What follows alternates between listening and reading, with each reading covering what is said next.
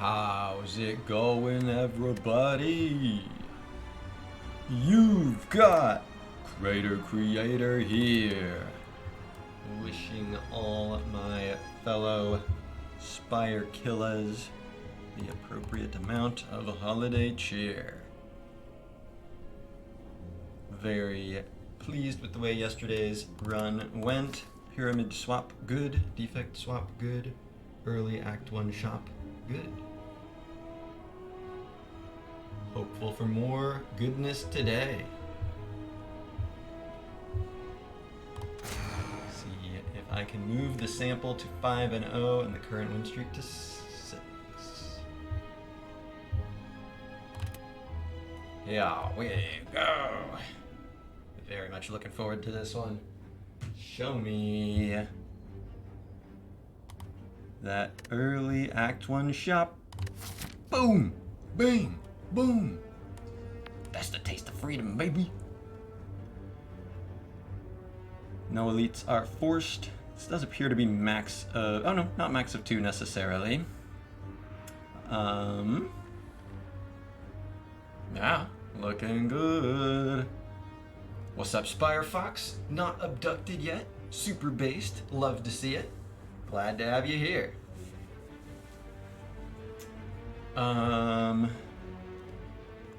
So, I've got my early Act 1 shop. I'm living in my element. I'm swimming in my waters. The hope is bam, bam, bam. And then, if I'm feeling good...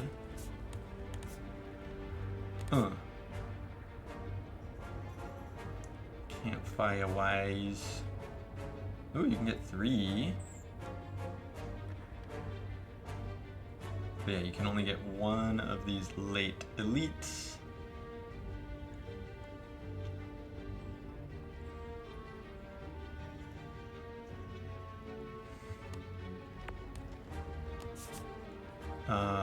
So yeah, it would be this then. Then from here, yeah, you can decide if you want campfire question combat or combat campfire question. But yeah, that's 4 campfires, 3 elites. I'm loving the way the path is looking. Slime boss is indeed the sauce.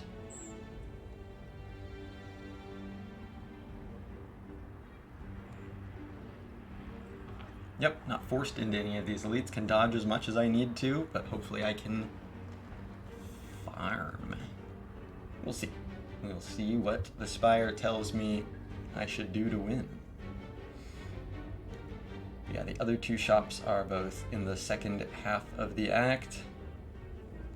So, I am going to swap.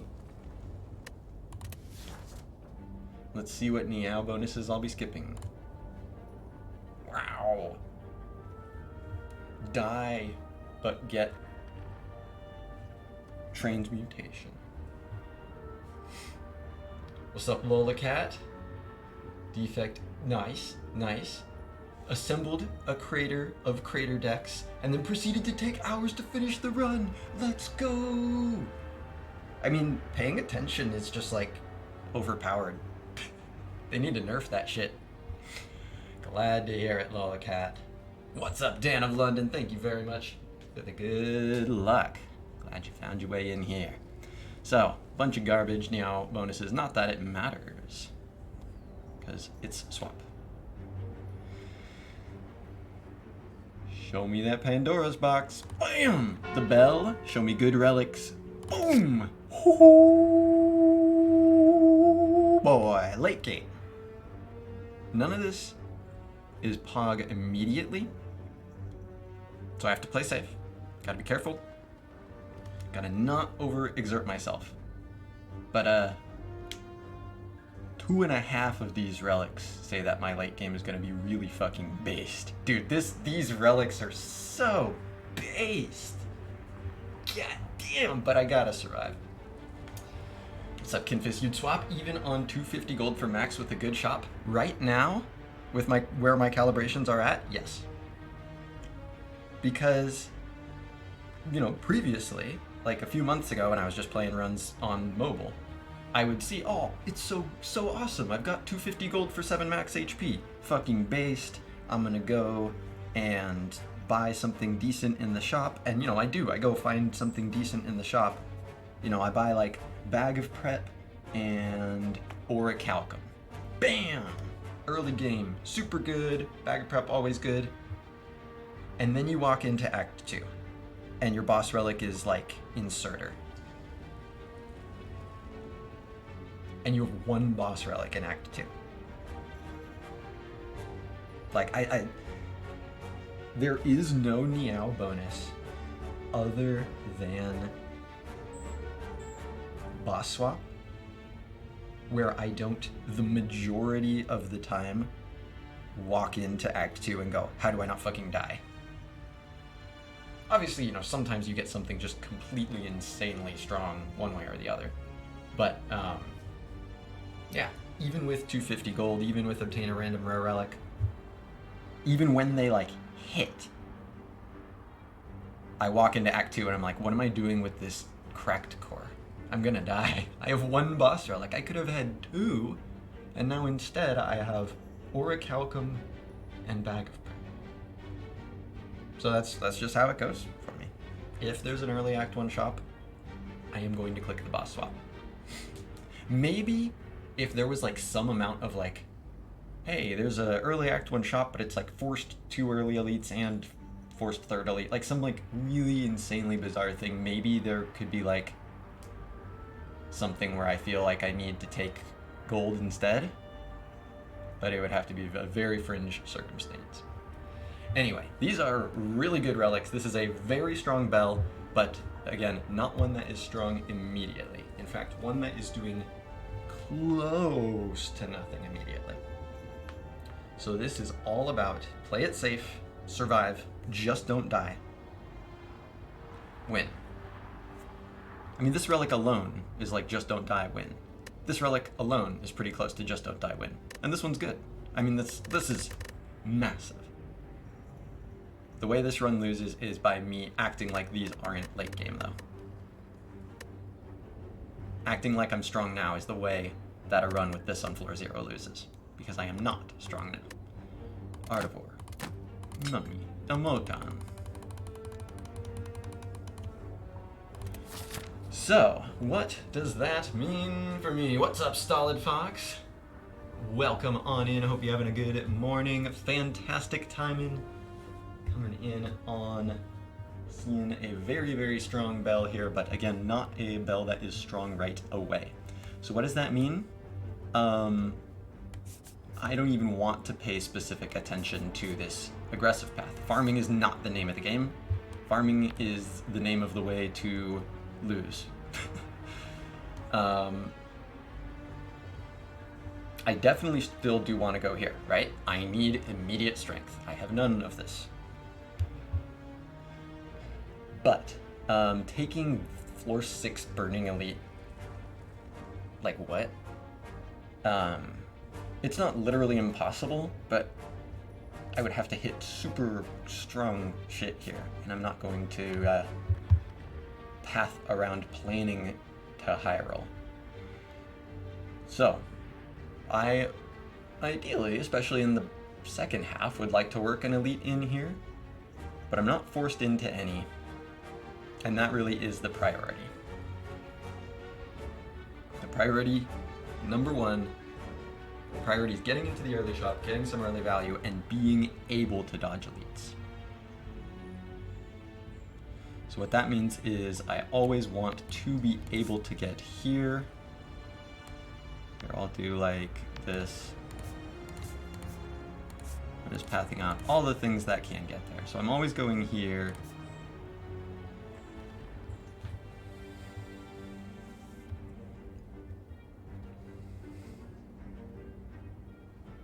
And it doesn't really matter how strong I am. I almost never want to go for this just because it's forced second elite.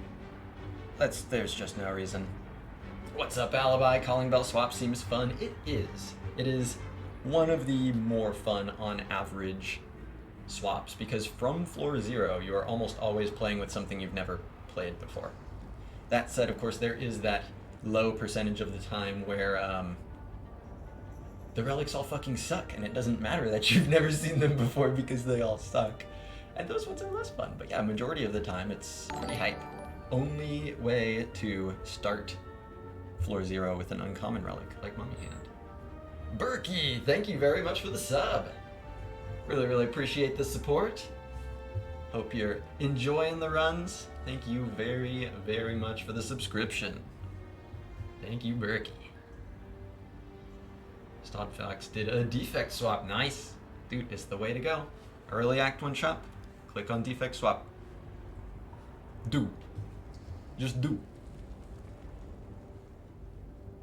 Just do. So yeah, even if I'm feeling strong, this is never the move. Like maybe this, maybe this.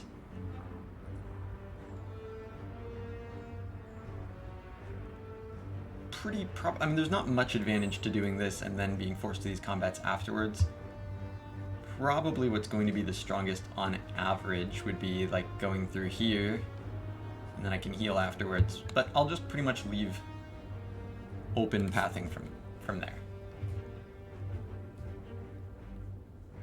I want to make sure I end up at one of these so I can go here. But, well, I'm never going here, right? I'm never going here. So if I'm going here, it's always this. It's just, would I ever do this? Not really.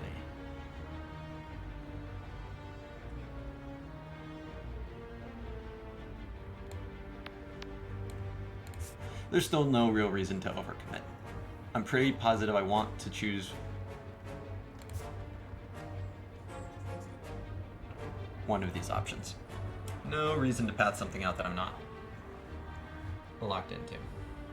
Sacred Bark swap. Cool. Not an awesome one, but not a bad one. Defect likes it, I think. Yeah, what's up, Prudilix? Yeah, these are some very good relics, but they do not represent a 100% win chance. Well, both because the concept of misplays exists, but also because they do not do anything for me now.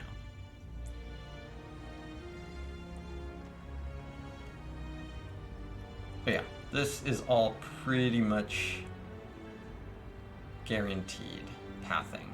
And then from there, I'll just see what information I have.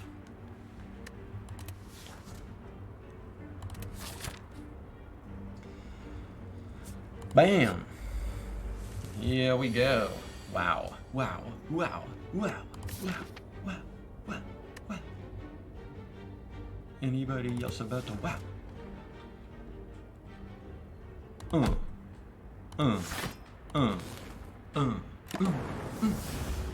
Take 7. Yos. Whoa! Late game relic my ass.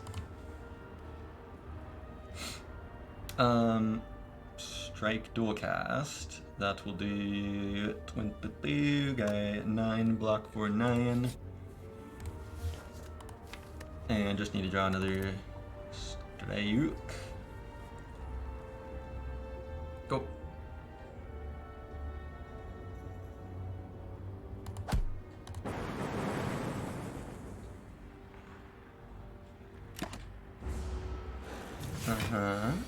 Strike, strike, strike. Yo, let's go. Let's freaking go. Bang.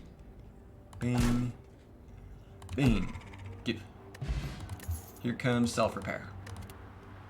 Storm Hologram Rebound.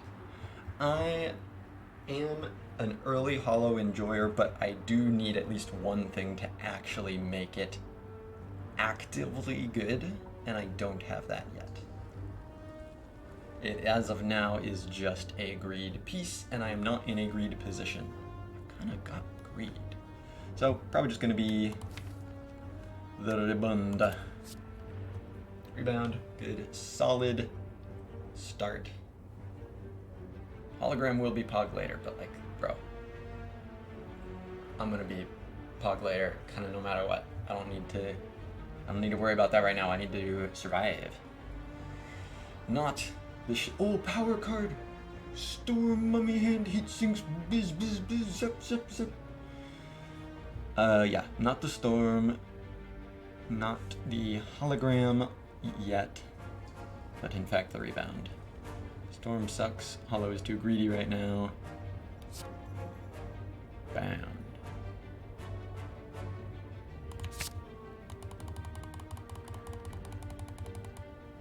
No potion, potion chance now 50%.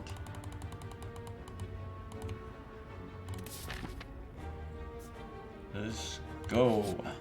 Show me the best stuff I can buy.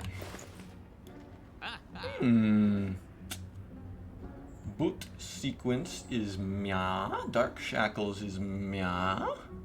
But boot sequence is on sale. The potions are...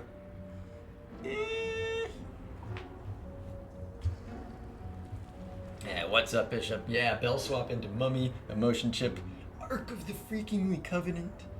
It's a very, very strong swap, but, of course, the one big downside to it is not doing much now. So I just have to make sure I'm playing it careful early on, not overly estimating my capacities.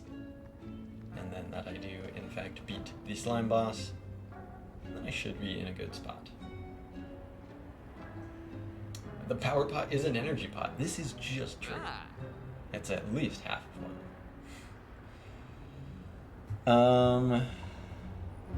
So, $116. Right now, rebound is what is in my deck. I am not looking to force myself into an elite early if I don't have to, if I feel compelled to take this one, or maybe even this one, and so be it. Probably this one is better because I can just have as much info as possible. This is probably most likely the path I want to go on, and then if I'm feeling strong enough that I can do this, great. Lets me rest afterwards, lets me dodge if I need to. Ideally, I can take this one too, and then get all the campfire.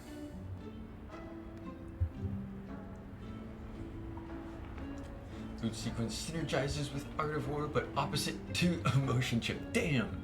All block cards have anti-synergy with Emotion Chip. Therefore, no block card deck. Let's go!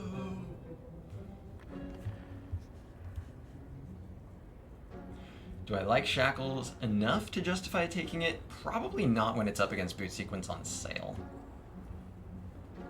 Like, it's better than Boot Sequence, but not $46 better when I can buy something else on top of the Boot Sequence.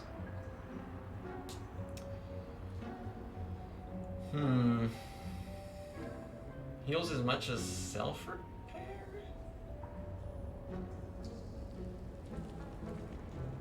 Not sure I follow. I mean, just how much it's expected to save in hallways?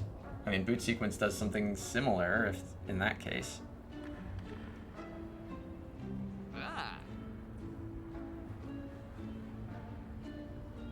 So, yeah, I mean, if it was Boot Sequence not on sale against Dark Shackles, this would be different. But that Boot Sequence is freakingly on sale.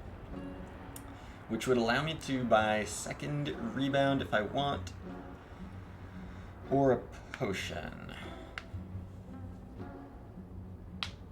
Shackles scales better than Boot Sequence, absolutely. But I don't really need to be giving up any early game value for late game value with this relic start.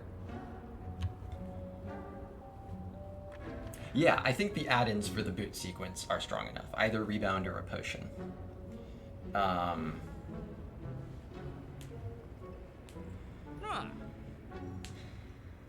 The potions are kind of mediocre, and I'm not planning to, like, this is not a farm situation. I'm not planning to go into a floor 6 elite. Like, I really think this would be unwise with 2 combats afterwards. If I'm taking an elite, it's this one. So I have at least 4 combats to find potions that are better than these. I think it's probably second rebound. It's damage. And I really just need to, like, get through Act 1. Probably. Rebound does it. So I think that would be the move. Rebound and boot sequence. Boot sequence better than the charge battery. I think so for sure.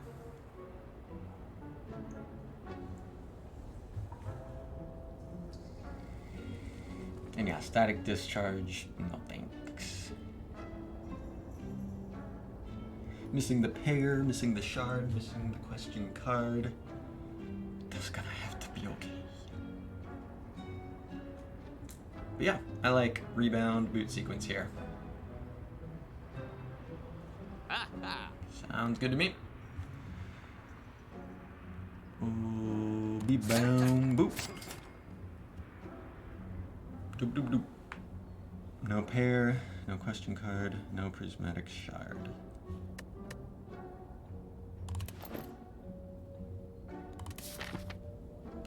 Let's fight. Da bird. Da bird. Da bird. Would I ever rebound the strike, or actually rebound to defend is what I do? Probably. Maybe.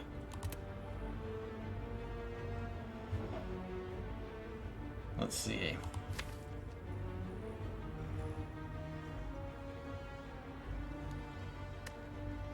How realistic is it to get out of this fight taking 0 damage? My gut is telling me not very, but that could be wrong, so I will evaluate it more in depth. I don't think, if I play properly, I ever take more than 1 damage here, probably. Maybe 2 absolute max. Could be wrong, but can I, like, pretty much guarantee avoid that? I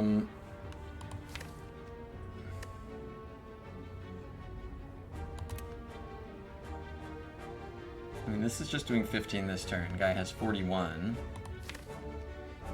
Following turn, like if I get like defend, defend, zap, then the turn after that I have 4 energy, but that's like a very specific draw. And would that even kill? That's like 18, 27. Plus the 15, that's not enough. I'm probably taking 1 damage. So the question is, I mean, if I can use that to get a motion chip, that would be probably optimal. So rebounding defend makes sense to me, just to eliminate the chance of taking 6. Because yeah, it's not like a rebound strike to guarantee a kill or anything. Even with perfect draw, it's still only 42. It's still 14 short. So, strike and rebound the defend. Rebound deck.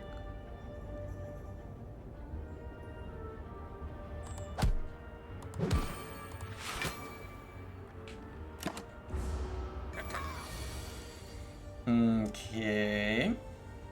Pretty straightforward. It's hard to imagine that this would ever be a Art of War situation, but I'll explore it just in case. I mean, it's yeah, no, because what else would that do? Not having the rebound here is unfortunate.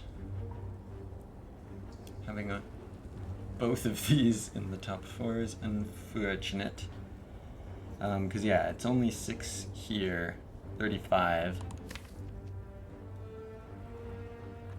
And then next turn, that's 21. So looks like I'm taking at least 6 next turn.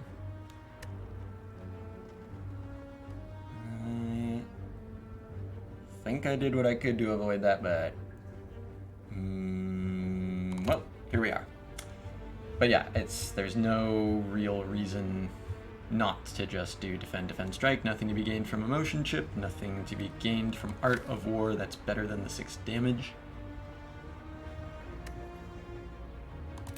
Cool. Ow. But cool. Kind of. Kind of. Cool, at least I got the defend. But I am taking 6. So Zap is there. Does Rebound Strike guarantee a kill? It doesn't, yeah? Let's see. Also, Zap. Zap sucks.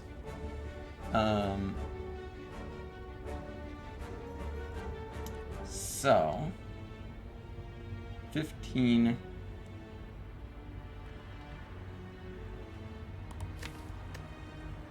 If I get dual cast and an attack, that works.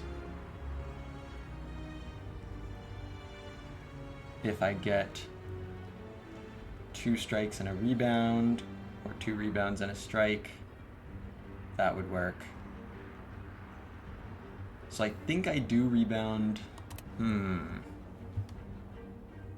What's up, Tyner? Welcome on in. I'm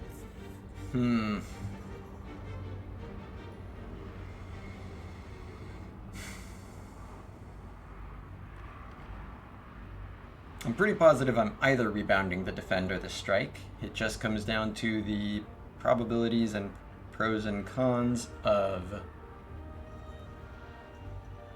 making it more likely to draw lethal versus making it more likely to draw the block to not get owned. And I think the lethal draw while there is not at all reliable. It's 3 cards to be drawn, and I'm counting on a rebound and another attack to be in there, or a dual cast to be in there. Of course, those are not crazy unlikely, but it's not reliable. I do still have boot sequence in the deck. So yeah, I think what I'm supposed to do is rebound the defend. Less basics in the hand? Yeah, but there's a bit more context that we have here. We don't have to just evaluate basic versus non-basic, because I think I am very likely going to be blocking next turn. I don't think it would be right to expect to have lethal. The things that I can draw are not consistently giving lethal. Sometimes, but not consistently. So I think I just want to be able to block as much as possible next turn. Early mummy hand, always comfy on the bot. Eventually. Soon. Very soon. Soon-ish. It will be comfy. But I have to get there. 3-stream streak! What's up, son? Good to have you here. I think that is how it has to be. Rebound the defend here.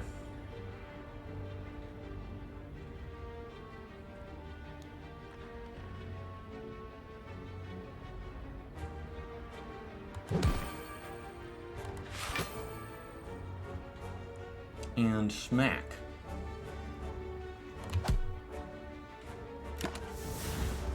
Oh. Give me all the block, all the block. That's so bad, dude. Oh, this is really bad. Disgusting. Relics that do things later and suck in early act 1, and it shows. And it shows. Nasty, nasty, nasty.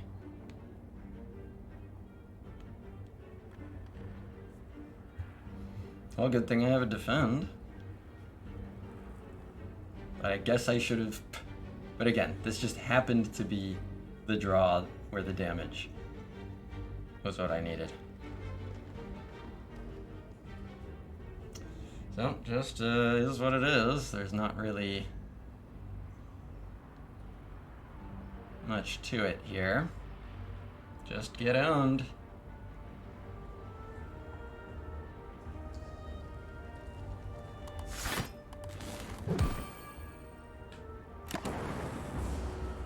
Doink. Even if you draw 2 extra defends here, you can't just block, right? What do you mean? Like full block? You don't have to full block to like save a ton of HP. Rebound deck, and so far not working. $20 is nice. No potion, less nice. Charge battery, sure. There's also Tempest. Don't think I care. It does do, but I think I would rather have more block right now. Yeah, it's not. It's serving a role. But I'm. This is always the play, right? And I'm pretty sure I would rather take the easy pool, and then the question.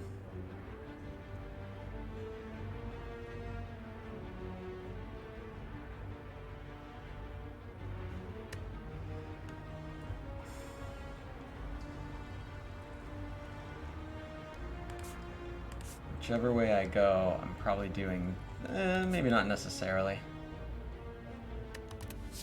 Huh. You wouldn't progress the fight playing 3 defends, but didn't know about the boot sequence. Gotcha. And it's also not necessarily bad in that spot with the math to not progress the fight, because there's also 2 rebounds you can draw. Like if you draw, you still can draw lethal, it just becomes less likely. And if you draw the defense, then you're a lot more likely to just have what you need the following turn. But, I mean, you had to take a chance of some kind of low roll either way, and I went for the low roll that involved having a block card in my hand when it happened, which I think was the right way to approach that. Should have played my cards in a different order, would have drawn them differently.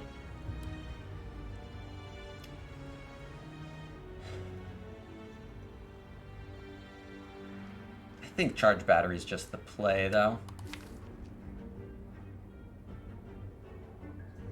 Tempest is definitely better than Skip, but I would rather have a block card I can rebound. That's like good. Tempest plays with 2 relics. That is true. How important is that for me surviving right now? That I don't know. It's not 0 value, but I think I'd rather just kind of block.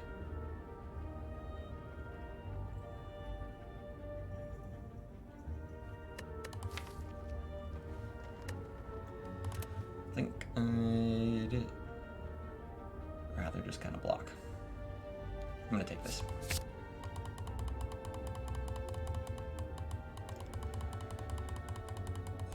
Potion chance 60%. Let's fight. Delice. Okay. Any reason to Art of War? No. It's pretty good to split the guy's block here. Not actively being weakened, so I'll definitely strike this guy so that rebound can kill in 1 hit. So boot sequence, defend, strike.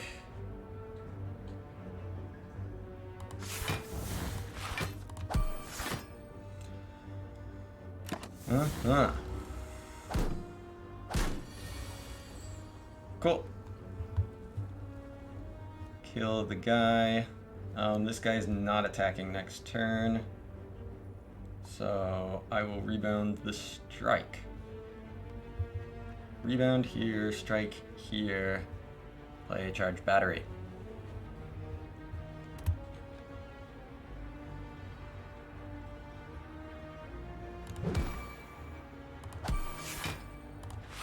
Judge. My HP. Nothing to greed in this deck as of yet. Self-repair? No potion. Potion chance 70%. Charge battery, sweeping beam, rip and tear.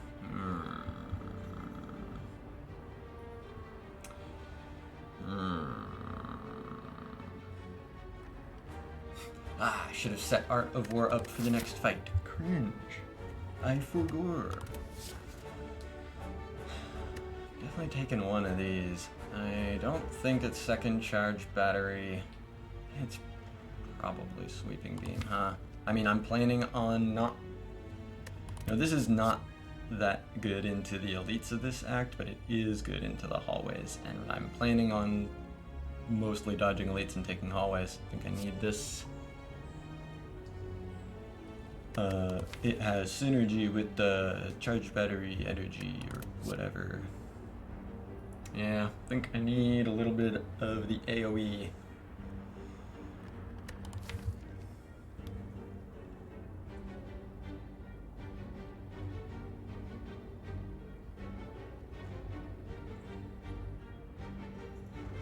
The second charge battery is probably still better than skip, but no, this is better. I mean, this is serving the role that I need filled right now. Okay. Potion chance 70%. Help. I'm fucking out of here. Goodbye. See ya. Get the fuck out of my face. Okay. Boot sequence going in. Rebound the rebound seems like a good idea, unless I want to rebound nothing, which I can't. I sure can, because of boot sequence. But I do still want to kill the guy, but blocking is more important. Right, again. The guy taking my HP is worse than the guy taking my money. It'd be based for him to take neither, but one of these is significantly more important to protect than the other.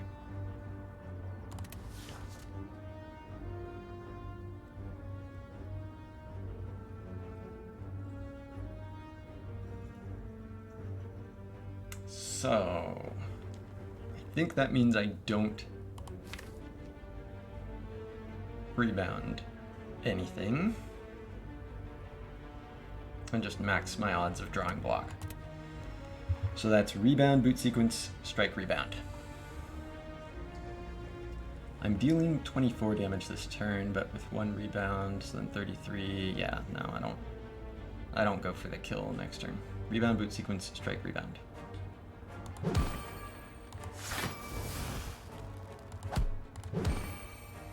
Okay.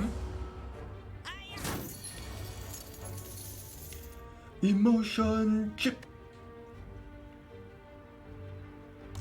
Allow me to convey my emotions to you. And Art of War. Wow, wow, wow, wow, wow. That's awesome, man.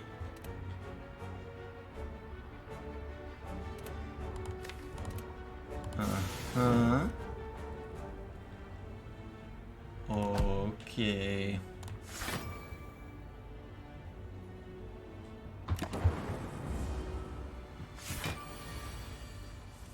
Cool. Nothing to greed in this deck as of yet. Give me my shit back. Oh, dude, I've hit like 20 gold 3 times in a row. Shit's popping, but it's just not the resource I need right now. Auto shields. Yeah, That is the resource I need right now. It's not like everything's like, it is not a solve, but it is good. I need help to not die. It is help to not die. 80% potion chance. 80% potion chance. But yep, auto shields sounds good. Not blizzard, not leap. Auto shields. I don't have anything. I mean, emotion chip auto shields. I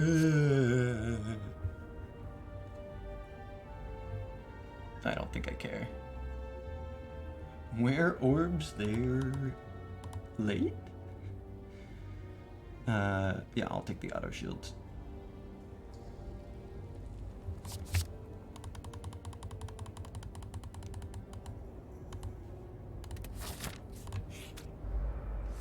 Sweeping beam about to go in. Maybe. Strike and rebound can kill this guy, and then boot sequence and defend can full block. So the question is, what, if anything, do I rebound?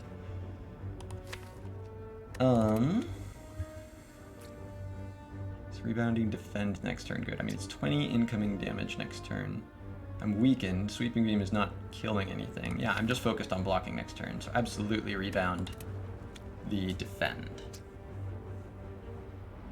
So boot sequence, rebound the fourth slime, defend, strike the fourth slime.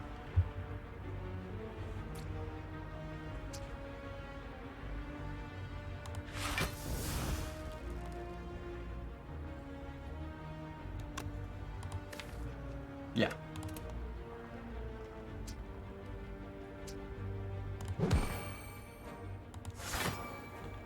Smack.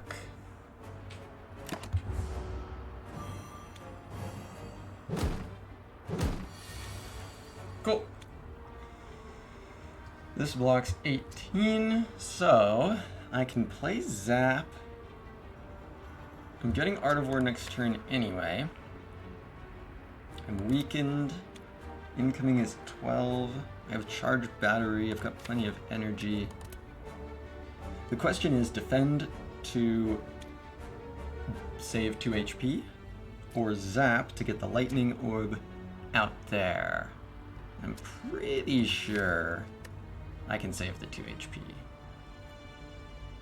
5 energy next turn.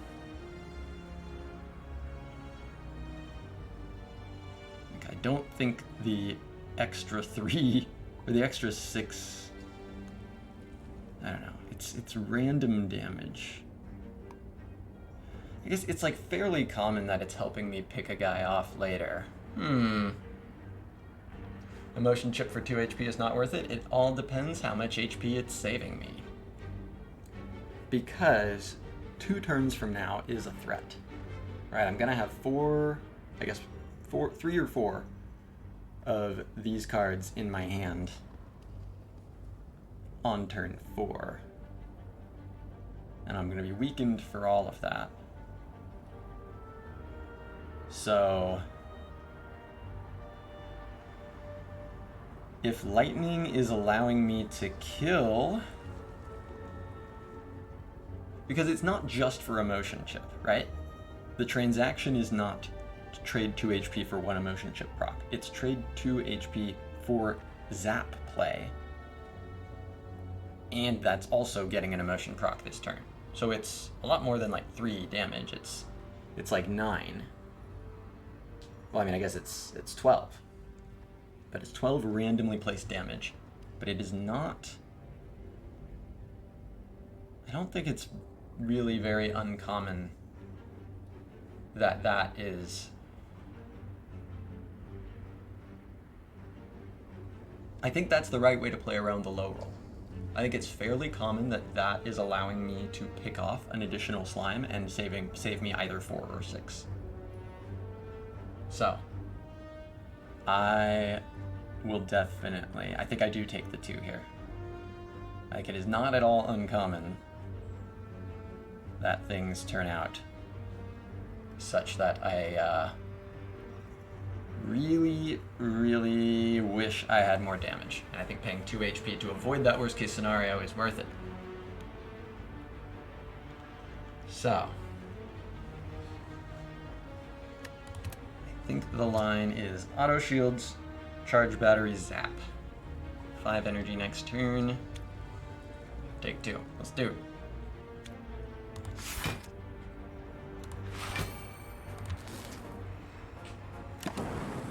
Okay.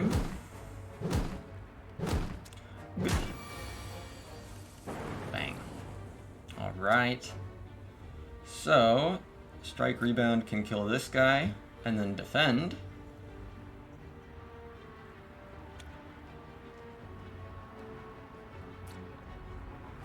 There's no way to reliably...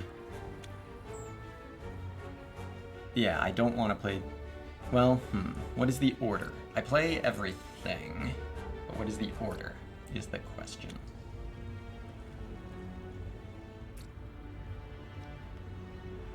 I'm not doing a motion chip, but I will dual cast it.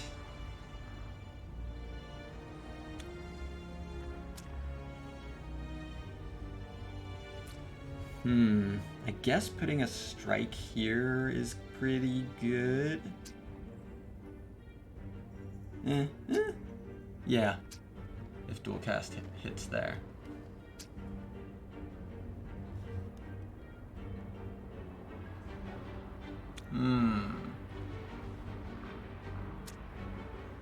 So...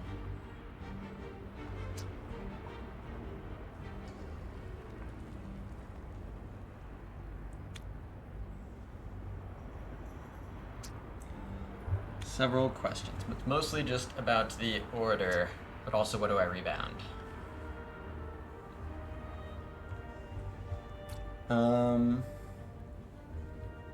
So I can guarantee, like there's no situation here where I am taking more than 1 damage. The question is, here's the draw pile. Question is, can I guarantee kill both ever, or put myself in a prime spot to react to the dual cast?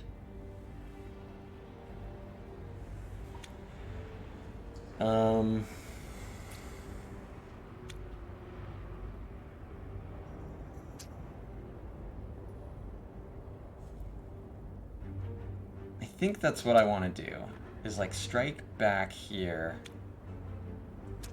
Is there ever any harm in putting strike here? I guess some, yeah. It does make it so 1 hit there will kill though. But I'm pretty much always putting the rebound here. Okay, so I think what I do is I place the 2 strikes here so that 1 lightning hit will kill, and if it goes on, if it would have gone on the same guy twice, I'm not wasting a gigantic amount of damage. If it goes on this guy twice, so be it. But would I want to rebound any of those? I mean, I'm pretty sure 2 of these guys are dead no matter what. I think if I'm rebounding anything...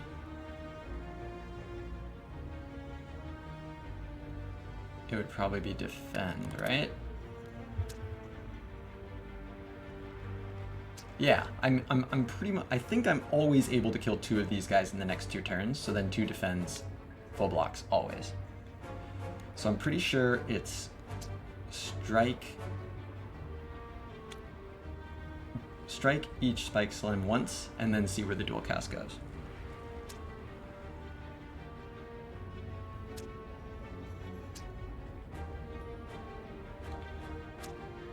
Bang. Bang. Get him. Ha! Ha! That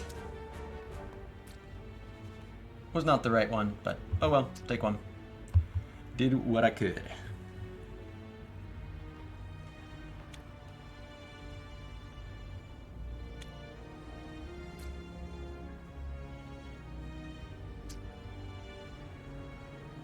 Yeah, I mean, even if I still had the strike here or not here, it's the same. It's 1 short, and if I don't play the strike there, then the lightning, I guess, sometimes goes there.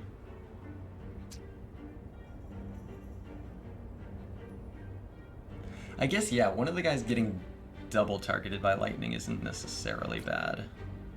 So maybe that was better. In any case, this is what it is now. And so I just guarantee, I take one and then guarantee full block. Next turn with the 2 defends.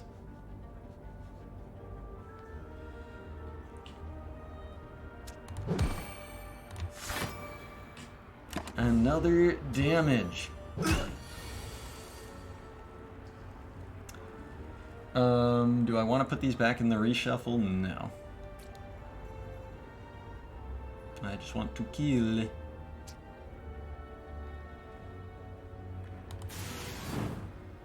Nothing to greed in this deck as of yet, so I will just defend and strike back.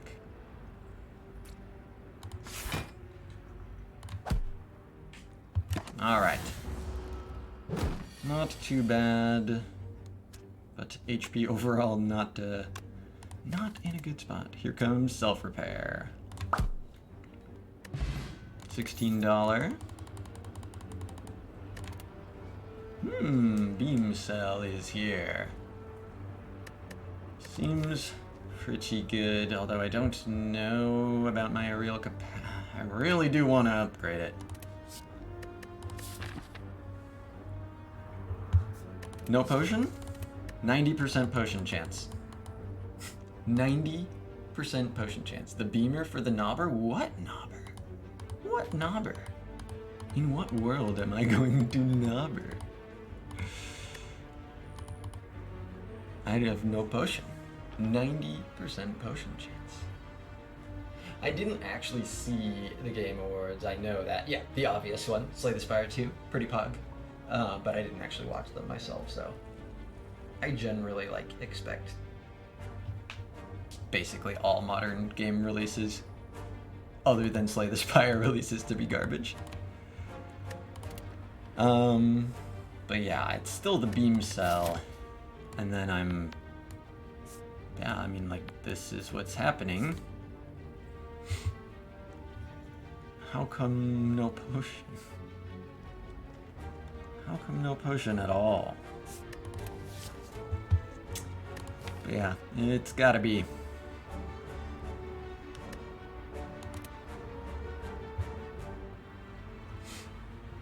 A Muppets game? Holy. No, I haven't actually. I still haven't seen the trailer yet. I'll get around to it eventually. I'm excited for the game, but I just haven't gotten around to that. New co-op from It Takes Two. Okay, I've heard positive things about that game. Seems like it was actually pretty cool. Oh, the Muppets were just at the show. That's so fucking random. That's really out of touch. That sounds like a 70-year-old owns the Game of Awards and was like, you know what kids like? The old guys from Muppet. It's gotta be Beam Cell. I just wish I was in a better spot to upgrade it, but yeah, it's not. There's no way I'd take these other cards over it right now.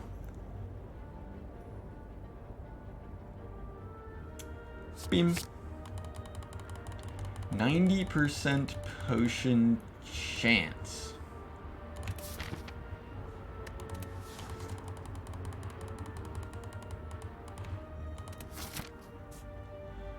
Health.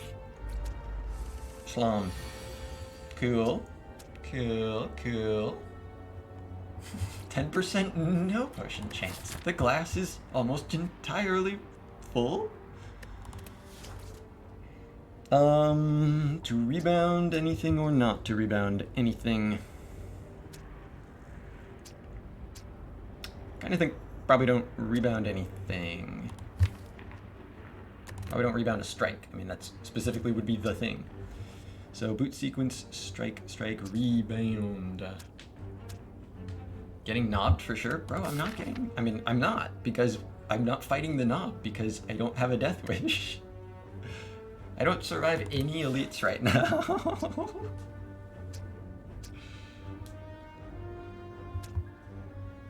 I am taking things to survive until I get the things to do better things. Holy.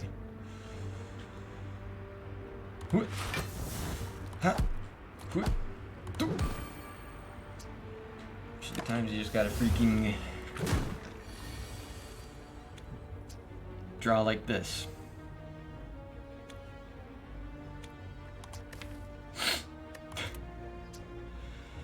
Art of War. Art of War.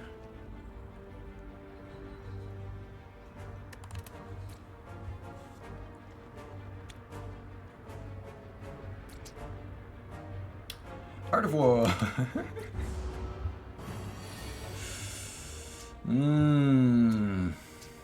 12 damage. 35. I mean, it's not a split. Okay. Well, that's the move. Any taking sevens? Oh, several. Unless. Yeah, 12 would be 35, not a split. Cool. Based, actually. So I could dual cast for 20. It's not a good split.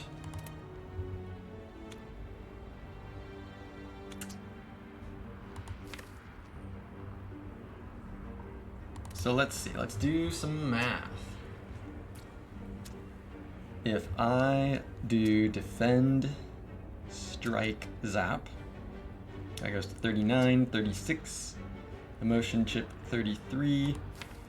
Next turn I'm weak and this is all I have. That's not even like consistently setting up a good split next turn. Double check the math on that again, but yeah. Defend, strike, zap.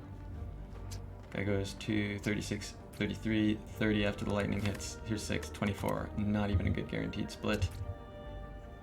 And it's a forced split.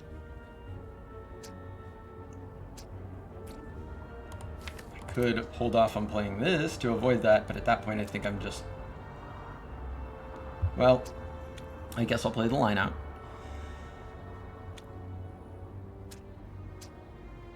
Because I can do zap, dual cast, no strike.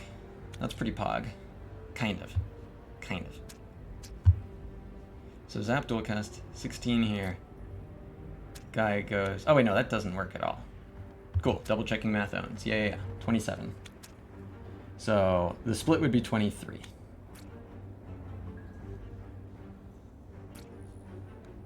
That is not good. This helps for blocking next turn.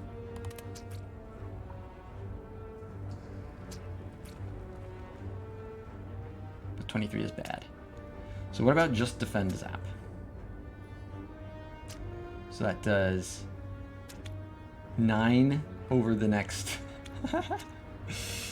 That would do 9 damage over the next 2 turns.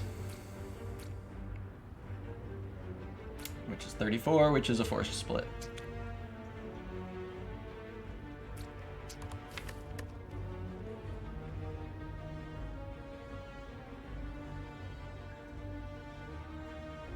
Like, the main problem is...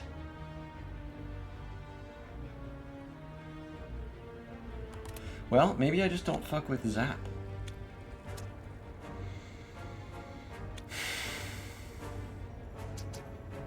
It seems wrong and bad. But let's say I did defend, strike, strike. Guy's at 35. And then if I need to block because I don't have a better split next turn, I can do that. I mean, maybe that's the play. Don't play zap so that I can react to this draw order.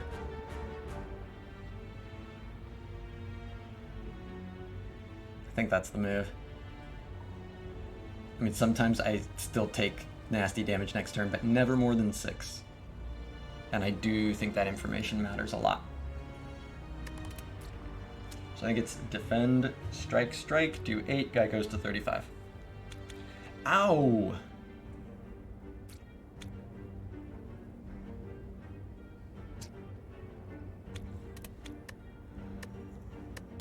Oh.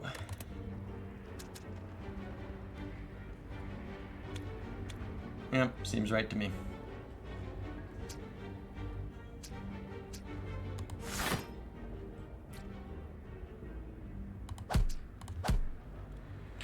Seven. Oh, 18. Hey, I drew a defend though. So, just play all the block, have 5 energy next turn. Yeah, blocking progresses the fight. Let's go. I do take 1 though. Emotion chip is doing nothing. The amount of times that emotion chip is fired off on no orb is a lot. But yep, charge battery, defend, defend. And take 1.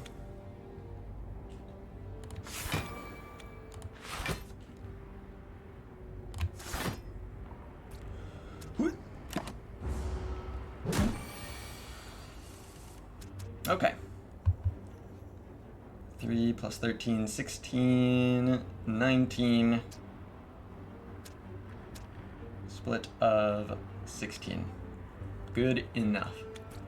Double check the math, but yeah. 3 plus 13, 16 plus 3, 19. This guy is at 16. Also play the slimed. Do I rebound? Something. Yeah, rebound. Beam cell seems based, except for how you can't. Except for how rebounding beam cell is literally not allowed. Do I want to rebound zap is the only option, and I don't think so. I think I want targeted damage and block. So, beam cell, rebound the slimed. And the zap. Cool.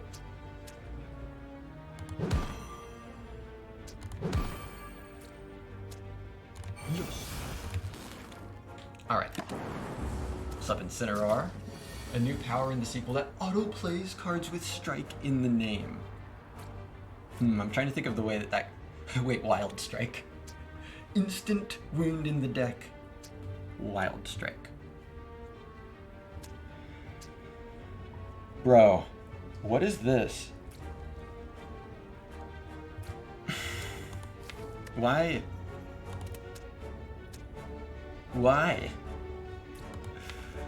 Bro, why? I mean, so I think I know what I'm probably going next.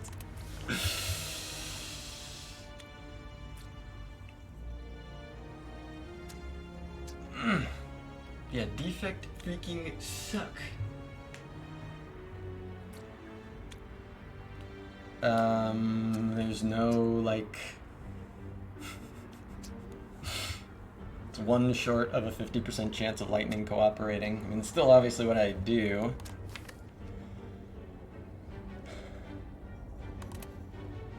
Yeah. Strike front, defend, strike front, just in case I bottom deck. I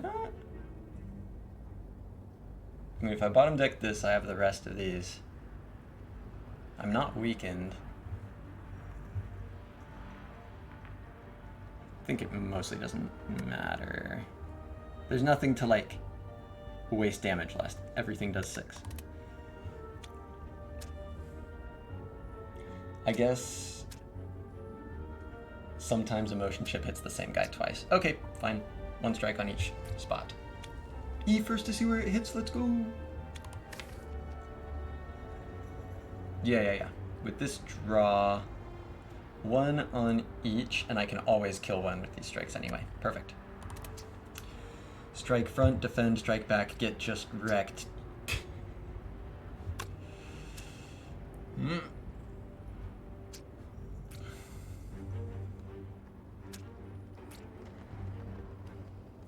Yep, nothing hiding here, that's good. Nothing good hiding out.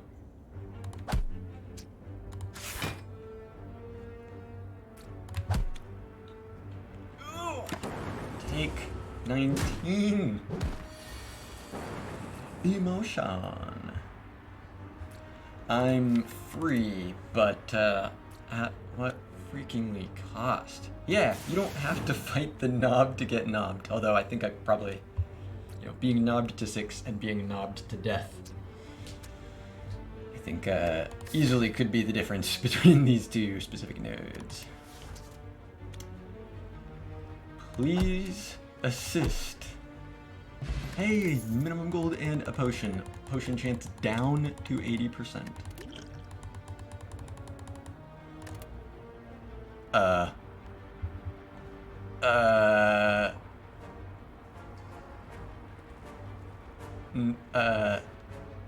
No. That's like, I wish. I guess? Okay, wait a minute. Is this how I beat the slime boss? Because I can dodge all the elites in the world, but I need to beat the slime boss. Is this how I beat the slime boss? It's greedy as fuck, bro.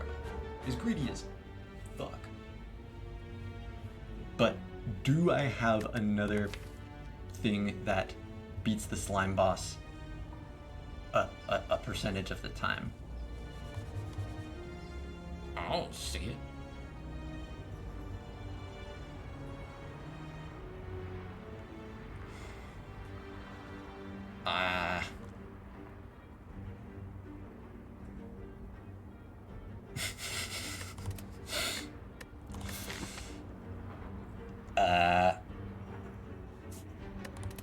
I think I have to. So what's happening? I mean, I'm obviously going here, and then there's no way I go to a question mark before this. I definitely rest. And then if I feel up for an elite, I could do that. Because the other path is 3 advanced hallways anyway. At this point, maybe you go for the Laga high roll. That's a 1 out of 3. And do I even win Laga? No, I mean, I don't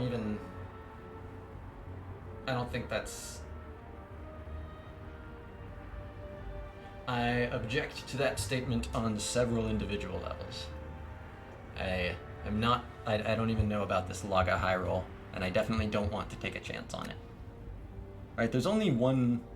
I mean, there's some low rolls out there that can fuck me, but right now I think there's only one real high roll that I'm building towards, and that's the slime boss solution.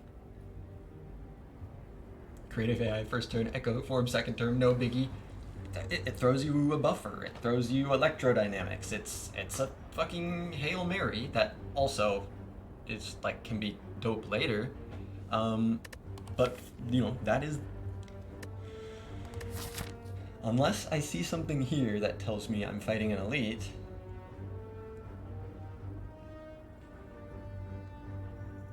like that's,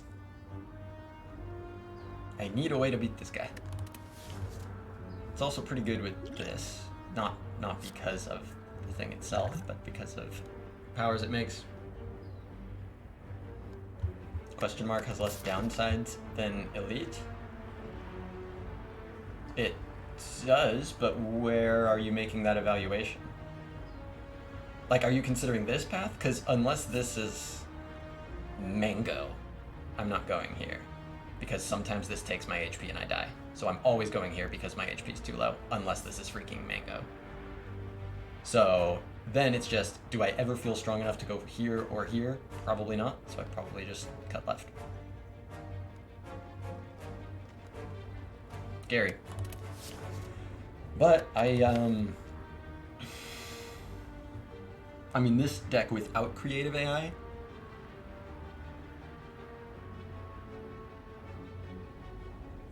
there's no world where this deck without creative AI beats Slime Boss. I mean, of course I could find cards on the way there that make that so, but if I have the chance to add something that could do something I currently have no way of doing and need to do to survive this act, how can I turn it down?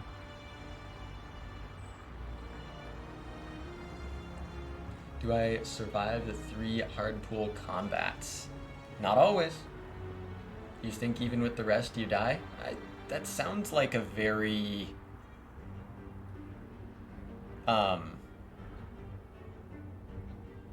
and I just mean this as objectively as I can, not saying you're doing anything like personally wrong, but that just sounds like way too sweeping of a statement for me to put like mathematical value behind it. Like, there's so much variation with draw order, so many different combats that I could be up against, so many different relics that I could get in this treasure node. So like the end product of the analysis being into 3 combats you die, I just think is way too generalized and probably not really true. I've also got like an 80% potion chance. Take the question mark chance. What's the question mark chance?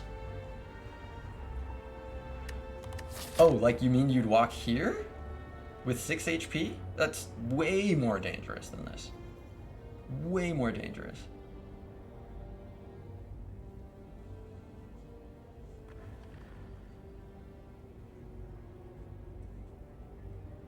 You get Wheel Gremlin. You get combat.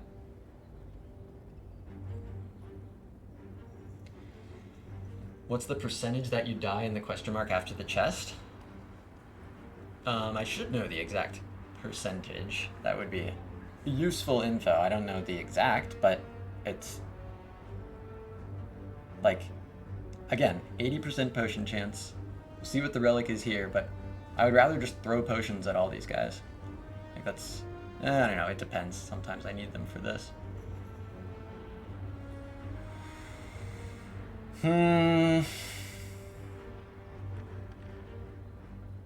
I really don't. Well, let's get more info. Because I really don't think, you know, it depends a lot on what this is, and I don't think I turn down this creative AI either way. Theoretically less agency in the health loss from events. Excellent, my top priority. Blaming something other than myself. Winning is secondary. Yeah, no, I need this. I need this. I need this in order to win. Potion chance 80%. Help!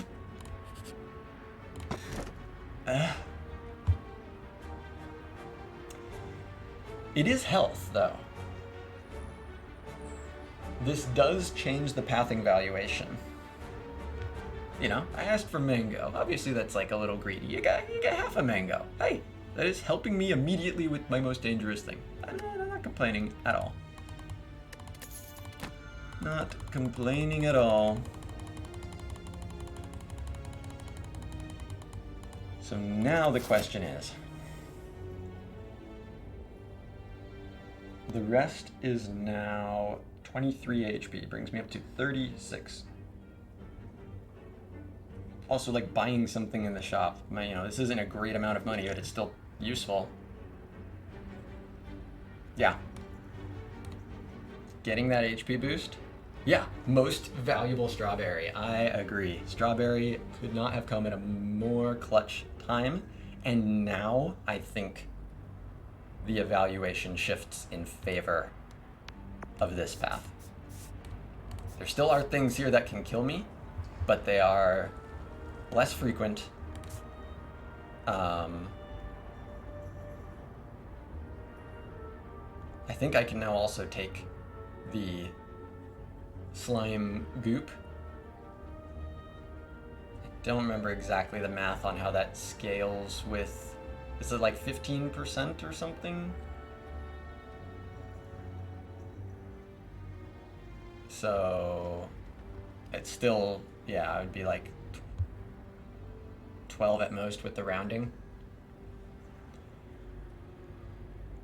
Yeah, this seems right to me. Because this is a very real threat. It's just this on 6 HP is too terrifying. But this on 13 HP, up against a very real threat, I'm in.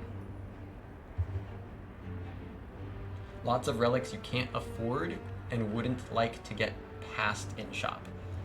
But Tyner, I need to live. That's my entire priority right now.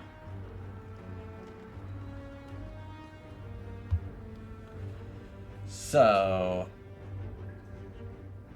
this is pretty definitely it.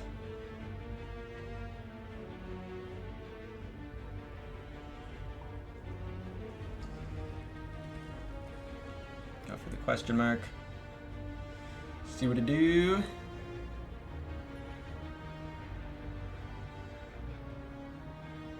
Just making sure there isn't another path here. Yep, I think that's it. Cool. Strawberry owns.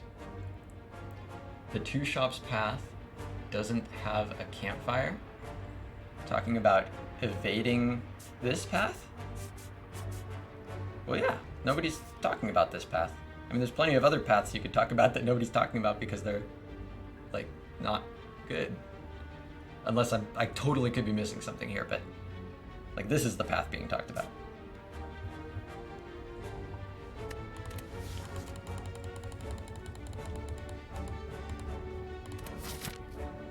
Let's do it.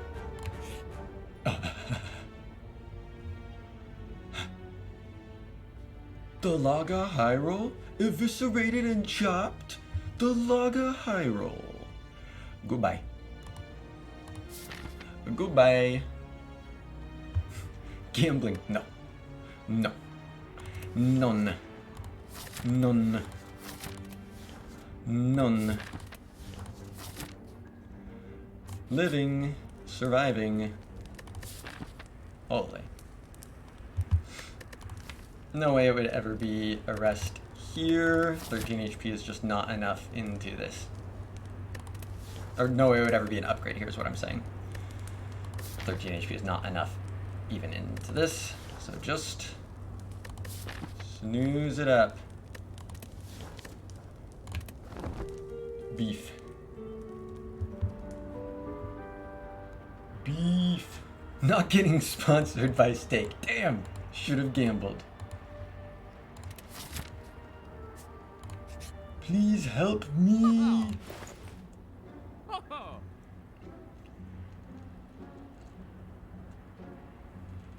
Where? No. But, no, no, but, no, but,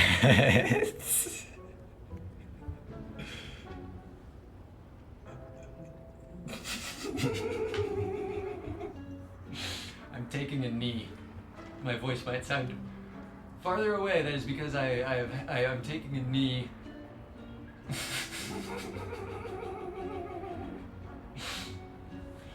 If I can't buy the focus pot also, which I can't, I don't think that's the move. One coin short. One fucking coin short, by the way. But,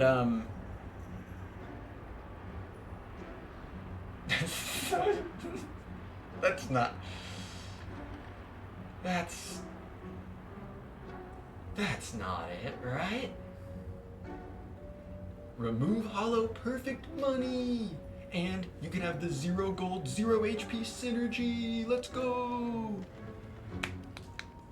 I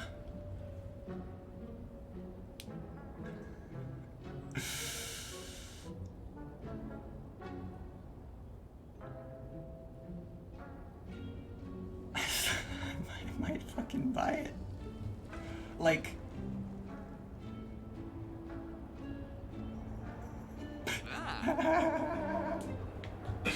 Oh no, I'm losing it.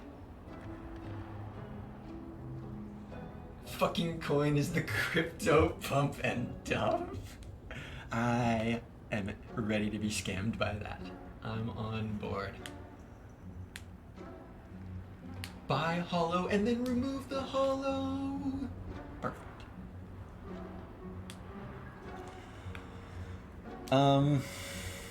Well, if I buy the storm, the only other thing I can buy is the leap, which...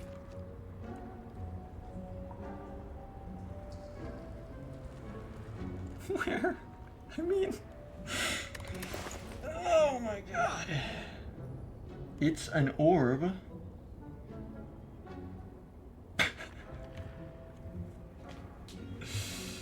Oh, bro. Oh, bro.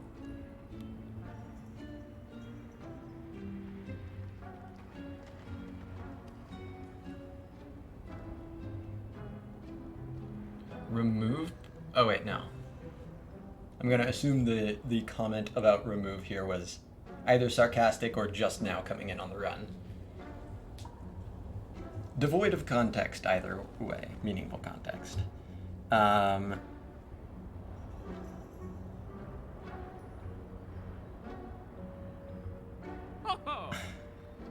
don't... Focus pot is the one thing that could make... Is it ever distilled chaos? It's not useless. Like, if it cost $52, I'd buy it. But what am I wanting to hit? Like, sure, oh cool, you did some more damage on the split. That's good. Now what?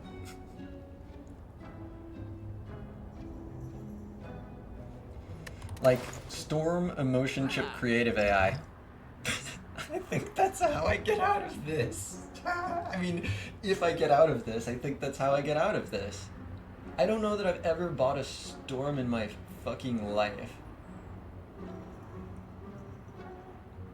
But I'm so scared.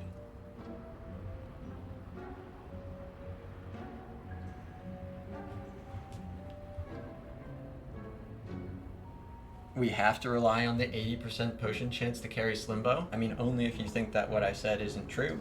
Which, if you do, please let me know why, so that I can potentially come to see things the way you do.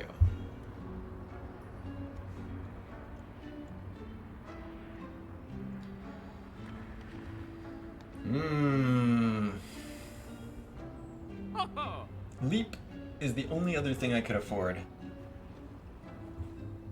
One coin short of that focus pot.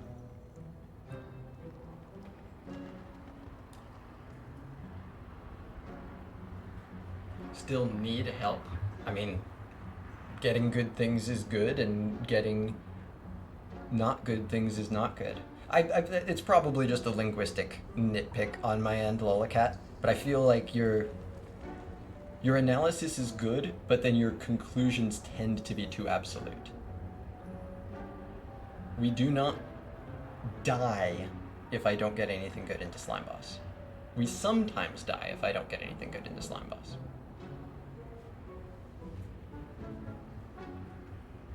Weak pot for stalling the split? What am I gonna do with that 3 turns if I don't have Storm?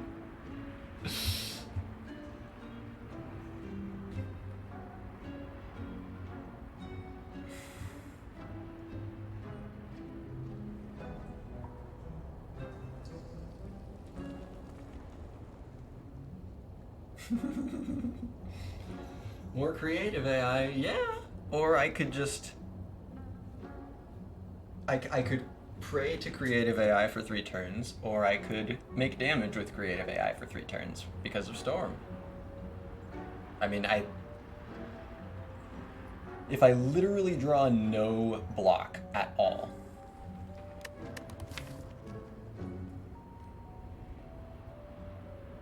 like, in order to die to the Slime Boss attack straight up, I have to literally have no block at all. And, you know, the fact that this is 36 instead of 39 is not going to be the reason I buy a weak pot.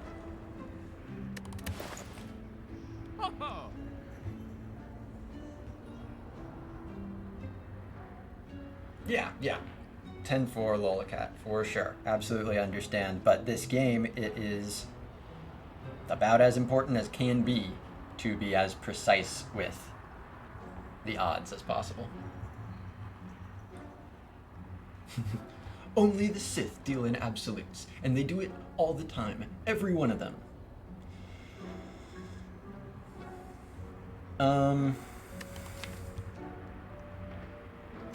So like Leap is on sale. I don't. I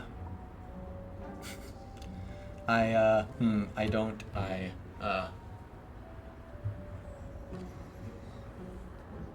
Is it positive? If it. Sure, it's a brick later. Whatever. Actually, whatever. If it means the percent of the time I survive Slime Boss goes up instead of down, I want it.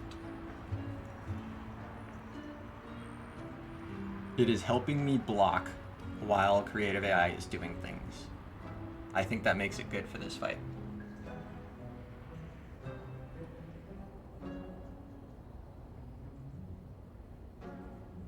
I think it's Leap and Storm. What the fuck?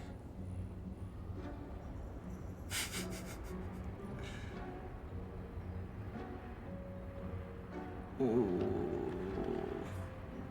Why no $130? Yeah, I think that's the move.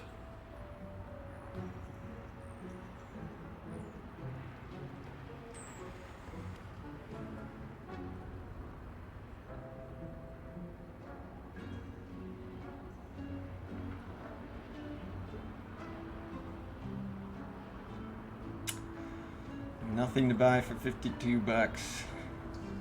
Okay. No hidden ceramic fish helping me out. I think it's Leap and Storm. Hoo boy. Hoo boy. Yeah, yes, this is very sad. I will acknowledge this. Although, you know, if I had like the money for it, I would, well, probably would just buy it still. It's another like late game thing. It's not like awesome. There's a lot of other rare relics I'd rather have right now, but it helps. But yeah, doesn't matter. Okay.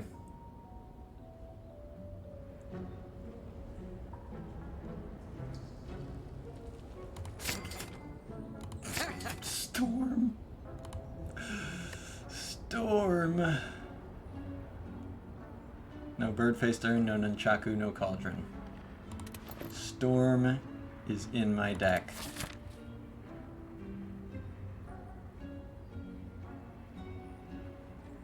And yeah, I don't have like...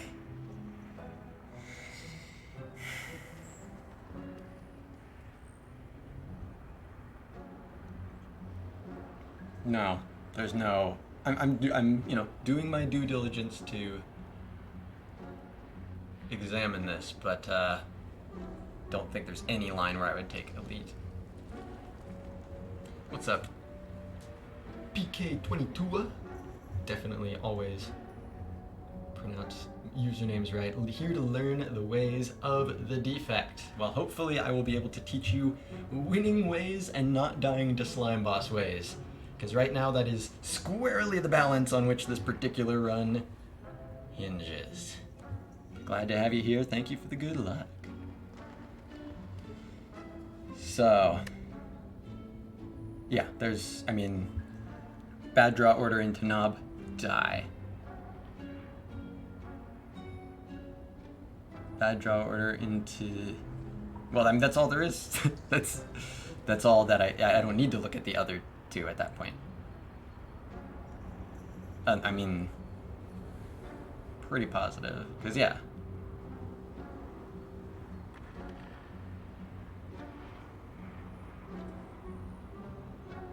Bad draw order and Knob just dies. Don't die.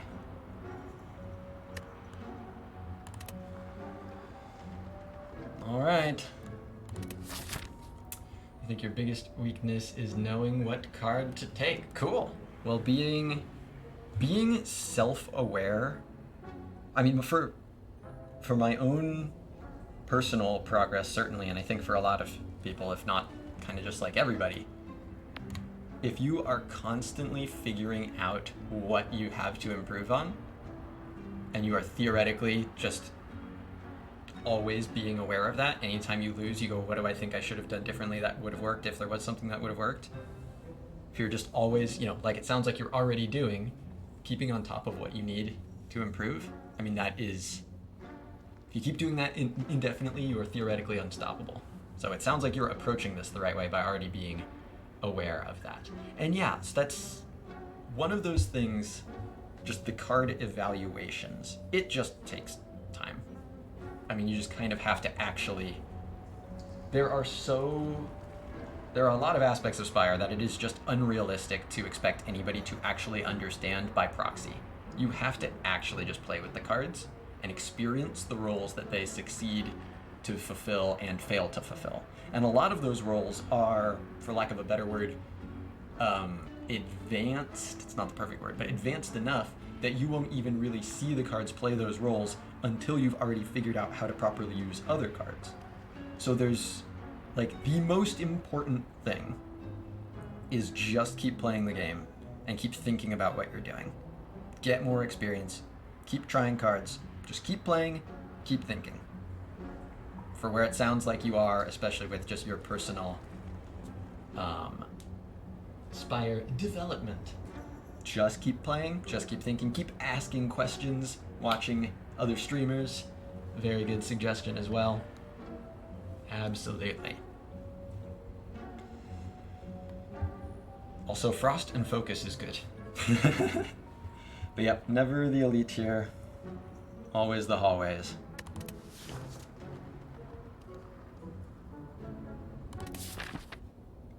Ah! Great. Not good draw. So I'll go for this guy and play Charge Battery. I want to keep the boot sequence.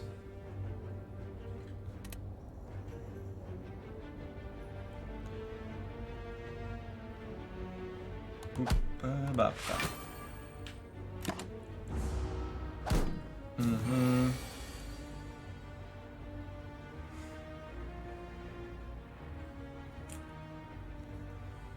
Defect, you know, the claw and draw archetype. Again, it's one of those things, just keep playing, just keep learning, just keep thinking. And eventually, through experience, you will come to realize that, I mean, the word archetype has pretty much entirely exited my Spire vernacular. There are no archetypes. There are no decks. There are only roles to be played, and the cards that the Spire offers you to potentially play those roles. But not saying that to correct what you're thinking now at all, just it's a great example of why it is so important to just keep gaining experience and ask lots of questions along the way. This guy should die pretty well. Yeah, only hitting the rats here is very nice. Don't you think there are themes archetypes that they created with cards in mind? There are mechanics that are represented more directly across specific cards.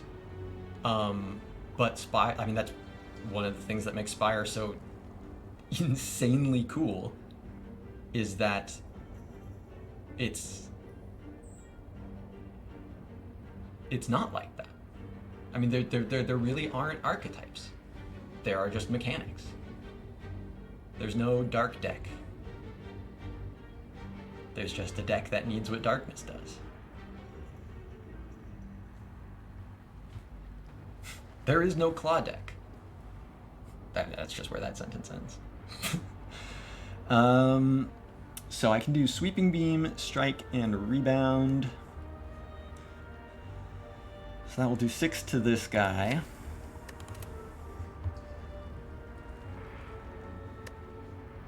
Because that kills here. Ooh, actually, Rebound, Strike, Sweeping Beam, Strike is really based.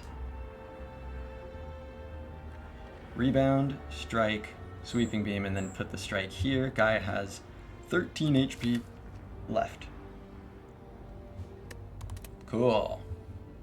There is a claw deck, it's called the Law, and it has a 100% win rate.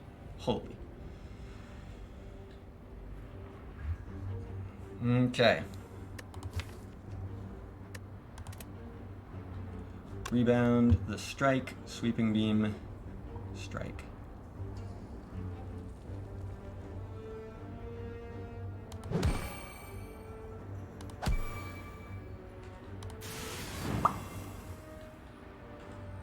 Smack.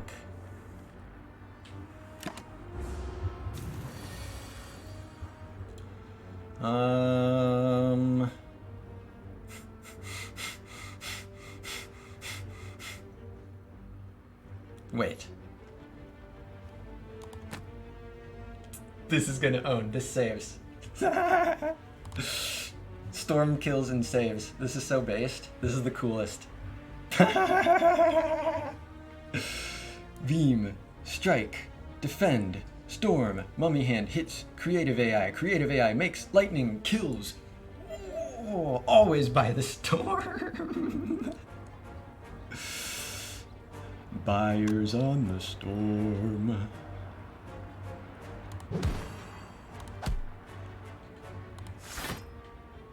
Holy. Holy.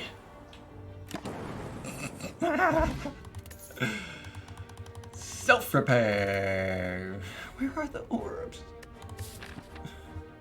There's no orbs.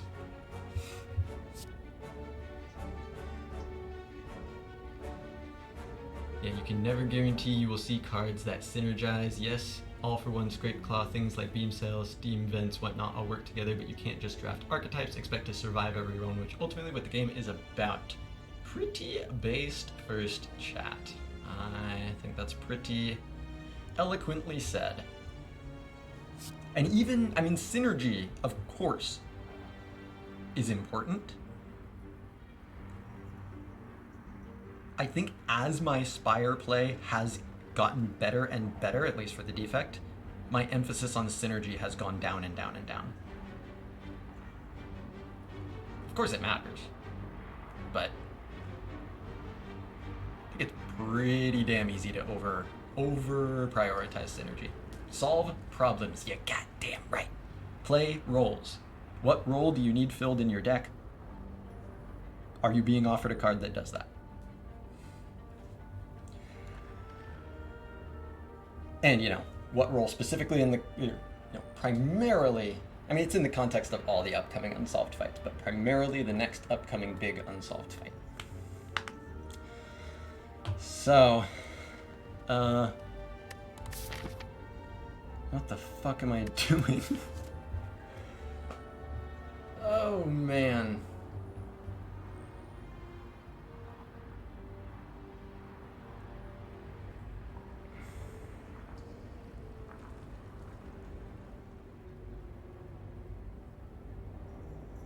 So it's obviously never reprogram.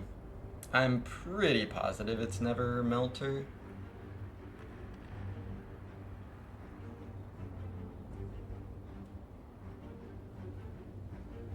Yeah, but I mean, I think the difference between an archetype and a mechanic,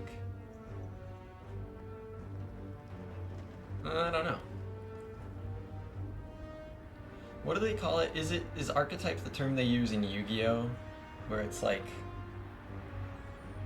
I forget if that's what they call it. But like Yu-Gi-Oh has very real archetypes, if that's the word. I only passively understand Yu-Gi-Oh stuff, but it's like, you know, some very high percentage of the cards in your deck are cards associated with a specific archetype. And I mean, this, I feel like the Spire is like constantly trying to get you to not focus on archetype in order to win more. Yeah, so like a Shiv deck is not the right way to frame your deck. It's a deck that is utilizing Shivs to achieve the damage that it needs. Because that's what was offered to fulfill the role for that deck. Again, I just think, I don't know. If framing it as an archetype is not leading you to overemphasize clicking on that kind of similarity, then there's no problem. But I feel like I hear people say things that makes me think that the idea of archetypes is generally harmful to Spire win rate for most people. But if that's not you, phenomenal. Pretty positive it's never this Melter. I really don't want fucking second Sweeping Beam, but it...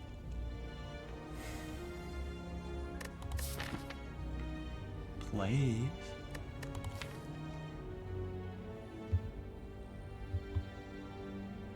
What is the upgrade right now?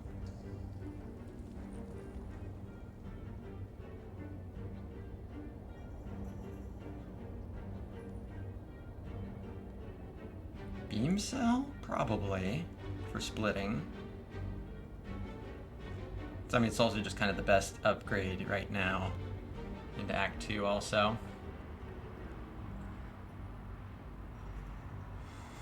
Unless it's upgrade Storm.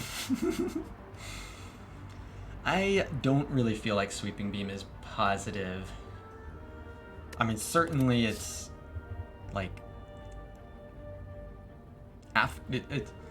certainly after Slime Boss it's not positive. I will generally be sad to have it in my deck, but these are all cards I'm sad to have in my deck. I don't act. Is it positive into Slime Boss?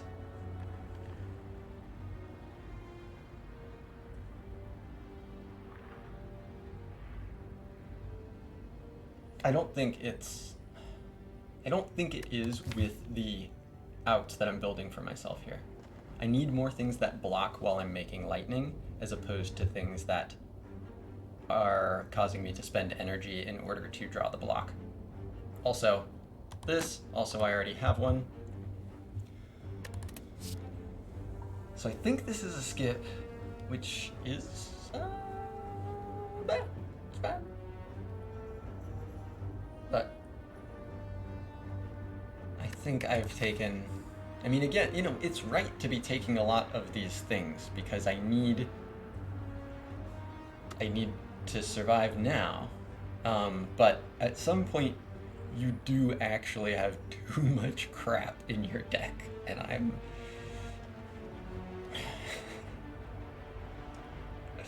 I'm there and a half.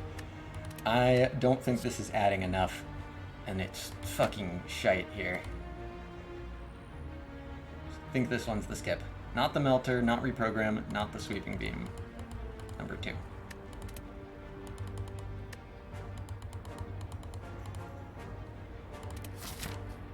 Please help me.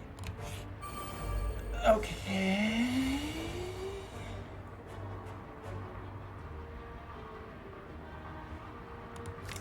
Storm Auto Shield.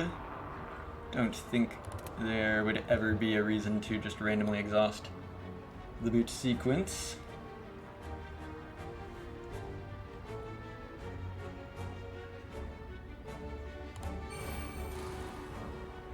Ardivore. Oh, and is that potion chance back up to freaking 90? Great. I mean, it is kind of great. Okay.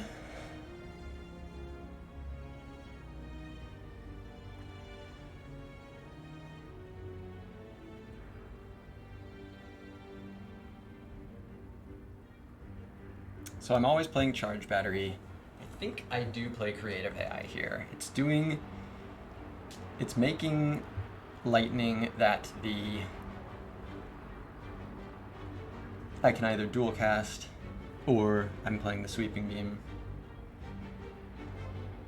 If it's the Charge Battery, I get to choose. Yeah.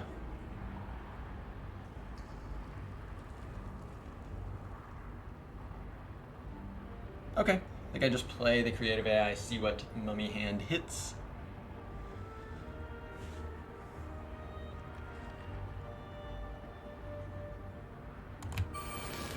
Charge Battery.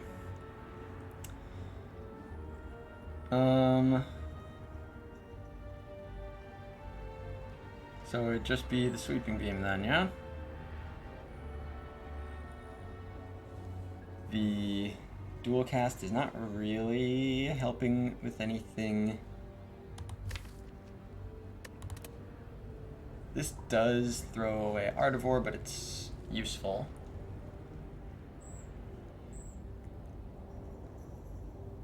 And of course keeps this for Emotion Chip. Okay.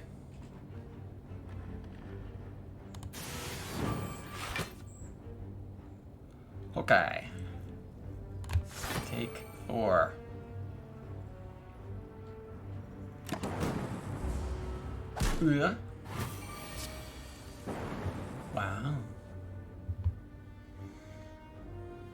Uh-huh. I can kill this guy. Nothing to greed in this deck as of yet. So yeah, these 3 attacks can kill here, and I don't want to play Creative AI because then I can't play 3 attacks and guarantee a kill, and I don't have enough block to guarantee the block otherwise. So this is just strike and rebound to kill here, and then I'm playing Zap, and let's see, so 6, 12, so I'm looking for 5 more damage. Yeah, I'll just rebound, strike. Okay. So put all the damage here and play Zap.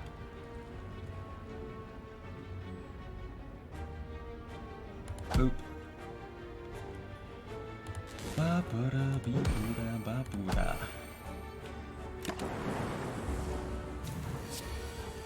Go. Dedge. You. Nothing to greed in this deck. Please give me a freaking Glacier, man, or something. Just a little something to get me by. Please?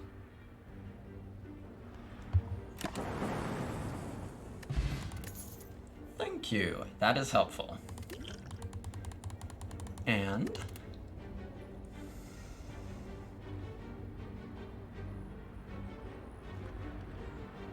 these are not.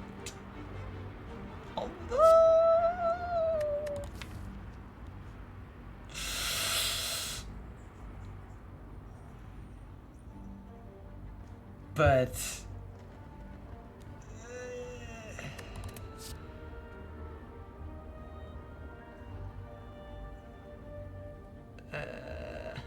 could have had 3 sweeping beams.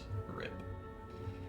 This doesn't seem right to me. Again, I think the general MO is going to be play the powers and block.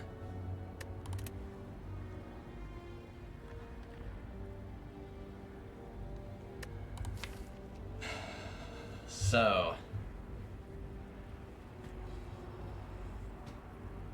can I take this aggregate? Or do I have to skip aggregate because I'm so weak? I mean, I do think the upgrade is...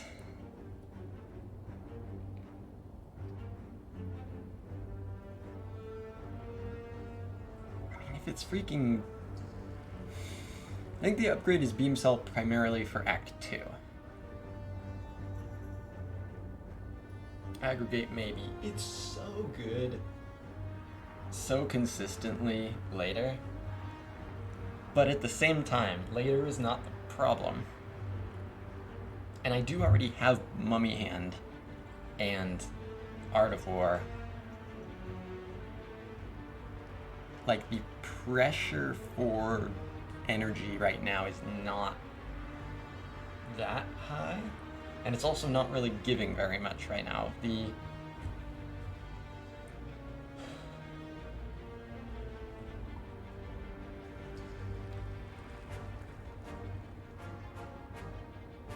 But like sometimes it is.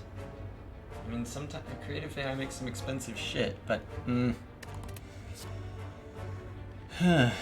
would it be the upgrade if I added it? I think that's probably Cope. It's not only later Creative AI gives it gas and you've added a lot of cards, not a lot in terms of how much energy aggregate gives. And Creative AI gives it gas if you aren't playing the powers, in which case I'm not in a good spot. I know, 3 sweeping games,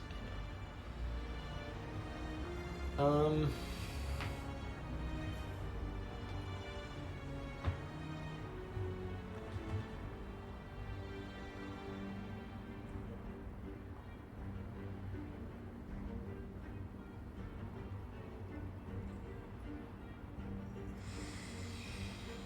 Talk yourself out of it, yeah. I mean, it's such a good thing to greed. I just don't think that is. I think greeding right now lowers win rate, not increases it. I think this dies now, not later. But if it's close enough to not actually being negative, then I'm so in.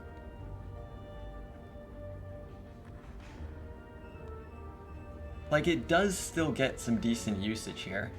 And like, if Mummy Hand is obsoleting your aggregate, then great, you win. 5 slimed, aggregate, synergy.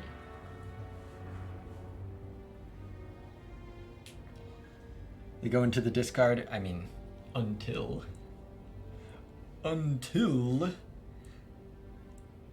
Yep, discard gets shuffled in, that's the next step.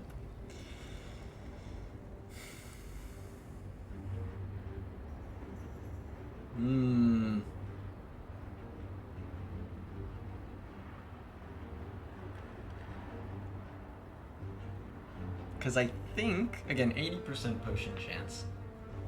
I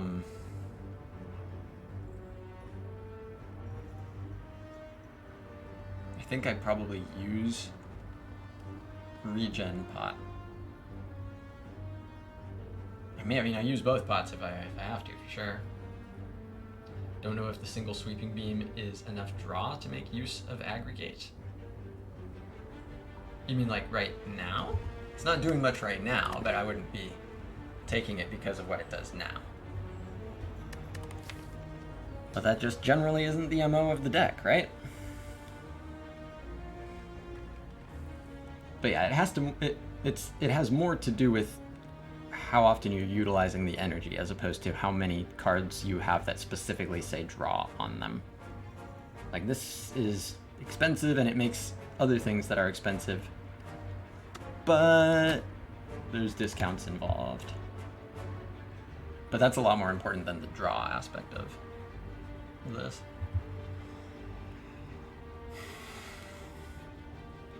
So what is the upgrade?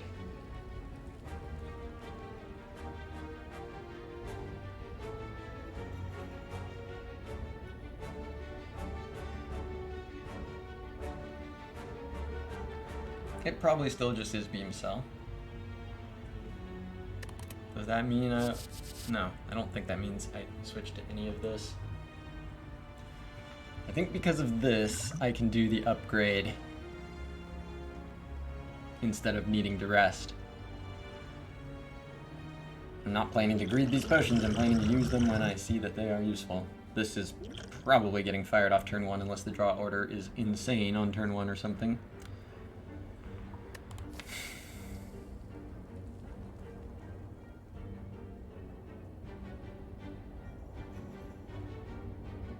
I think this aggregate is wrong. It feels really bad not taking it. I just don't.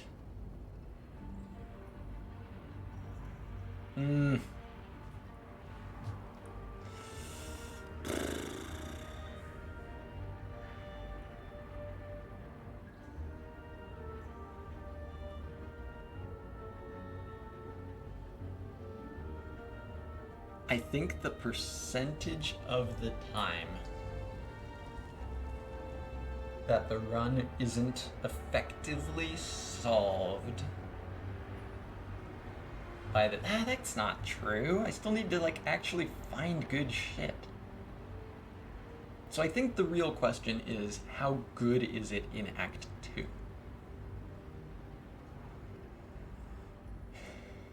If I have an energy relic, it's like pretty not good, but of course that's an if. I don't think I can take it. I think the situations in which it is helping me in Act 2 are infrequent enough because of the other 2 energy relics I currently have and the chance to get a third as a boss relic.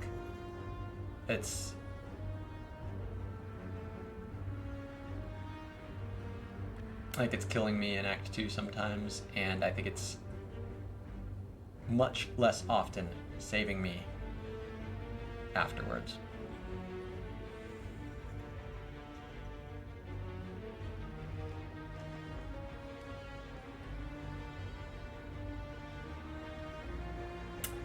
Okay. And yeah, I don't think it's this. I don't think it's this.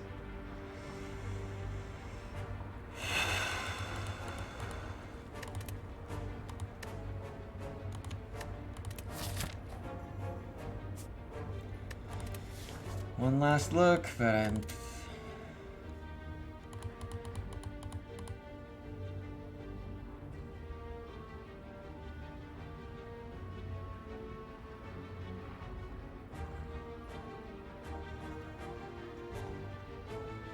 It's just too greedy. I just can't.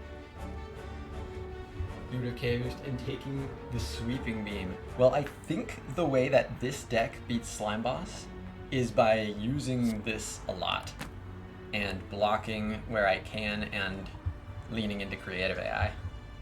So I think sweeping beam is close enough to neutral that I just really don't want a second one.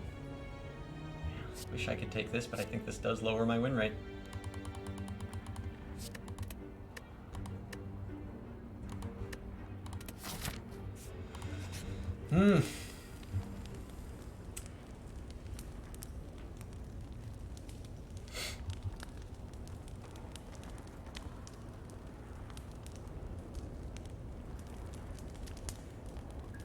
And it's not like impossible that I'm supposed to rest here, but I do think Beam Cell makes more sense. Like, this potion also makes me like the Beam Cell upgrade, because when I know there's a lot of, you know, you can use the Beam Cell upgrade, you already have that upgraded, and then upgrade a bunch of attacks into getting a good split right on that turn. Still think the Tempest was the one thing that would have made a big difference in the act. Not sure if positive or negative. Yeah, it'd be interesting to see how that would have played out differently. I mean, this has been a rather anomalous set of cards. Let's put it that way. What are the Smith candidates? Cell, AI, battery, or Zap? I would think probably Beam Cell.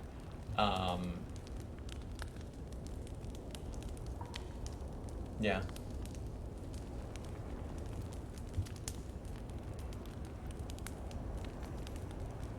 Sweeping Beam is a candidate. But I think this lends itself to Beam Cell as well.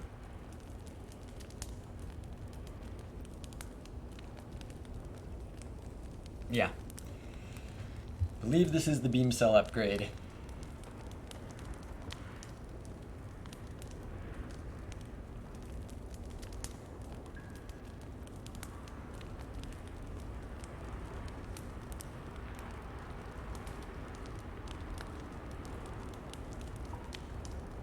Making sure there isn't something slipping through the cracks here, but I think like sweeping, no, I think it's the Beam Cell.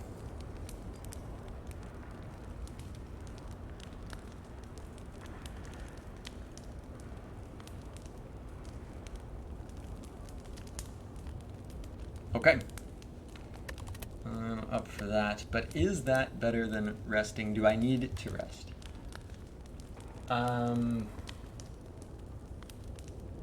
Beam Cell is honestly pretty important for Act 2. Okay.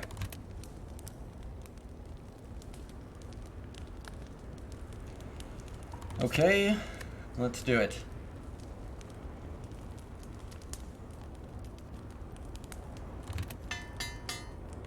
Let's make it happen. This is terrifying. This is a certified terrifying moment.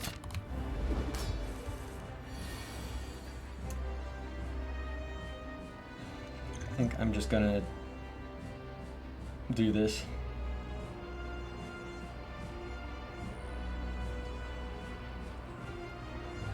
I mean, I guess I'll sweeping beam first.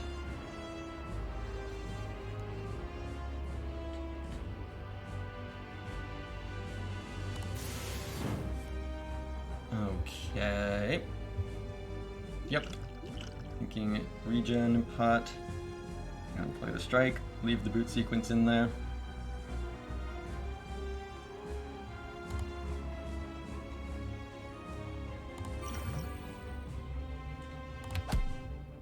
Okay.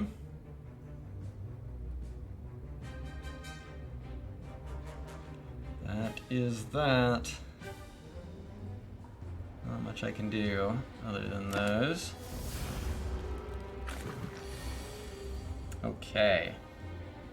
So Beam Cell is here.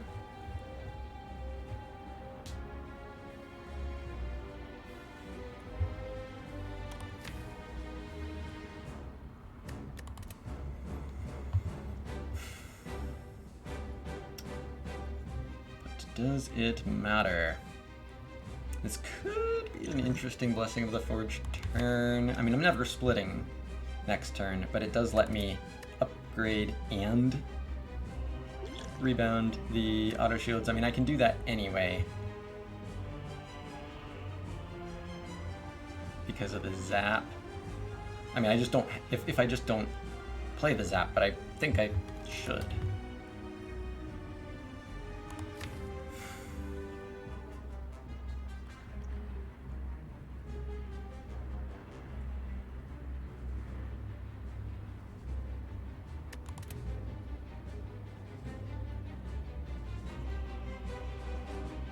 Let's do the math, because I'm thinking this is a Blessing of the Forge moment.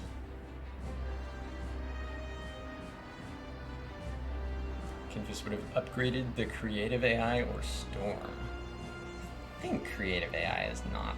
I mean, the Storm upgrade doesn't even help that much, right? You bottom deck the creative AI, nothing's changed. And then, of course, after that, it's Storm plus. So, I think this is the Forge pot.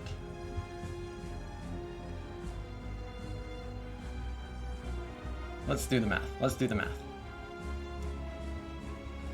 4 plus 13, 17 plus 9, 26 plus 3, 29. I can rebound the auto shields. Try to block next turn.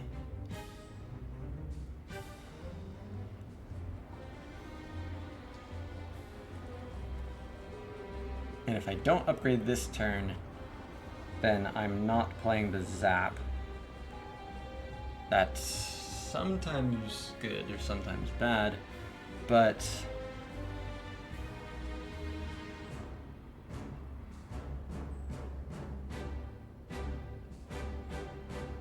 no, it's better to just upgrade next turn. And again, the zap sometimes really like when zap fucks you, it really fucks you. And now there's like a gigantic ass set of slimes. So that's fine. I still rebound the auto shields, and if I'm upgrading it, I upgrade it next turn. Yeah. Playing zap, but not strike and pot next turn. I think it's better to play strike, but not zap, because then you are kind of in charge of what the lightning does. I mean, I guess it is going to do more damage, but I think a less controlled split is more dangerous than a slightly less powerful split. If you're not splitting, it's more damage, but it really fucks with your ability to control your split. So I think that's why I let it be. Beam Cell, rebound, auto shield, strike.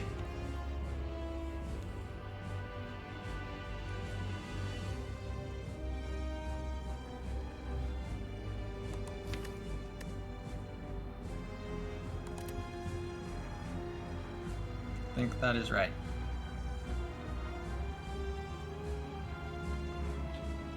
Boom. Boom.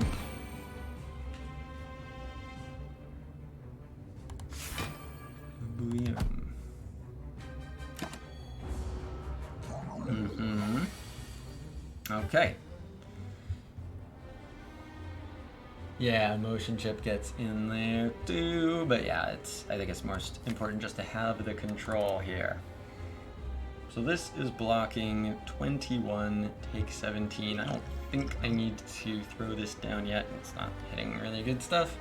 Yeah, this draw, 2 defends owns. Rebound owns is really what's going on.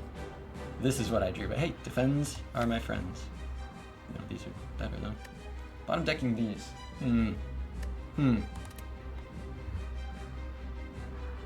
But yep, just play the things. Don't think this is the spot. I mean, it is saving me 10 HP this turn. I think I'd rather use it to have a good, to help with a good split. Okay. Or potentially save it. We'll see if I'm wrong, but I think that's right. Auto shields, defend, defend, get Art of War.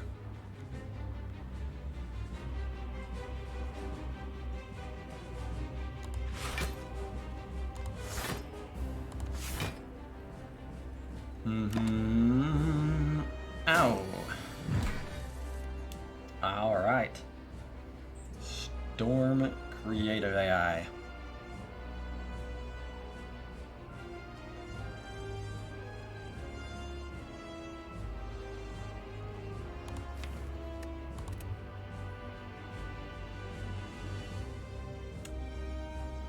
Would I use any potioning here? Not really, it doesn't do very much. Art of War, let's go! Alright, it's storming time.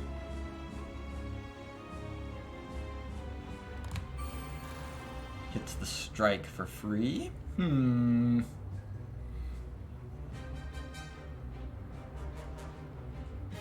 I'm definitely playing this.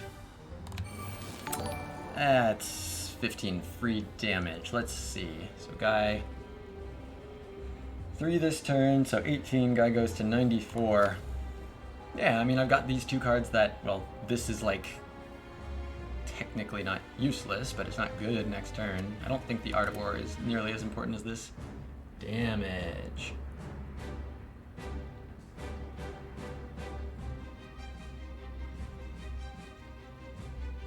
Could have played all 5 cards?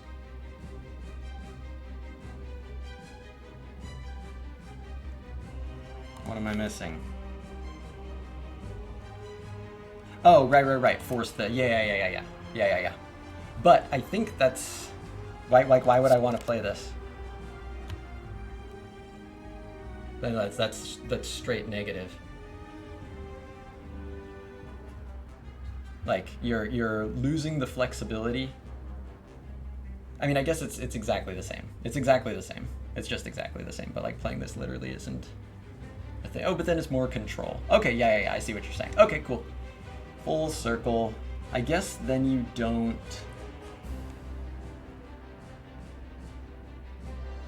No, yeah. No, that's definitely true. Okay, cool. Full circle. Yeah, exactly. So gotta be more on top of forcing that. And it's not like it forces me to rebound or anything. So yeah. That was only advantage there. Okay. That is very true. Thank you for pointing that out. So.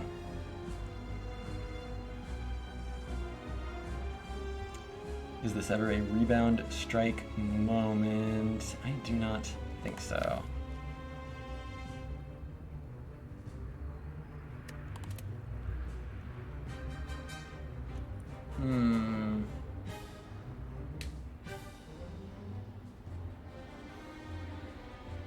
Yeah, one turn where I play within 5 seconds, almost punished. No, like no kappa. Like that's why my runs take 12 hours.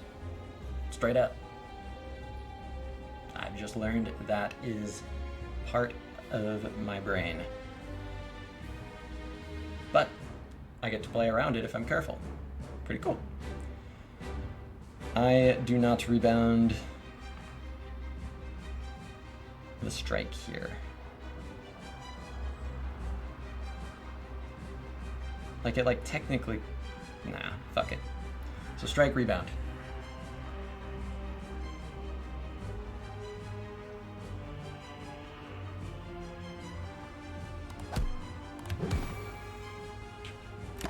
Alright. Oh, okay. We cooking, we cooking. We cooking.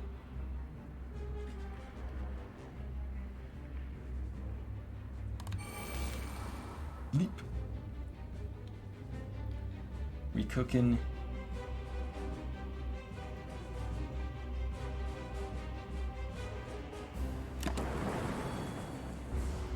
It's not over yet, but that is very good. Echo form auto shields. So if I echo form creative AI, let's assume it hits the two worst things, but still it makes this lightning, evokes this, so 8. So let's say it hits. This does 8 damage. So let's say it hits auto shields and strike. So then I'm playing dual cast and strike. So 3 lightning evoked, 2 lightning passive. So that's 30 plus 6, 36. So 52. I think a split of 52 is better than... And a 52 minimum, right? 52 minimum. Yeah, there's no way this is like a block spot.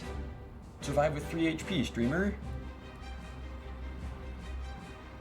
Just block and survive with 3, holy. So yeah, let's do it. Yeah, dude, I needed this creative AI. I had no chance of beating this guy, and now I do. Alright, it did in fact hit the 2 worst things.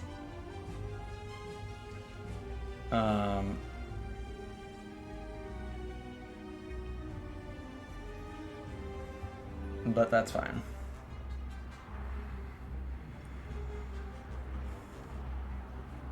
Yep, just dual cast and strike.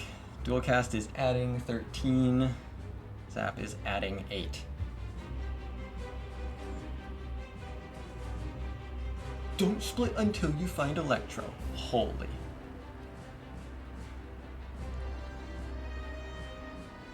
Yep, Zap is adding 8. Dual cast is adding 13. Strike. Yep, dual cast, strike. Okay. What's up, Arya? Yeah, no, this has been such a sketchy start, but like, it's only a, like, the late game should be good, but holy fuck. Okay, dual cast strike. Boom, boom. Boom. 52, come on, Electro. Heat sinks. Seems good to me. Got boot sequence in there. Let's do it.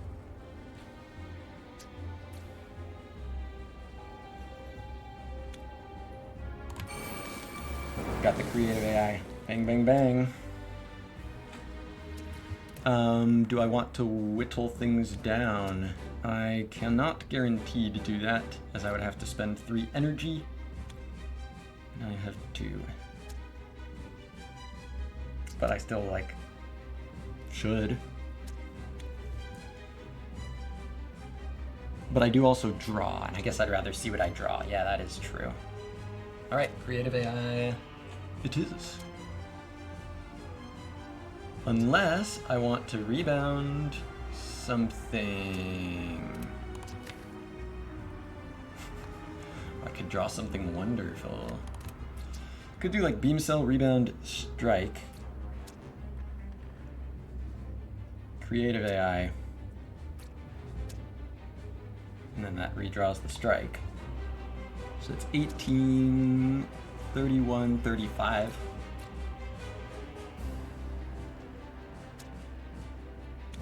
Minimum of 35.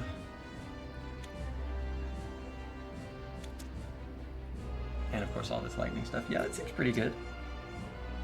Okay, so beam cell, rebound, strike.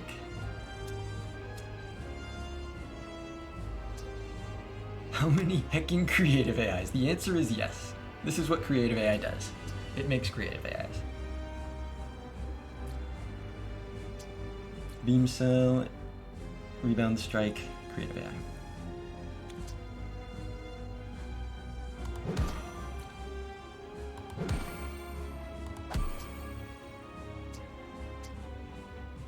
One, hit the slime. Slime and strike.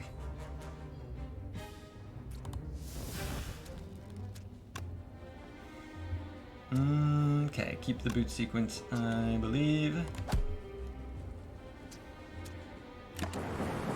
Alright, good stuff. Oh, it's all coming together. Nothing to greed in this deck as of yet. Storm? So the real question, I mean, it's not that real of a question, but an interesting question is, am I only alive because of the storm that I bought in the shop? Which I think may be true.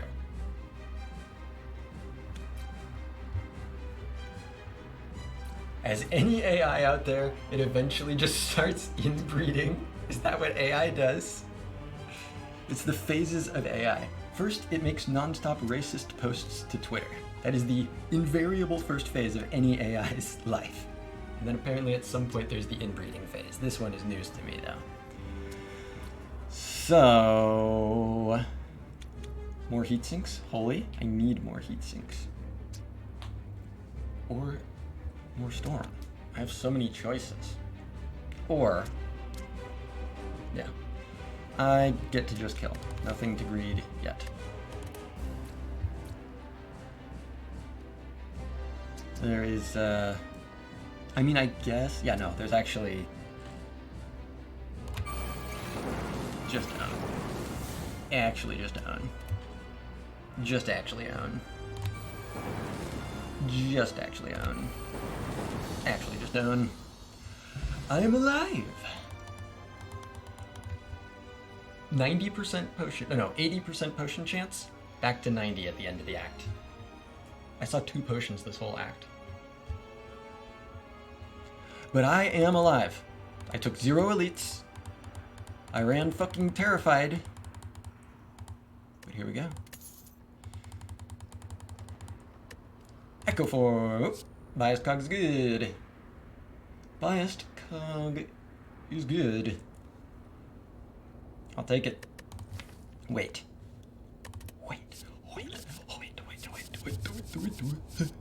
Yeah, no, biased cog. Biased cog, good. Focus, good. What is planned for Act 2? Have to see what the boss relic is first.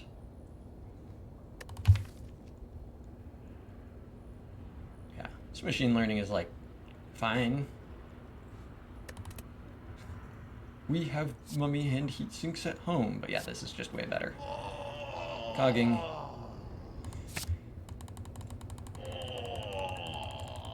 What the fuck? Please help me! I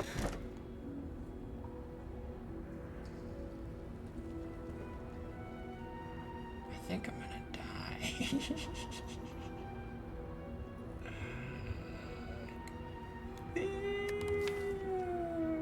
I'm gonna die. Oh no! Plasma emotion chip. Oh no! It's going to be so cool while I die.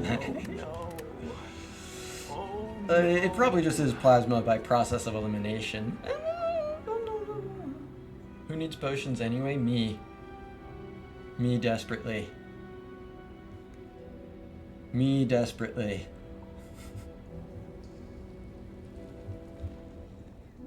Battery with mummy hand seems obvious.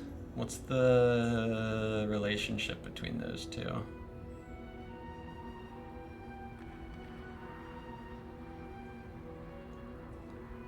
I'm not sure I understand the relationship between those two. But I think it's just a process of elimination thing.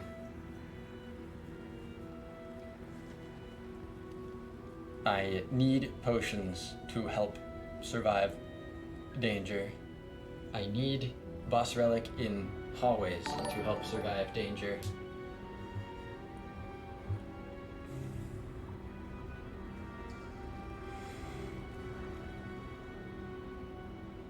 Nuclear battery does something. I mean, I think that's just all it is. I need potions, and I would like my boss relic to do something in hallways. Therefore, henceforth, battery. Where's my Snecko Eye?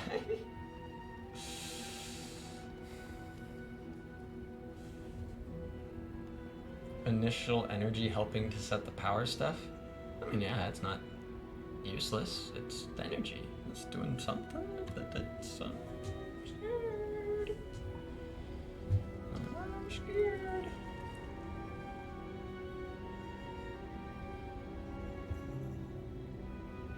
Yeah, battery makes me nervous, but these other two make me really nervous. So yeah, it's never Slaver's Collar. That shit sucks. And it's never Sozu. That shit sucks.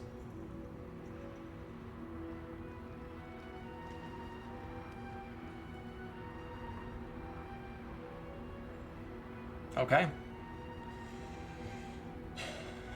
Don't think there's honestly that much for me to go through here.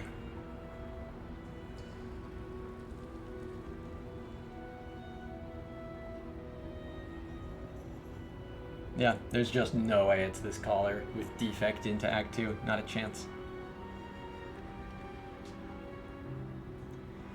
And no way it's the Sozu. Okay. That's the way it is. Champ.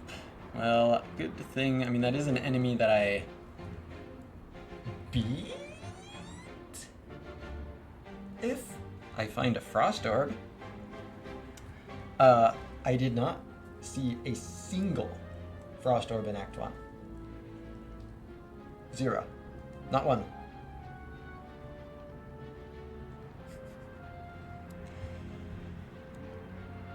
I'm gonna go ahead and guess forced deletes just by the way this run has been going, but hopefully I'm wrong. Nope. You can delay it till late, but yeah, that's a forced delete. But at least you can delay it. That's like that. That matters. All the shops are late, but it's not like I have that much money for them anyway, but...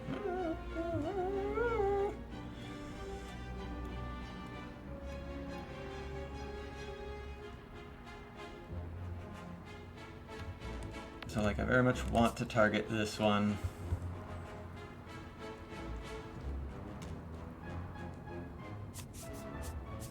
Probably just this, yeah? Deck already has decent odds into champ. Oh, absolutely. If I find one Frost Orb, then champ is solved. Creative AI plus a Frost Orb solves champ. I mean, you can take damage, but you just like always win.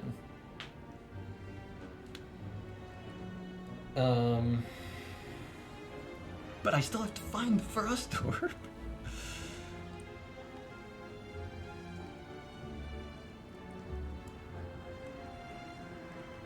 Yeah, pretty sure this is always the start here. But yeah, it's nice to have a boss that I should be able to beat. And I'm always wanting to go on this path, not wanting to invite extra advanced hallways. So yep, this is the path. Where I can dodge the early elite.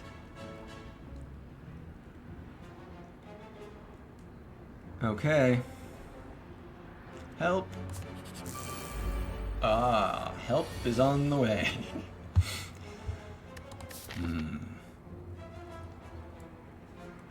Okay, everybody, I'm going to take a 5-minute break here. This is clearly a run that is going to need my full attention and focus and thoroughness.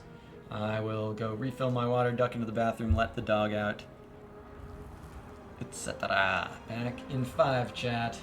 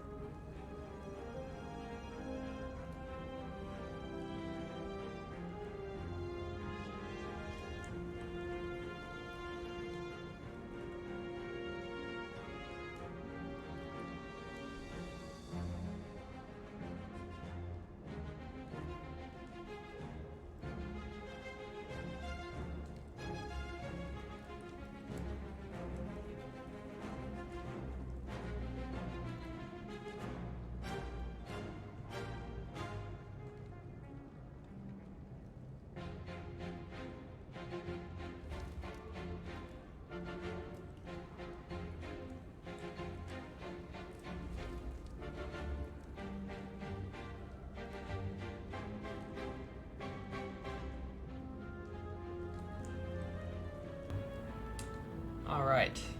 I am back. Let's see what I'm able to do here. Protecting this money seems important, but protecting my HP obviously very important too. I don't think I want to rebound any of this. I could rebound a rebound. It's not crazy. I don't think it's good. I don't think rebound defend is my MO either.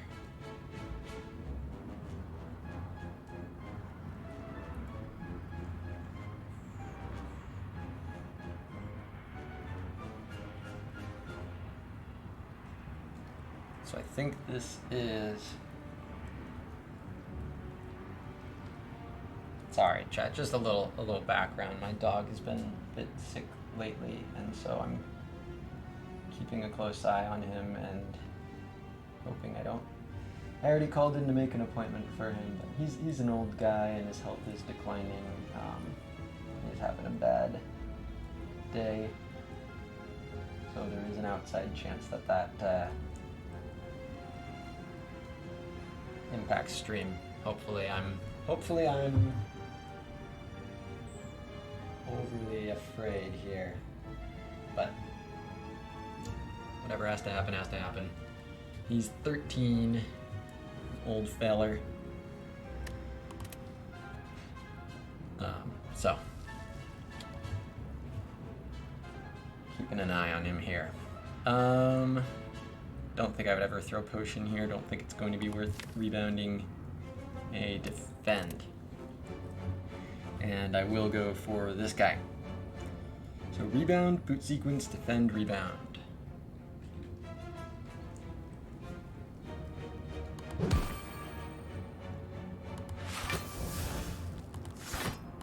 Wow. Take, ow. The motion chip, so good. Leap, defend, zap. Honkin' donkey.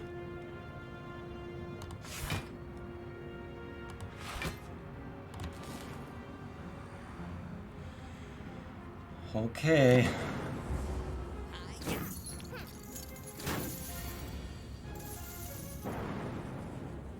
Okay.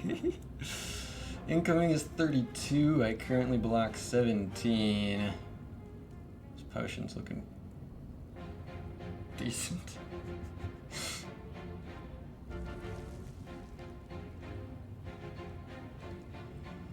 I mean, this potion's pretty huge.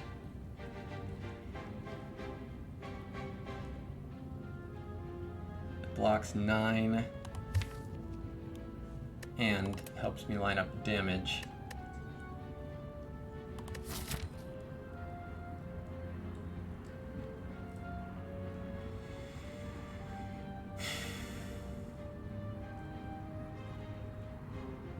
It sure would be nice to have this potion later, but I don't think that's the right way to frame this.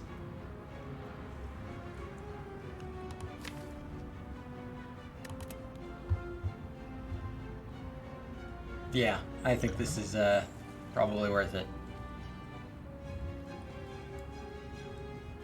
Deal 6 more damage, save 9 HP. Nice.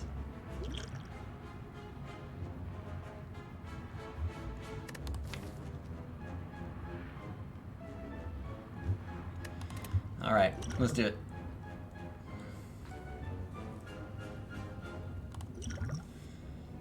Help.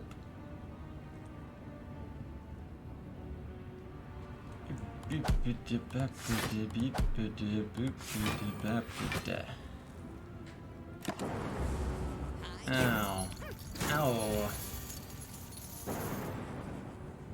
Sweeping beam. Beam cell, sweeping beam sounds good to me. Let's see what it draws.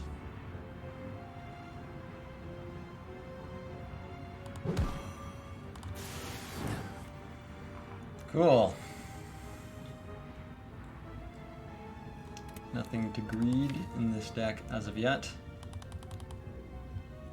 That is right.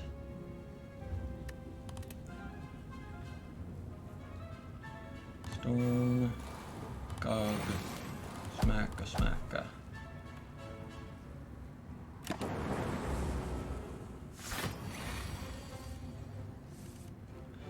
Cool. Mostly. Except for the 45 HP part. Cool.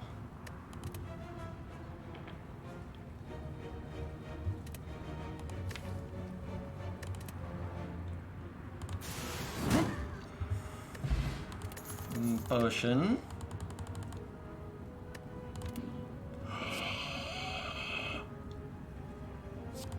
Thank you. Alright, champ is dead. If I get there.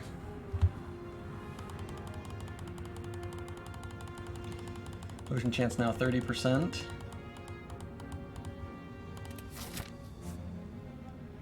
Help! Okay.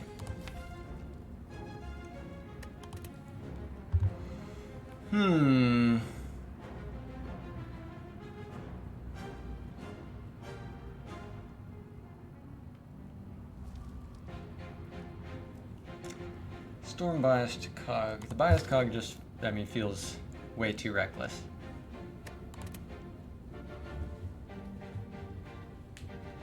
Like, you can kinda just generally throw it down in hallways, but that's only a general rule of thumb, and I think this is an exception. I have one power left here. This make orb, this make orb, this make orb. But like, by the time those are there...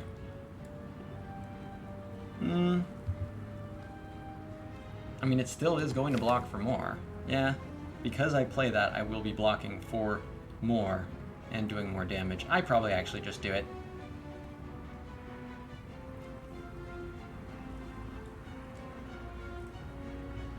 Like, especially with creative AI, I don't actually... I think it rarely ever becomes actually negative playing it right now. So I think it's just Storm Cog.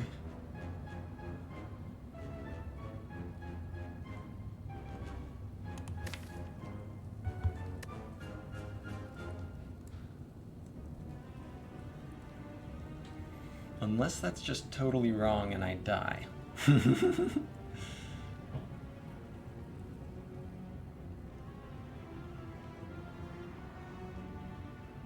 Because that's the thing. The advantage of being right about playing it now is like 2 or 3 HP. The advantage of being wrong about playing it, or the disadvantage of being wrong about playing it now, is I die. I mean, not... Yeah, I die. Okay, I probably shouldn't.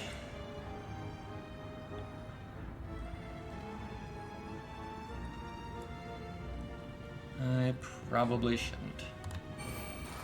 But it's free!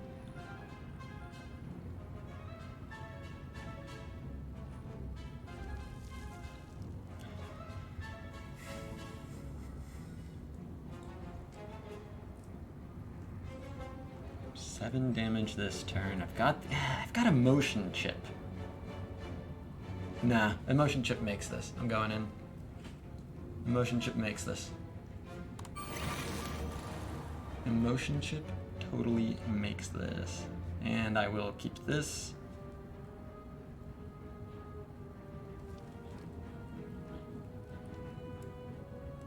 Block 7 for 0 when I'm frail. Yeah, I want that. Okay. Cool. Bunch of thing. Yep, I think the turn 1 cog is right in this hallway, but I am not 100%, but I think it is. I think a motion chip settles the score.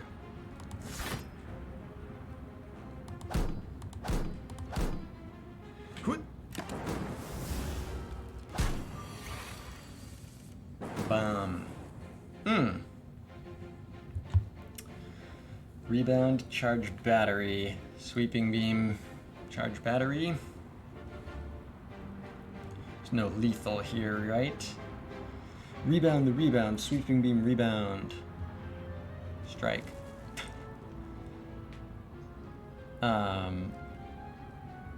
18 plus 27 plus 5.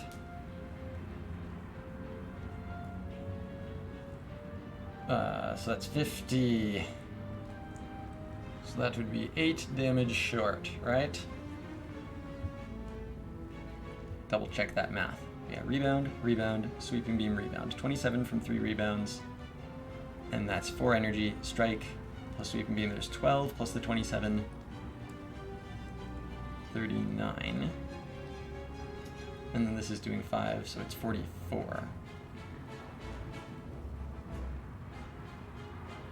Don't know why my first number was so different, but neither one works. I'll double check again. But yeah, rebound the rebound, sweeping beam rebound, strike.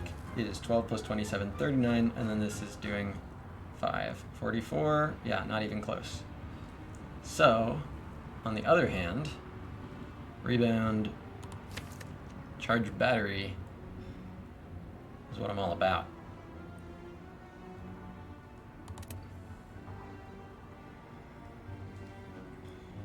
Rebound, charge battery, sweeping beam, charge battery, and then also rebound.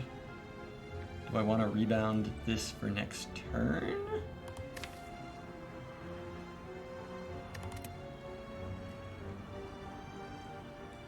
No. Can I guarantee a kill next turn? Let's see. So if the 5 cards I'm playing are 2 rebounds, 2 charge batteries, and a sweeping beam. So then the damage is 18 plus 6, so 24 plus 5, and then next turn this does 4. So 9 here plus the 24, so 33, right?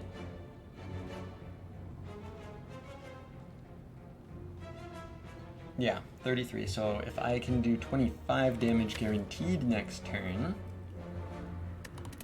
great. I cannot guarantee 25 damage next turn.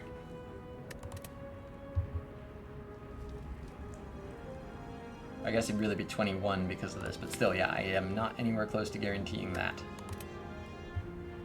So what that means is that Frail next turn.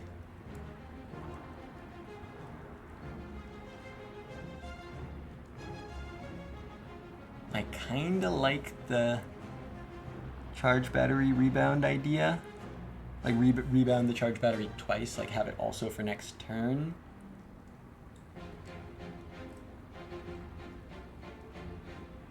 It is a little sus though, kinda just a kick the can down the road thing.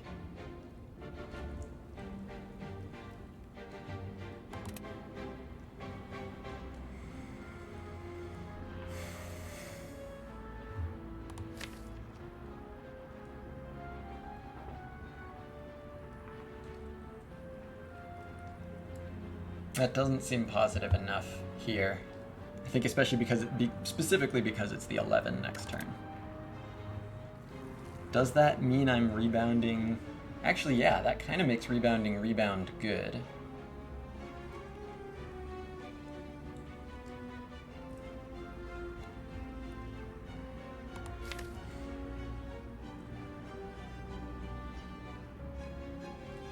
Because then I can organize more block for next turn. Okay, and it's very useful damage.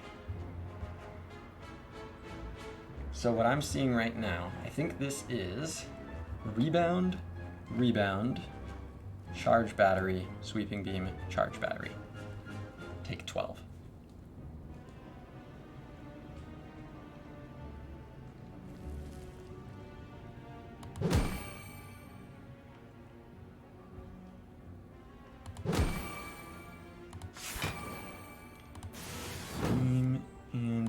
Tree. Ow.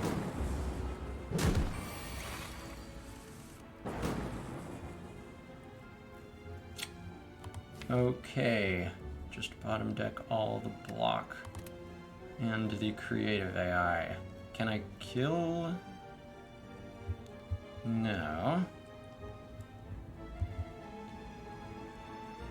But rebound dual cast probably can. Let's see. So here's 13 damage. Plus 4, so 17. Yep, 13, 17. Guy goes to 7 HP.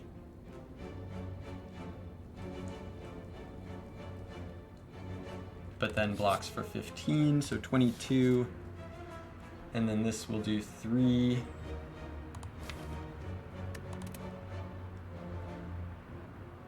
So 19. And this is making it 16. So if I have the zap, oh, I always have access to zap because I either have zap or cool-headed. Okay, I'll double check the math, but I think that's a guaranteed kill next turn. So 4 and 9 is 13, and then I would be rebounding the dual cast. Well, only block 8. So this turn, 13 plus 4, 17. Then next turn with a motion chip starts off with 3. That's 20 damage. The total amount that I need is 39 because it's this 24 plus 15. So 13, 17, 20. And then playing this and dual cast, which I'm always able to do because of cool-headed, is exact lethal guaranteed. So rebound the dual cast, defend and beam cell.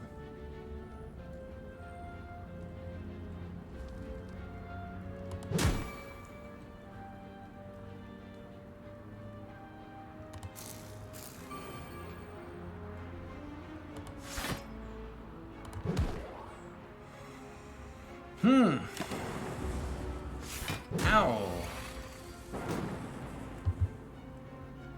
Okay. Or does it do it before? Oh, cool. +1 damage. It does it before the focus drops. Yeah, oh, of course that makes sense. Duh. Based. Cool.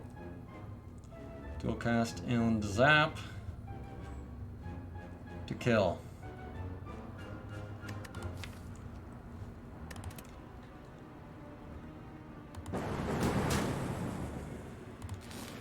Please help.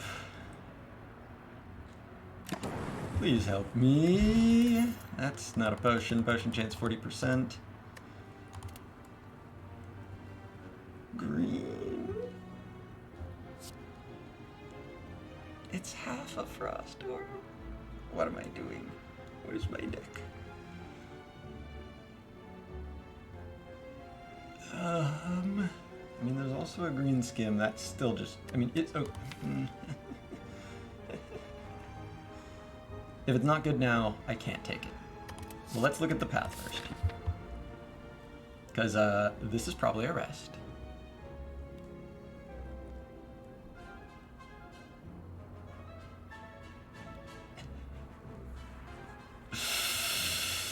This is going poorly.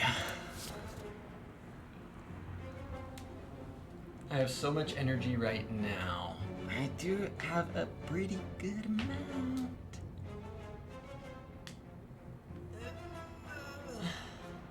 It lets me draw into my bad cards. Yeah, Michael's exactly on point here. That's the problem.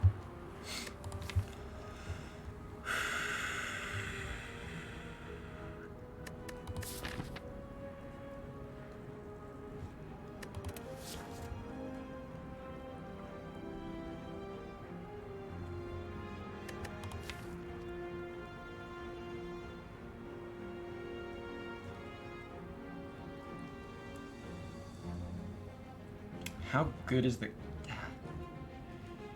Like, Chaos Plus is possible here.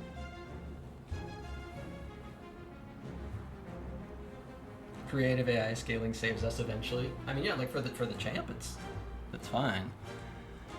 Um,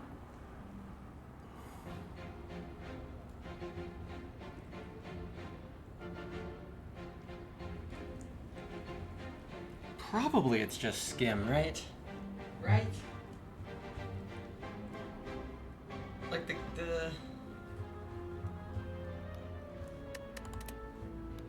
Is chaos good?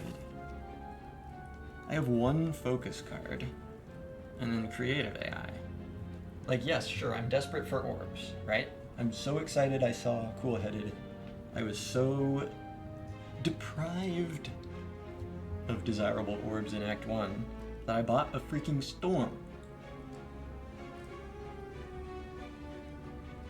That said, do I actually just want fucking random orbs? Oh no, it's definitely not insane to consider it. Is it actually really helping? If I had multiple... It's only really helping meaningfully here. Like once I've got this played, and even then it's not reliable. Yeah, I think drawing... I think I agree with what Michael's saying here, that the Skim Plus, it's drawing into the focus, it's drawing into the frost. It's I mean, I do have a lot of energy. You know, it's making nuclear battery emotion chip matter. Yeah. Yeah. Green.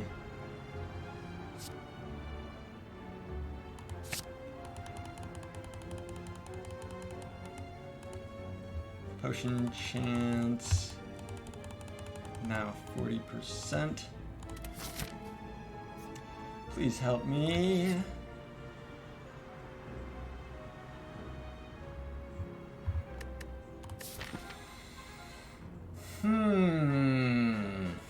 Relics are good.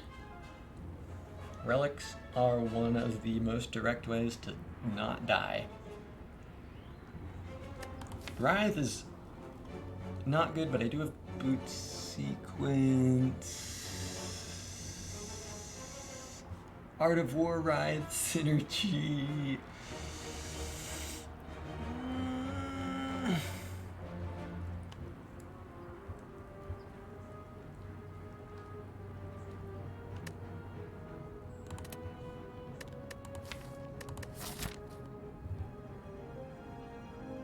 How lucky do I need to get to live? I mean, I don't think...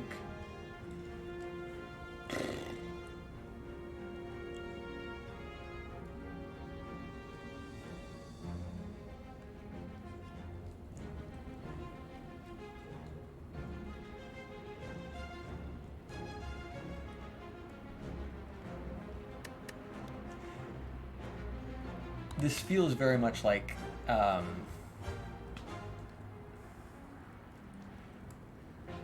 Hail Mary kind of territory. It's very unfortunate. It's just, you know, it's the nature of the game. I think, obviously, very possible that there was a different... I am not absolving myself from responsibility here, but it just feels like the nature of, you know, you start with three relics that'll be really good later, and none that are really good now, and just kind of never catch up from that. But basically, I don't think this is a run that ever beats the Forced Elite just by avoiding this Writhe, right? Let me click upgrade all in good conscience because I won't be removing a starter. And I know that's sarcastic, but I also think I don't understand. Upgrade all, like in Act 3, the upgrade all event? Oh, you mean the upgrade all strikes and defends. Got it. Okay, gotcha.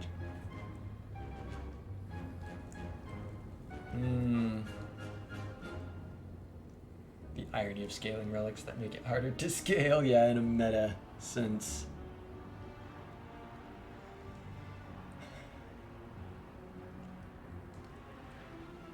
So if I felt like all I needed to do in order to survive this upcoming elite and advanced hallway and 2 advanced hallways.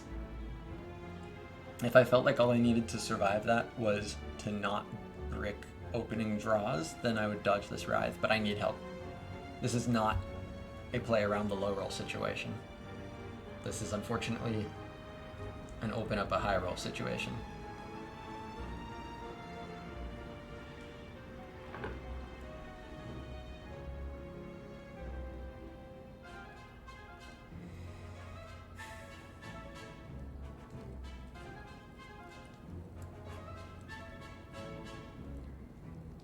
Yeah, I think I have to take this. I think I have to take this. I am...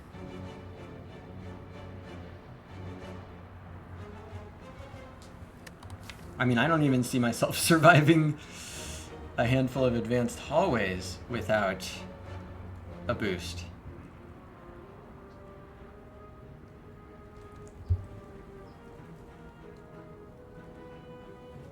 Some of the worst relics are here, like Blue Candle being good with a motion chip. The thing is, I don't just need relics that are like technically positive. I need like serious help. Dude, all could be cool. Yeah, I think I take this for sure. I need.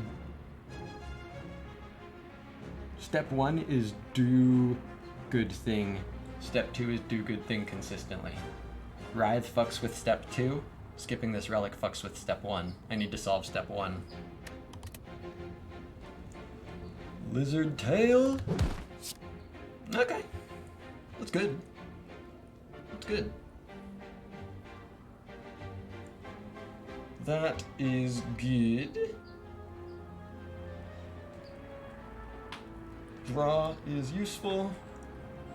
Take self-damage archetype. Wow, wow. Yeah, with the blue candle we were talking about. Let's go!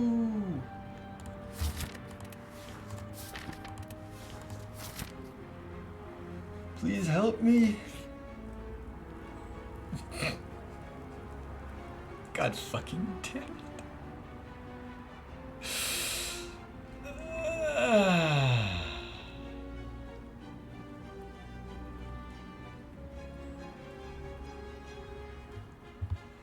One HP. Yeah, I don't know about that.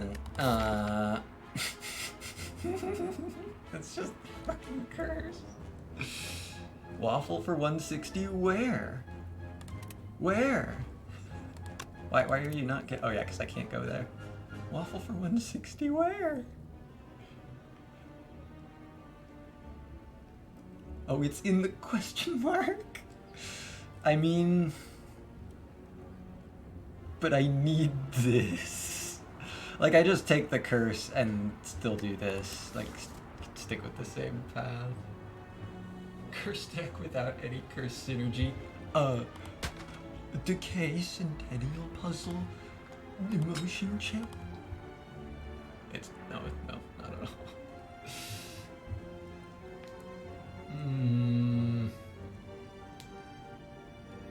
Nah, you can't get self-repair from creative AI. Unfortunately, you cannot.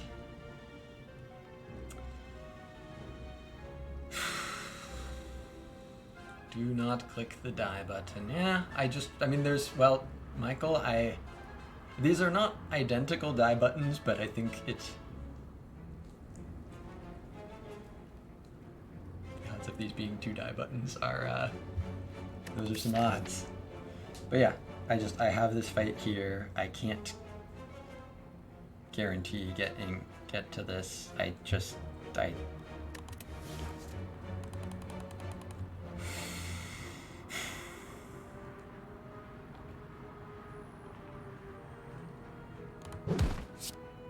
bad.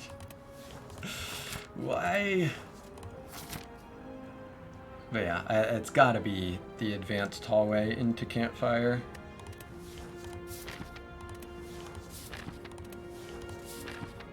Right? Or does every advanced hallway just take 23 HP from me at least.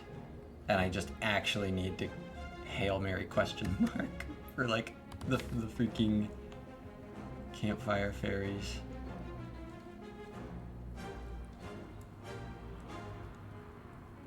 This is such a bad deck. It's so bad.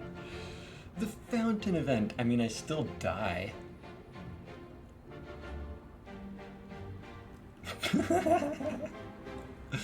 Like, it's cool, but I still die.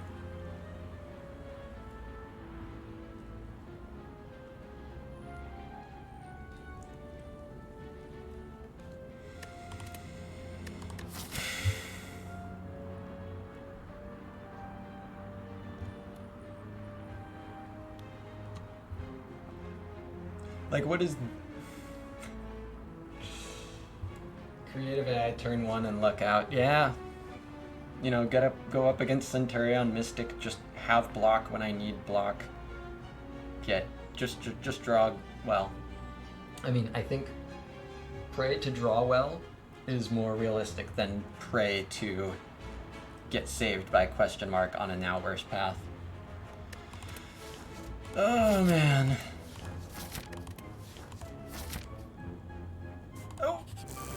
Oh no. No. I already know this is how I die. He's doing it. He's doing it too. Oh my god. The actual sentient, possessed, fucking 690 IQ piece of shit. Of course he's doing it. Of course. I could block.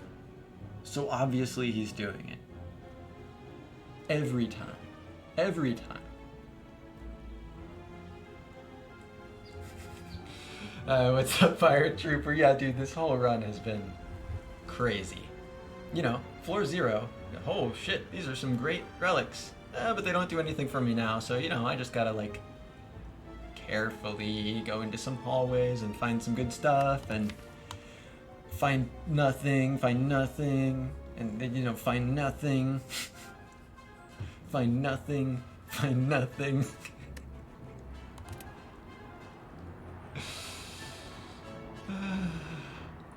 Emotion chip works great with taking damage. I'm drowning in synergy here. So cool. I mean, it's very obvious what I do. There isn't really... I mean, I would like to keep this, so... This motherfucking guy.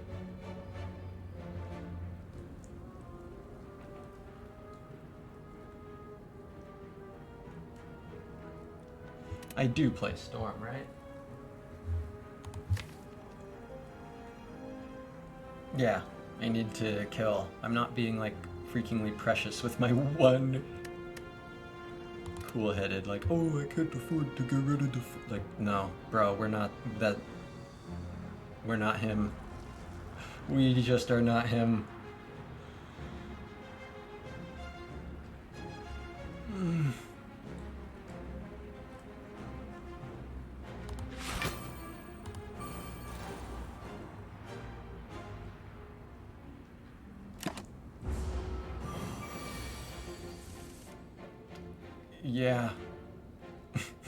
Yeah. Yeah. What is this?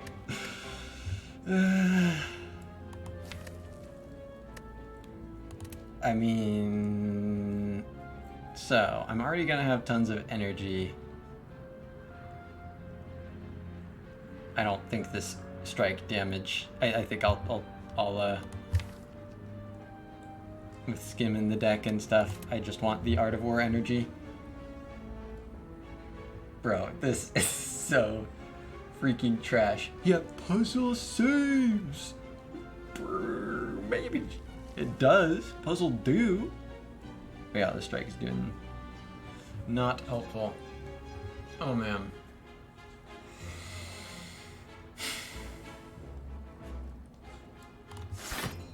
This run is so cursed. Do I have run resumer? I sure do. Gotta go back and see what that question mark on the right elite path was. I mean, you know, after I finish winning this run, right? Like.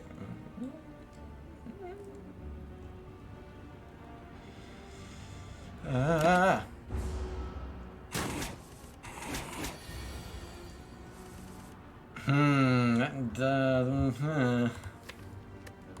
don't know. That's looking bad to me.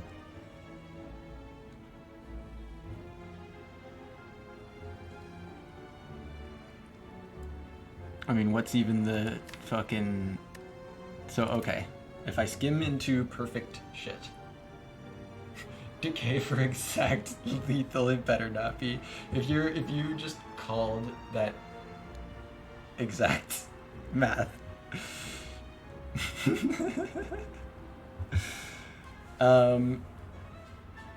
So, is this potion ever helping? No. Not this turn. No. So.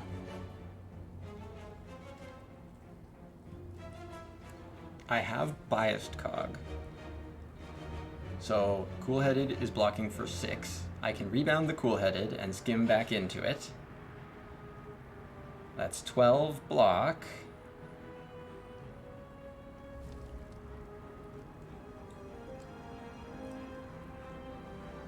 And then Zap can make more energy by pushing that through, and then maybe I draw these 0 other orb cards that I have. Well, actually, Storm saves. Maybe.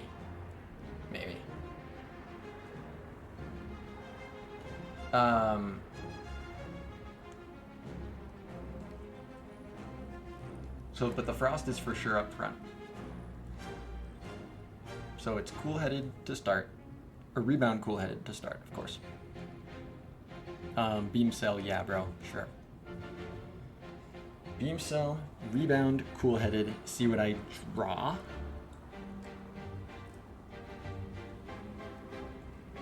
And then skim, cool-headed, biased cog, zap. So energy check. I mean, that's evoking the plasma, so 8 energy to work with this turn. But that is rebound, cool-headed, skim, cool-headed, biased cog, zap. Without any help from Mummy Hand, that's 6 energy, 2 remaining. So basically, I am blocking for 15.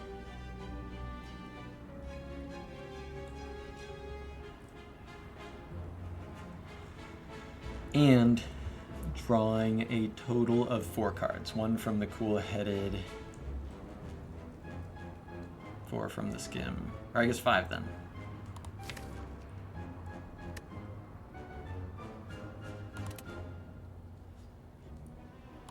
So like if I draw auto shields, then I don't want to evoke. Then I just won't play Zap. Okay, so I can see what I draw before I decide if I'm playing Zap or not.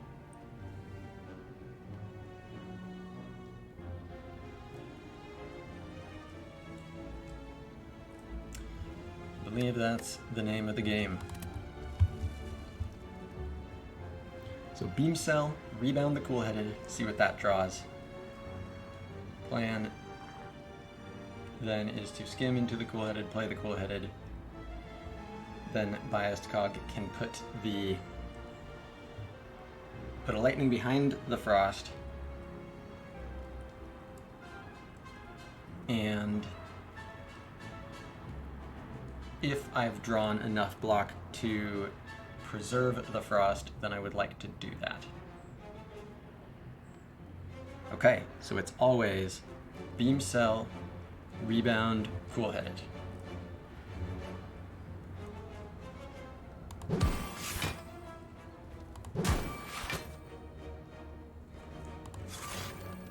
That blocks, but not enough. Incoming is 26 with the decay.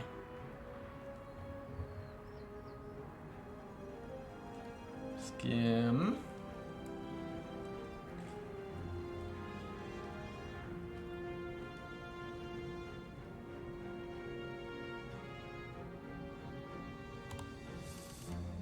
Leap is here. Okay. So I have biased cog, cool-headed leap. That is not enough.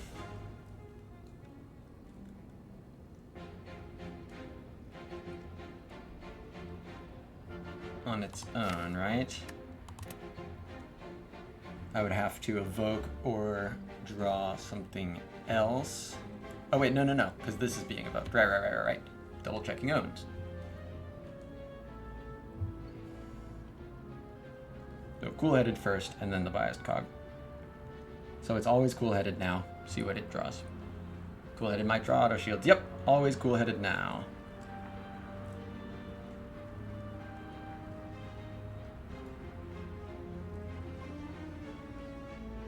Unless... Do I ever...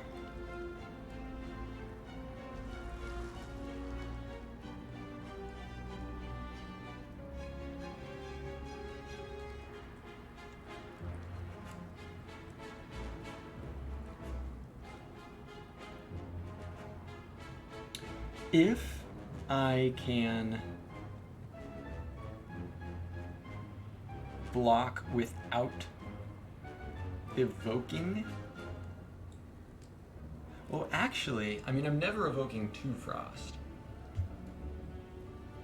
Right, I've got 3 orb cards here. Fill this, evoke this, evoke this. There's no other orbs in... I mean, well... But I would have to specifically be hit by the biased cog. I can't guarantee that.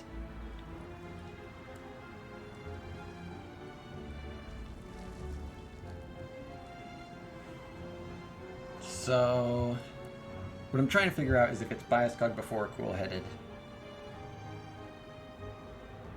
I think it is, right?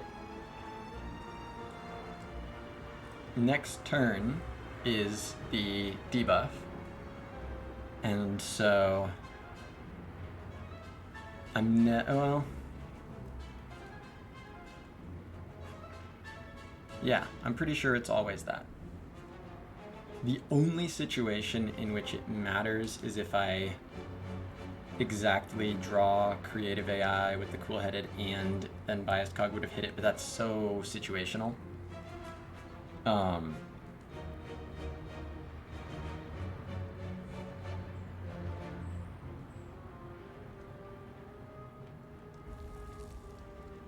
So I think it's always biased cog first, and then cool-headed.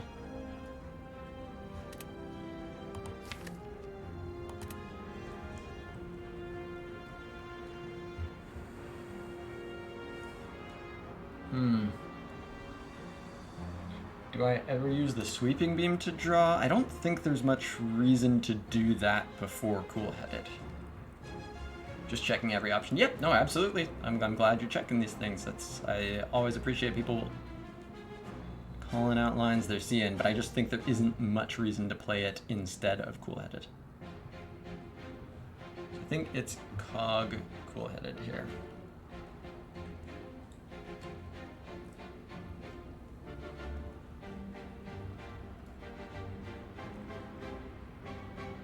Okay. Don't I have to evoke both Frost? Not necessarily. I can draw auto shields. But is that the only possible out? I mean, still, that's a better out to be looking for than... Well, there's math to be done. I should do the math. 5/6 energy to work with. If I evoke 1 Frost and not the other one, that's 15 block. This right here is 9 more. So,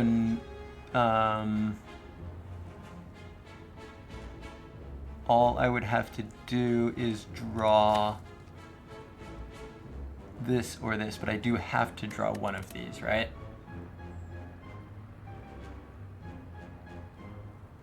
Because 26 incoming. And that's exactly how much HP and shit I'm representing. Can you even evoke both? Only in a very fringe circumstance. The evoke both line involves cool-headed drawing into creative AI and biased cog hitting creative AI, which I'm not able to force. I can make it like 1 out of 3, I think.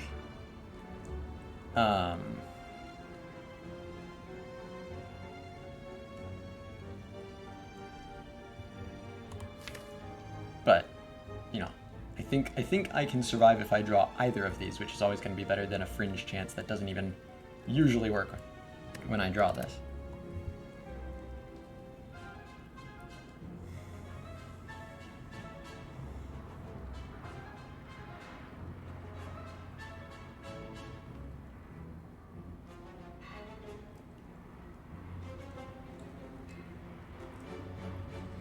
So is putting Frost up front now ever helping me?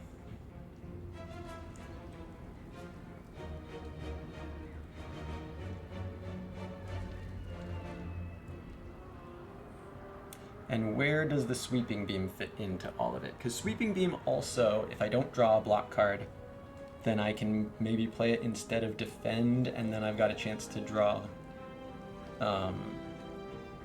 auto shields.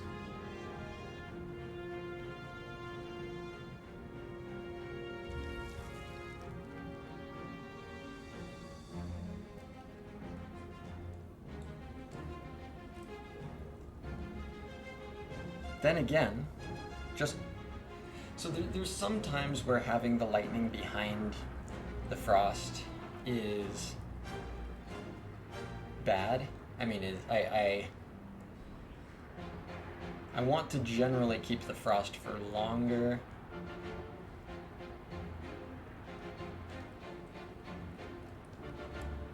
But yeah, just playing the cool-headed first does... Okay, I should just play the cool-headed first. Because as fringe as this out is, the cool-headed before biased cog line lets me draw into this or this or this. It lets me draw into this and or this and be fine, or draw into this and have a chance. Right? It's only adding a chance of getting out of this turn. And then sometimes it's like a little inefficient in the following turns, but that is totally less important. So cool-headed first.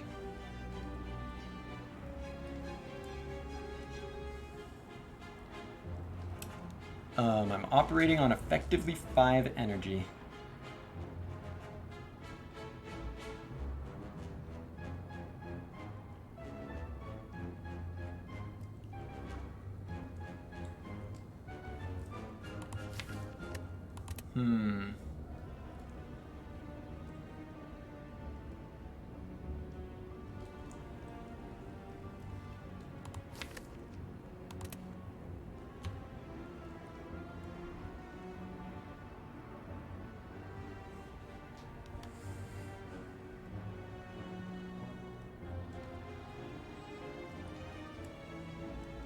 Yeah, there's nothing it would ever draw with Sweeping Beam that would change Cool-Headed being next.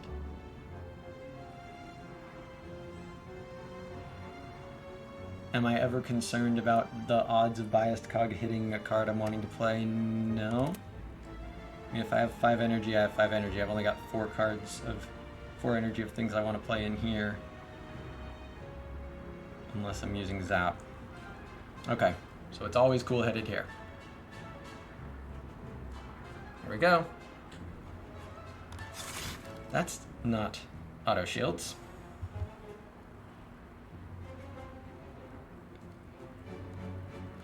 Sweeping Beam.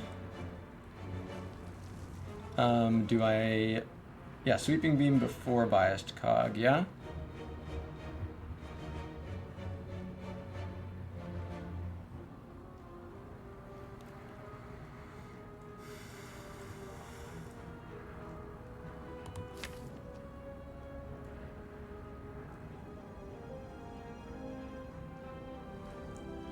Yeah.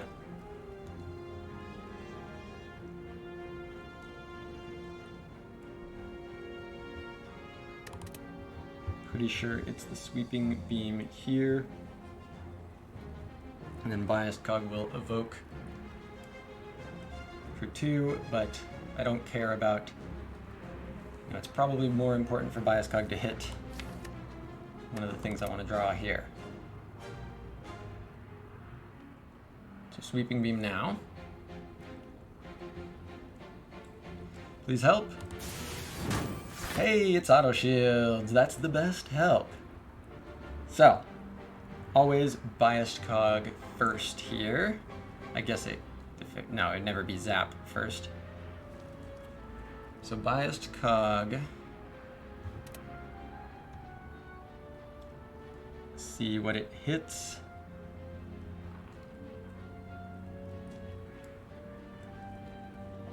One quick sec, chat.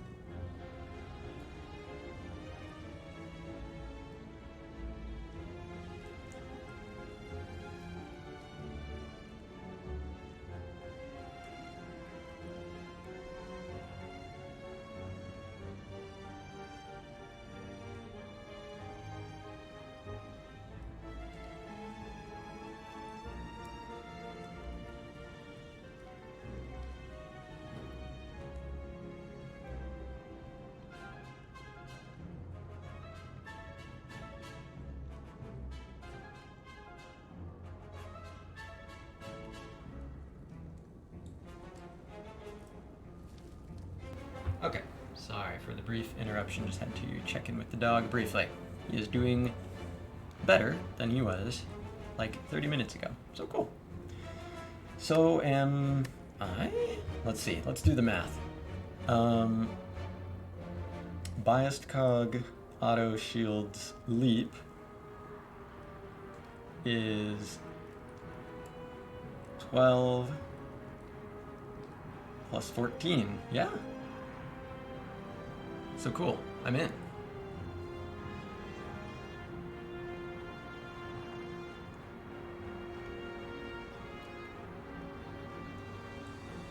Is there any reason not to play biased cog now?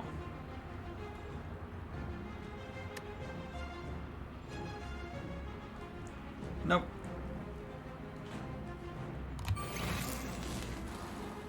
Zap is here, and I'm... I probably should mess with it, huh? Obviously auto shields first, but...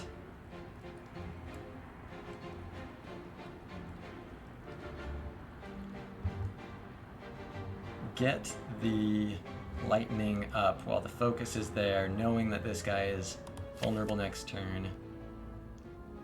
I'm not taking 1 for a motion chip. I think that's gonna be okay.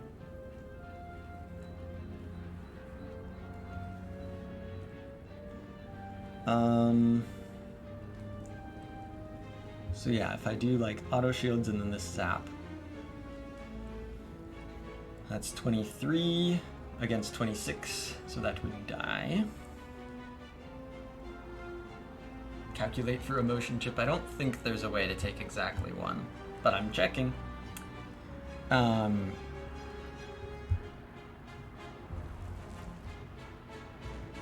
yeah, it's 15.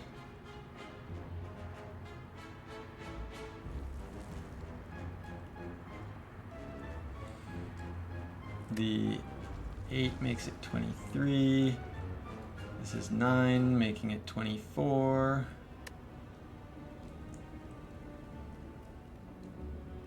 This makes it 29. Yeah, I don't think there's anything. Maybe there's something with potion. I don't think that's the MO here.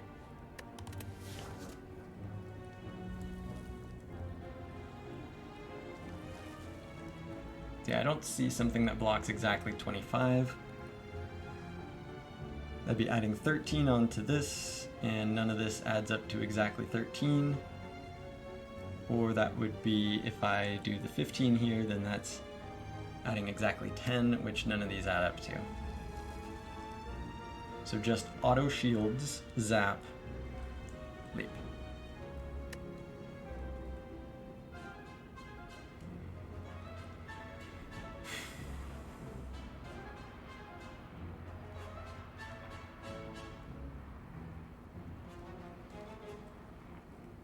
Okay. Because yeah, auto shield zap 23. All right.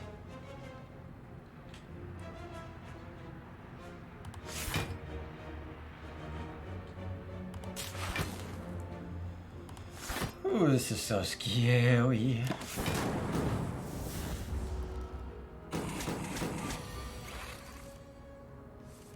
Creative. I will go ahead and play that. Maybe.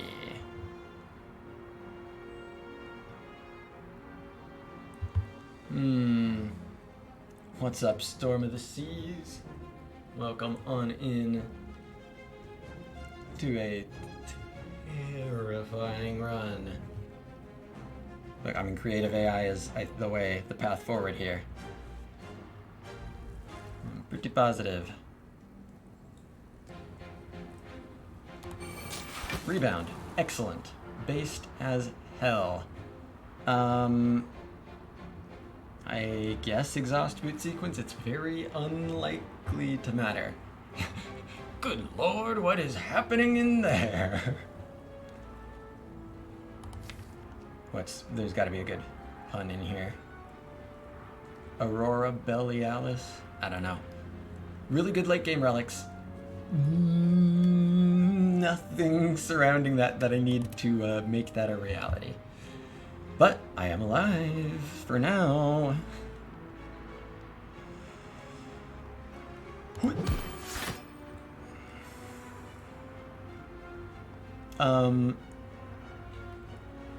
In the event that I draw into boot sequence, I think it is just as likely to save as it is to be there instead of damage I need, so I'll just leave it. No need to panic. Why would you? Who would even panic? Who's even gonna panic?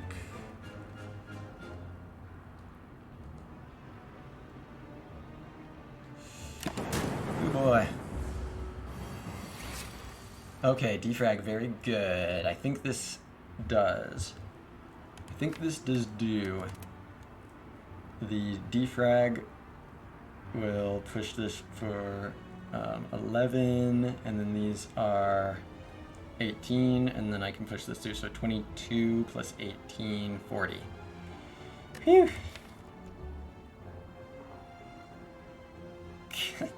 I bought this storm. The storm is... Hey, it's a fun...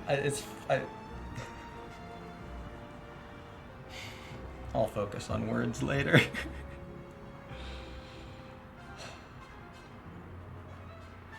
Defrag, zap. Nothing to greed in this deck as of yet.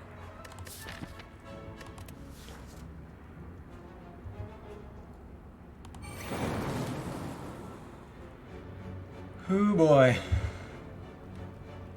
Don't let the decay kill me. Don't Ian die to the decay. Dude,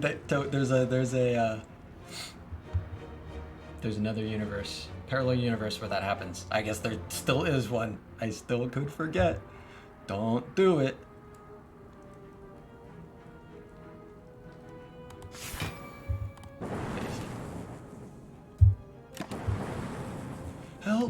Oh, cool, nothing. Fucking nothing, but this is based right here. Frost, that is based. Hologram is good too.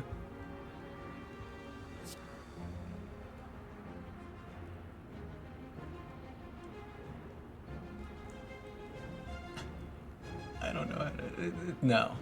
It's the Frost. Like, there's nothing is too... I'm ruling nothing out. Alright? If I see a claw here, I'm going, I don't fucking know. Because this is such a bizarre spot. But no, it's just cool-headed. Just take the Frost. I have focus, I have Frost, I have thing, I want thing, I take thing. The Hello World is... I ain't skipping it. But it's not, yeah. No, Hello World makes cool-headed, let's go. Yeah, extra card each turn, it does mummy hand things, it does storm things, it's true. It's true, but... It's true, but... The mummy hand element of it actually doesn't... It plays only a little bit because I already have Boot Sequence, Writhe, and the Nuclear Battery. So I already have like the energy I need turn one. That said, my deck sucks. And when it is Hello World good? When your deck fucking sucks. On the other hand, I still do actually need to put cards in that will be, you know, that are getting better. Okay, I need to be fully contextual here. So I'm resting, obviously. And then going combat, combat.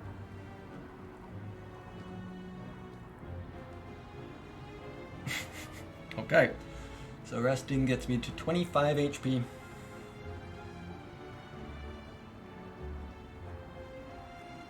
It's just gotta be the cool-headed. It's just, The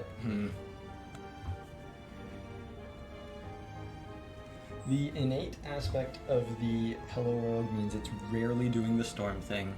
The aforementioned Boot Sequence and Writhe make it so that rarely is the mummified hand element of Hello World doing anything. It's just... It's way better than Skip, but it's against cool-headed. And the hologram is... not consistent enough yet. I survived the play. I sure did. It's cool. It's gotta be cool-headed. It's not Hello World here. Not hologram.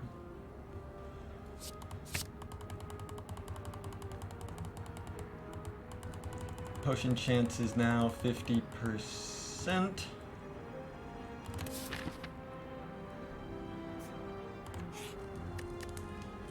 Help! Ah, chunk.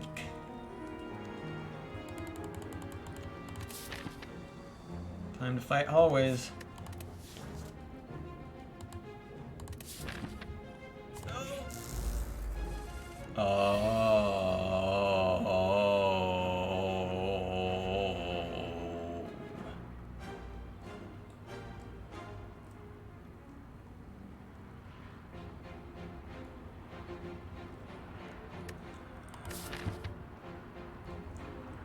I'm so screwed. What is this Final Destination fucking run?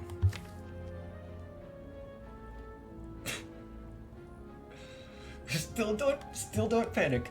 Good God. I'm so screwed. It's like Creative AI Electro and I'm so dead. I'm just so dead. I'm just so dead. Like, but where's my Hello? Storm turn 1 got us. The storm has gotten us this far, I think. I mean, the storm This run is not what it is because Storm hasn't been bawling out of its mind. Storm has fucking carried. No, I'm not. No. There's no. I'm not panicking. No.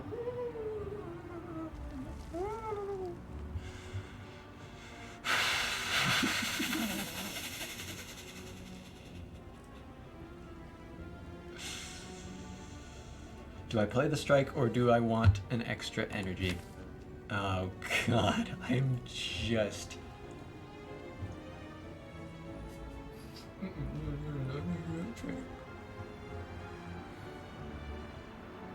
I'm just so dead. Okay. Surely there is an out. It is probably really unlikely, but surely there is an out. I have 25 HP. I have some good cards. Like 2. The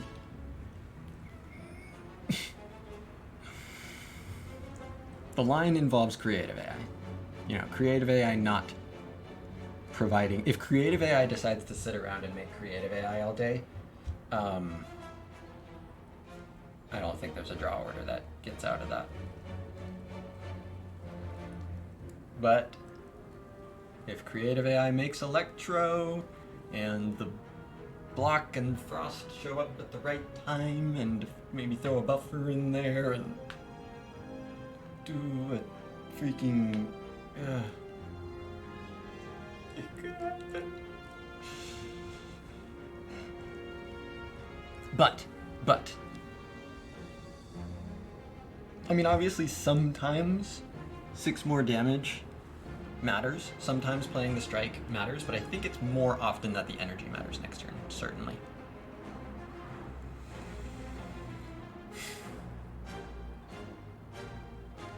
Even, yeah. Okay, so just the storm. Boot sequence. Interesting. Do I go ahead and make the call that there's basically just no fucking way I want to redraw block? That kind of sounds right. Hey, what's up, Kuro? Kuro, this run is so cursed, dude. I bought this storm, and I would be so dead if I didn't buy this Act 1 storm. It beat... Oh, this run has me losing my mind, but at least it's interesting. Decay would be good here, holy. It actually would. It really would. Why is Writhe innate and not Decay?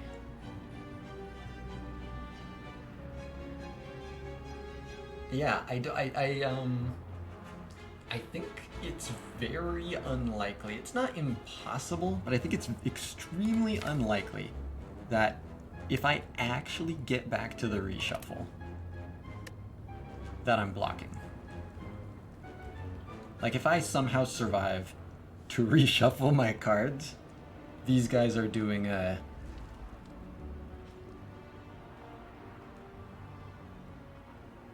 too much.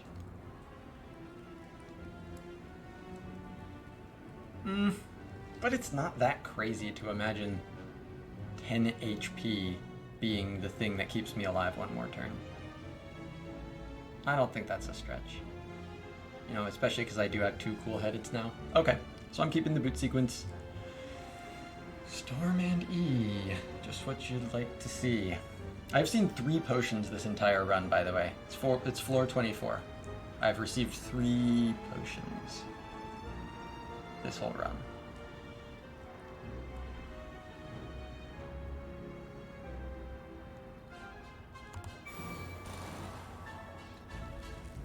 Hoo boy.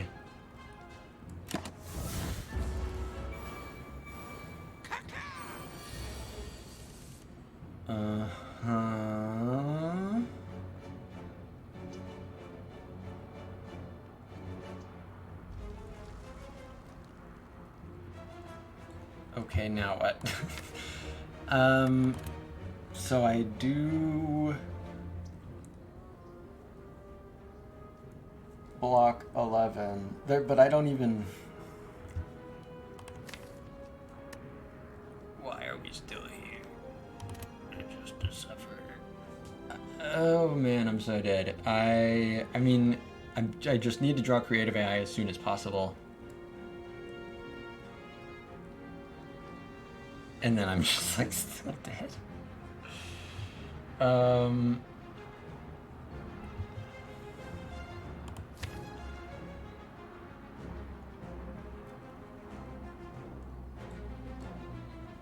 Is it rebound the auto shields? I think so.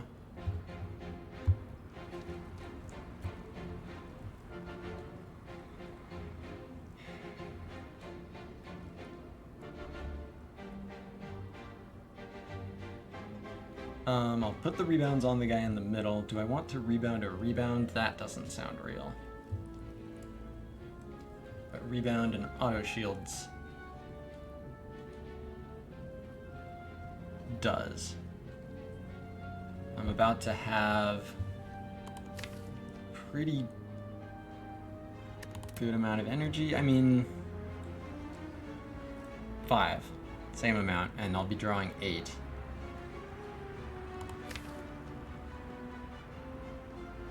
Yeah, I gotta rebound the auto shields. So that is just rebound, auto shields, rebound. Put the damage here. And that takes 7.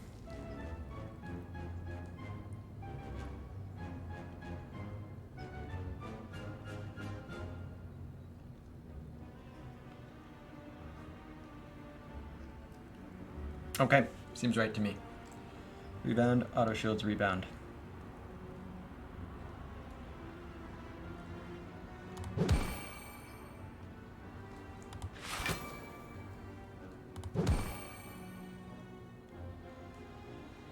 Oh boy.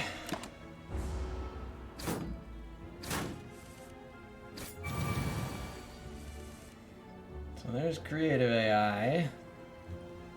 Don't have this yet.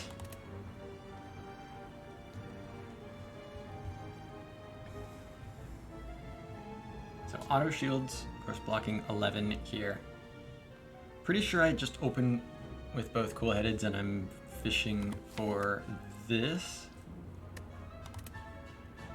Is that true? Because I mean, oh man, do I really kind of need creative AI to... Yeah, no, if I don't play this, I am abandoning. But can I survive while playing that? Can I guarantee survive while playing that? And then the follow-up question, if the answer to the first question is no, is how do I give myself the best chance? If I can give myself a chance, which I probably can, especially with Mummy Hand, Hail Mary options. I mean, it's fairly easy to not die this turn, and then you just die next turn. But because of Storm just owning absurdly, that will save me some energy.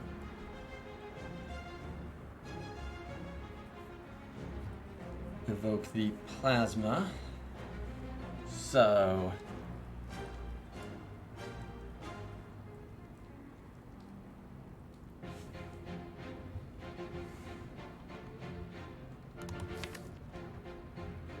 and of course, I remember this potion.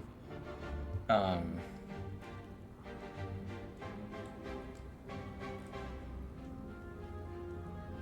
I doubt that's going to help me here.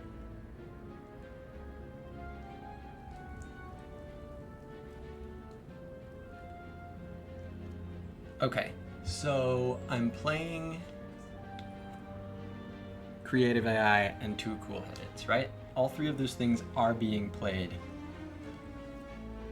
And I'm operating with 7 energy effectively. If creative AI hits like a strike or something, and that gives me auto shields left. So the questions here are, what orb do I want up front? Do the lightning orb from Creative AI or the frost orbs?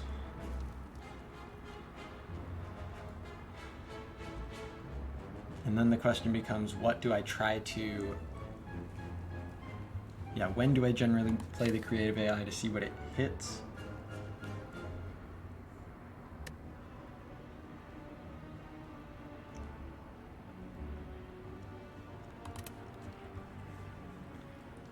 I'm pretty much... I think I put the frost up front because I'm banking on getting some really insane stuff from Creative AI. And yeah, just mash through the block next turn as much as I can.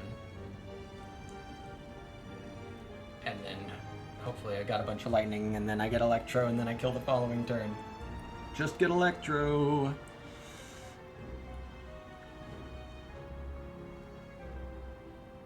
So, all this adds up to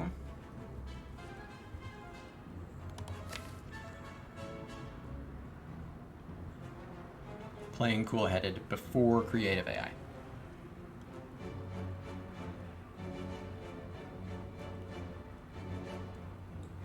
Okay, that is right.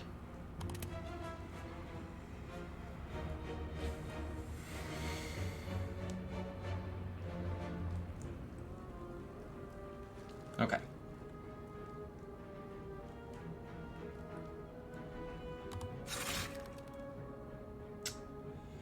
Beam cell does not notably improve things. Now it is the second cool-headed, yes?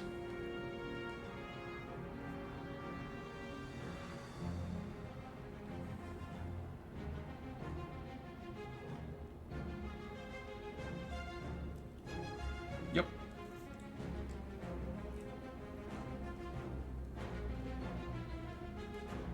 Okay, here we go.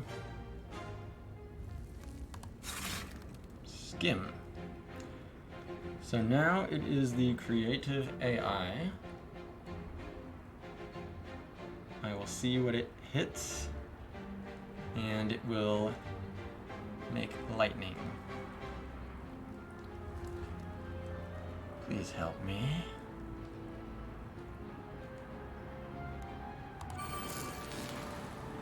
Hit the skim. Okay, that's good. That's very good.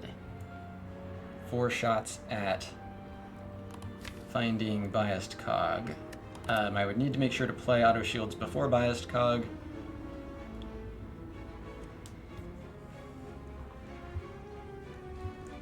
Any reason not to just throw down skim now? No. Correct? Correct. It is free, it draws 4. No reason to put anything before it necessarily. So always skim here. Decay. That is a lot of block. That's not biased cog.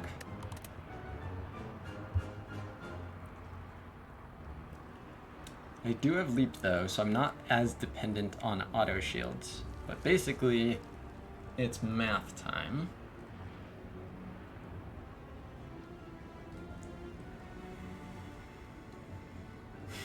Just full blocking here does what? Block 24 against 35. So I survive with 7 HP. Double check that. Math. 11, 20, 24.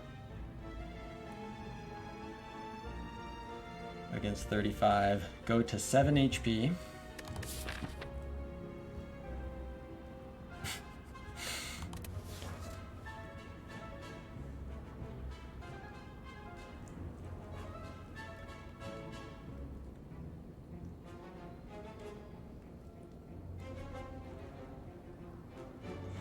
But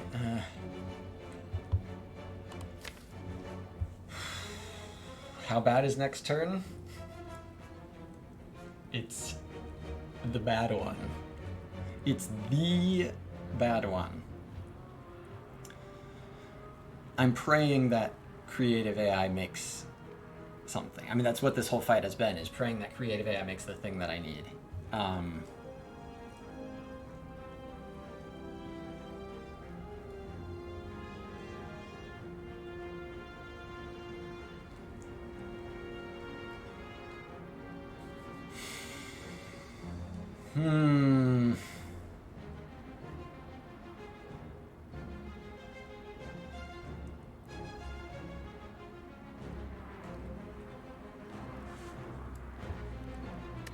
What are the odds?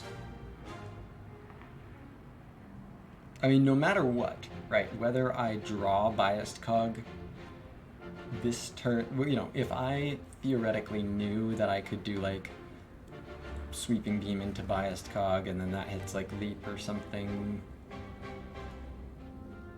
that still needs creative AI to hit like electro exactly next turn. But there's one very important reason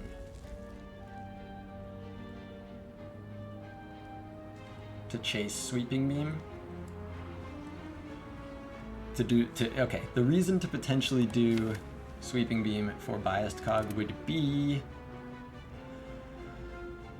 a motion chip. It's 2 lightning, non-AoE lightning, 1 frost. I don't think that's honestly impactful enough to have as the bedrock of, well, there's not going to be any lines that have a real awesome bedrock.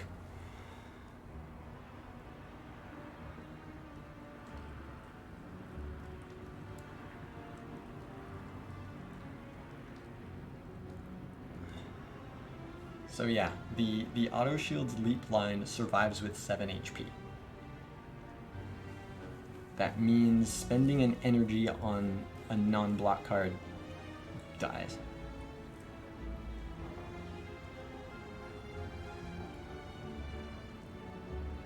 So the only remaining question is, but yeah, I only have one emotion chip. Is not really helping me kill that much next turn, honestly. And it's not helping me block next turn anywhere near enough either. So I don't think it's fish for... Like, the thing will give me 6 block next turn. These guys are doing 16 each. It'll randomly throw 7 damage at 2 of these guys. Cool. If it goes perfectly, it's gonna like 1/3 kill the weakest one. Like, no. I'm not fucking with the emotion chip thing. So it's auto shields leap. The remaining question is the beam cell. So check the math one more time. 24 against 35, go to 7.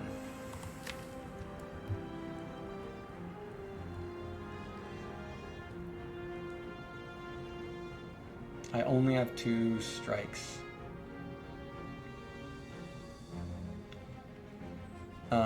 So energy-wise, with Art of War next turn, I would have 4.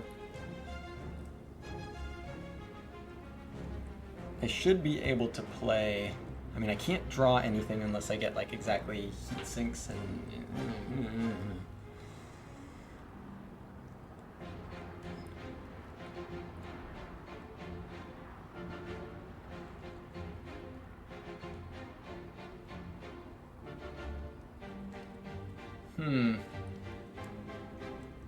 Beam cell is never...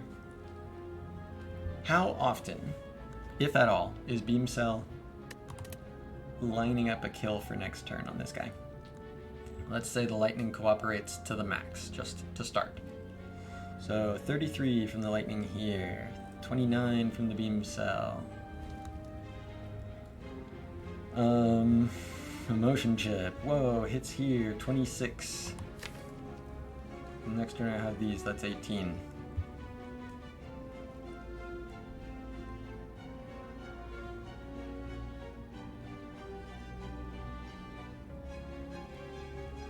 But then I have this, and then the lightning is 7.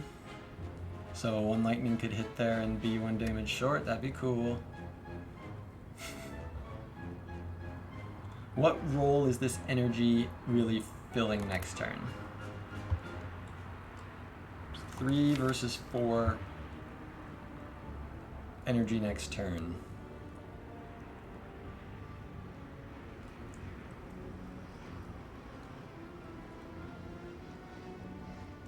I'm just like so screwed no matter what. I'm just so screwed no matter what.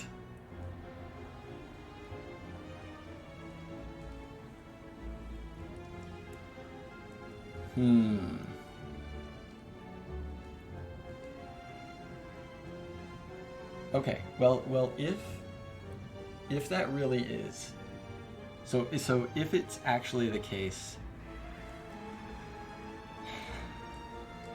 what if I get Electro? Okay, if I get exactly Electro from Creative AI, what happens? So I play Biased Cog and Electro. So Biased Cog moves Lightning up here. Lightning now does 7. Frost does 6. And then Electro comes through. And then these are doing 18. And this with the cog. Oh yeah, no, it pushes 3 lightning through because of the storm. So then this could block 18 against the 32.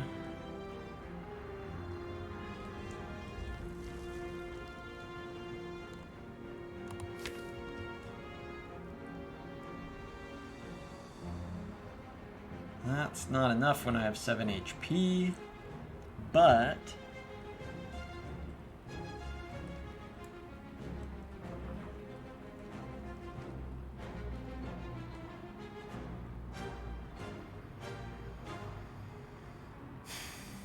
and charge battery is still exactly lethal.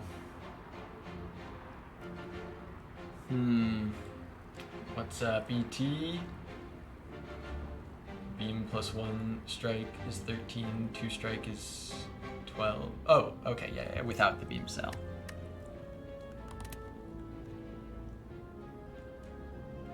But the question, I mean, it all depends what the specific actual outs are. If we don't make it out, tell my family we bought Storm in the shop. And I mean, that Storm has been so real.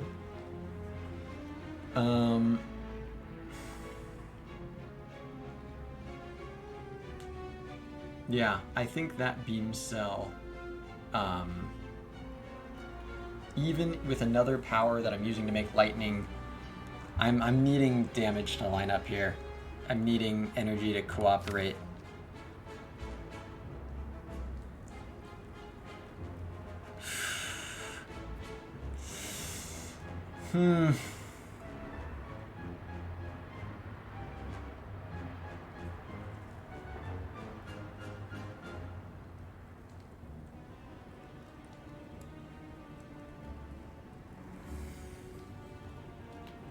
Three energy next turn.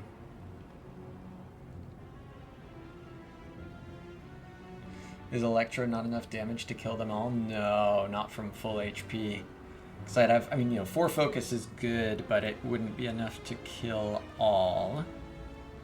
Because that evokes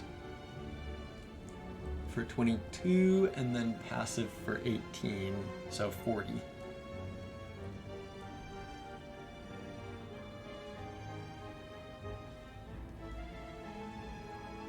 So is Electro the out? I think. I mean, but then the charge battery again does not block enough there. Because the 2 Frost is being evoked for 18. Oh wait, no, that does work.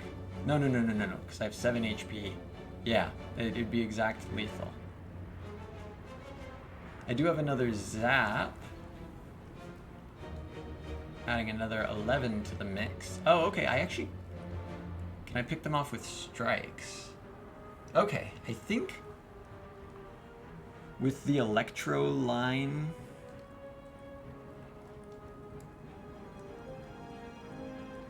I think Electro does save, but I really doubt anything else does.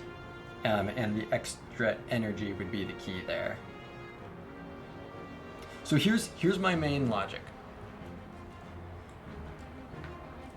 The function of the beam cell is to give me a better chance of killing middle next turn. Let's say it succeeds in its purpose. Middle is dead next turn. But that line, because it's the auto shield leap line, blocks 24 against 35, including the decay, goes down to 7 HP. Emotion chip would block for 4.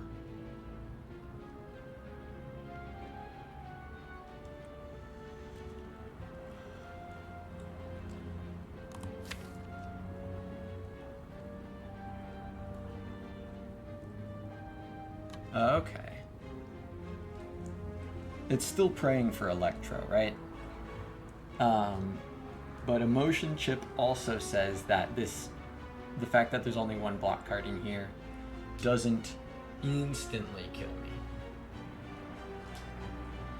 And in fact, it procs Emotion Chip again, so that's actually pretty good.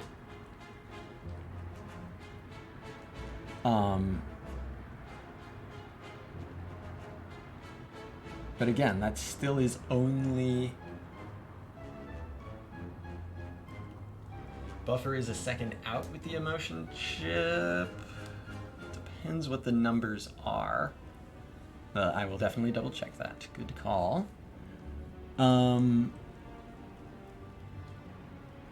So, just to be clear, because I would not blame anybody for being confused by my hemming and hawing, but the evaluation I'm making is it more likely that putting the beam cell on middle opens up a kill next turn that lets me survive? Or is it more likely that having an extra energy next turn leads me to survive next turn?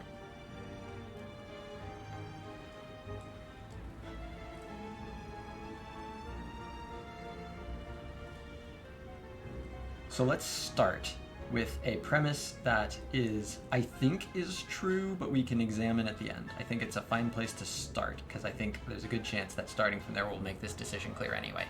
And that premise is that the save is electrodynamics.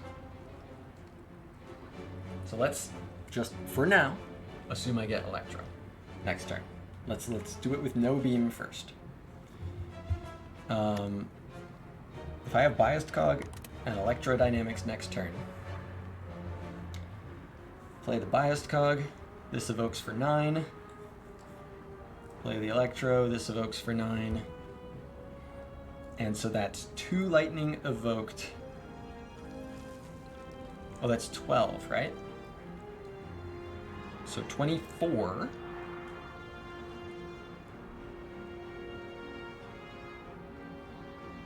Plus 21. I still do think it is only Electro. But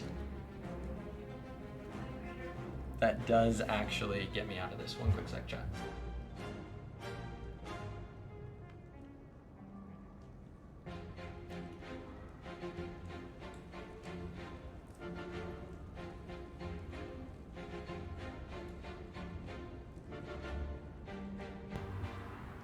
Okay, I'm back.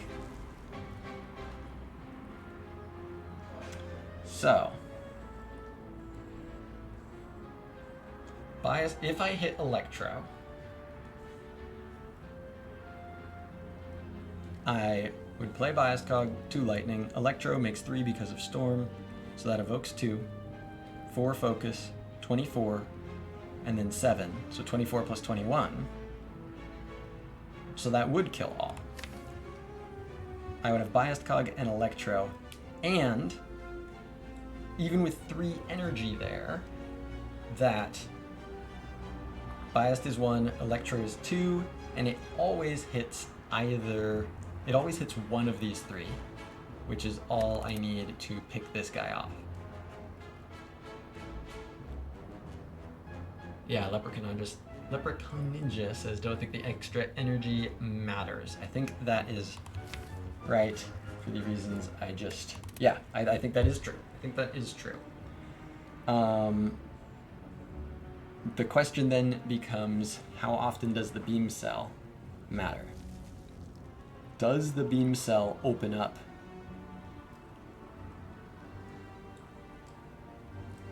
a buffer save? Actually, it might. So how about this? If I put beam cell here, let's first do it without the lightning, but let's say I get buffer.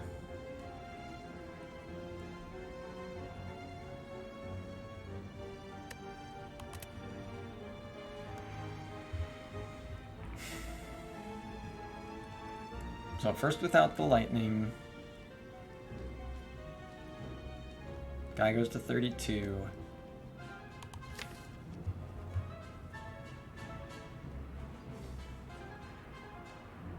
And then this turn,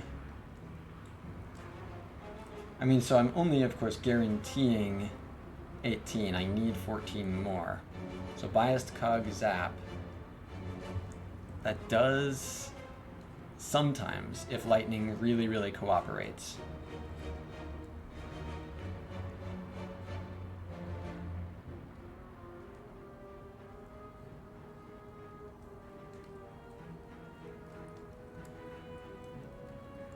And at that point, you know, I just need there to be a chance that this can help, even if it's very fringe, in order for it to be better than the energy. Because if I, like, let's say Biased Cog, Mummy Hand, you know, the Biased Cog, Mummy Hand effect hits Buffer, and then Buffer hits Zap. I don't know. But basically I've only spent 1 energy here. Then the Frost, because of the buffer, 2 Frost is evoking for 18. So buffer would save if I kill middle, but killing middle is all about the cooperation of lightning. That said, focusing the damage on the guy with the beam cell, I think especially with the strikes, yeah, that's putting the beam cell on middle makes it more likely for me to kill middle than having an extra energy next turn. So I think that's what I do. The block next turn is 4 plus 18 evoke plus 7 charge equals 29. Buffer only saves 3. Well, but so if I kill middle, killing middle saves even without buffer. So I'm going down to 7 HP this turn.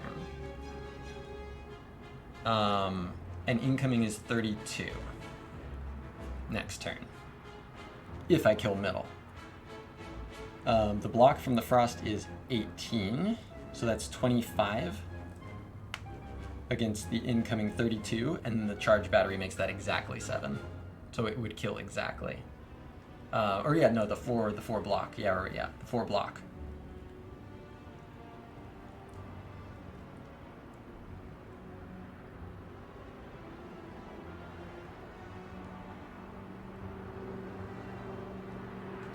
Okay, so I've just got to kill middle. So beam cell gets played, is what that means. So it's auto shields, beam, leap. Here we go.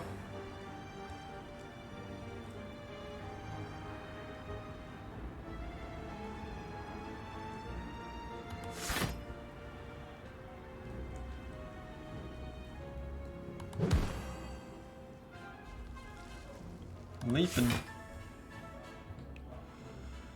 Hoo boy. Yow. Lightning. Hello, world. Okay. But, so Biased Cog always gets played. I won't necessarily play it first. Of course, that's always a part of it. I think there still is probably an out here that involves maximum Mummy Hand and Lightning cooperation. So let's see how I can put myself in the position where that is up as high as it can be. Hello world to save next turn. I mean, it's still a Lightning Orb. Okay.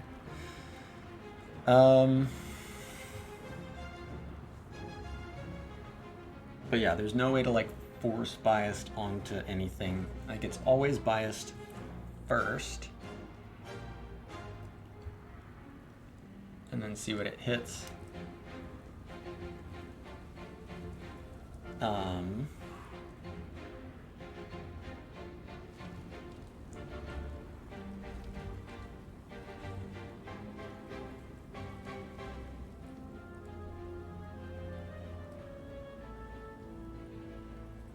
Yeah.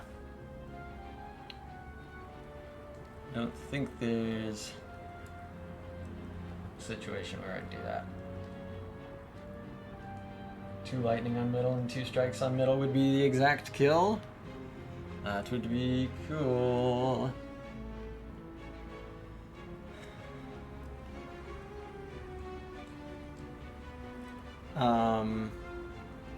But is there any reason I wouldn't start with Biased Cog? There's no situation where I'm throwing Potion, right?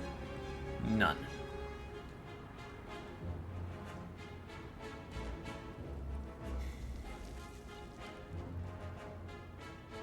It's always Biased Cog first. As long as you start with Biased, the order shouldn't matter. That's pretty much just what I'm trying to nail down. I don't think there's any reason not to start with Biased.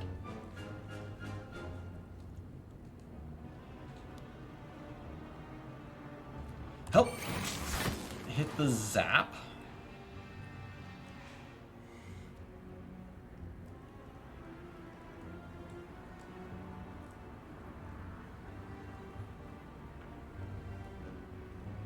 That was like the worst thing for it to hit, I think. But it's not nothing.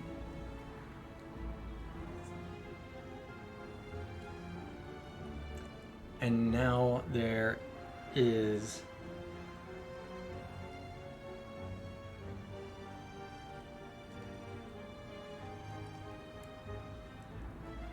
there may be a reason not to play Hello World.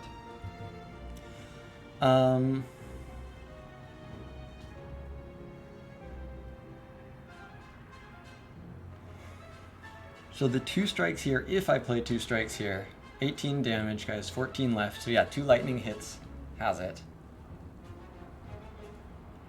But I need Charge Battery to be played in order to survive. World is better than not world, right? I'm pretty sure. I'm pretty sure, but confirming. Because even if middle dies, in order to survive, I need to play a Charge Battery. So, Charge Battery would need to be played. Zap is being played for free, but yeah, in order for 2 lightning hits to kill middle, I would need to have 1 more energy. So, it's not... basically, I'm not depending on 2 strikes to kill middle. I'm depending on like 3 lightning hits, I think. But there's also some evoke stuff that can happen. So yeah, I don't think there's any reason, because I am needing the lightning from Hello World. That was really that's the core of the question I was trying to answer there. Do I need the lightning from Hello World to survive this turn? And the answer is yes. I can't just depend on the other cards, because then I'm not blocking enough. So I need...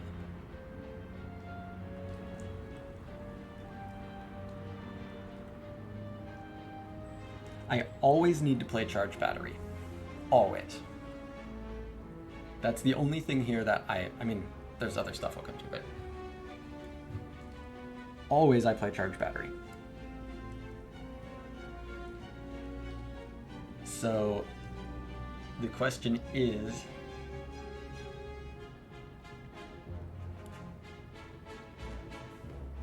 there's just no, yeah, there's no situation where I don't play the Hello World though. It's, you know, anything that I would play over the Hello World, it's guaranteed to make free. The only situation where I wouldn't play the Hello World was if it had a chance to hit something that I wasn't planning to play, and then now I don't have the energy to play the things I was planning to play. But this isn't that situation. The only thing it can hit is the cards that I would play over it. So it's always Hello World here. Please help. Charge battery, okay. So now the zap, right? To see where it goes. No reason I would need to put the strike first. I mean, it's not that I'm reacting to it that much. Let's see.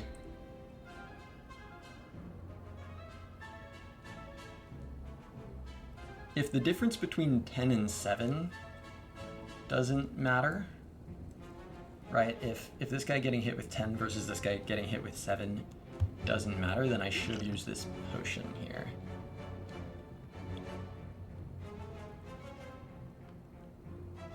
Probably. There's another one after this. And then an elite.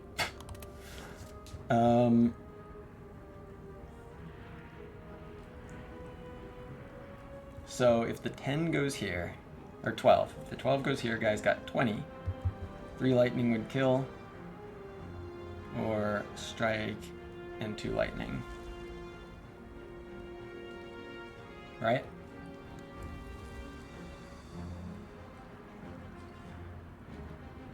HP, 3 lightning kills, or strike and 2 lightning kills. So I'm always putting the strike here. And let's say I did the potion.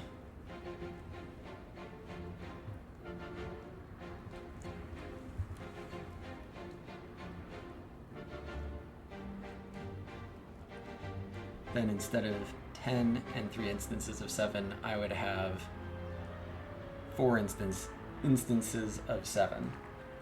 So again, in the situation where the dual, or where the evoked one is hitting, so it's 5 fewer. So 25 instead of 20, which now no longer kills with 2 lightning hits after a strike, right? This guy is at 25 instead of 20, then the strike brings him to 16 and 2 lightning hits doesn't kill anymore. So I do evoke, I don't use potion. Yeah, the 10 is important to, or the 12. The 12 from this is important to intervals. I can't just make it another 7. So I play the zap. Lightning can always be trusted. That's that, yeah. That's just that, yeah. Is there still... No, there still isn't, right? 9 plus 21. Can't even kill this guy. Watch, now the lightning is actually going to all hit here. Nothing Last minute here.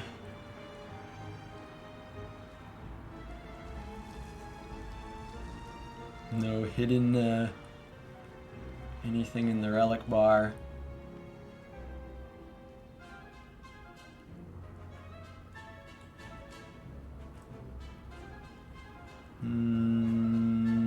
Nope. Not seeing anything. This doesn't change anything, of course.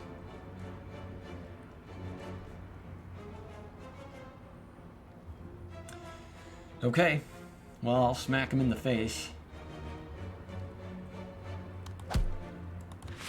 Watch, if the lightning actually triple hits this guy, that would just be a very appropriate way for this one to end.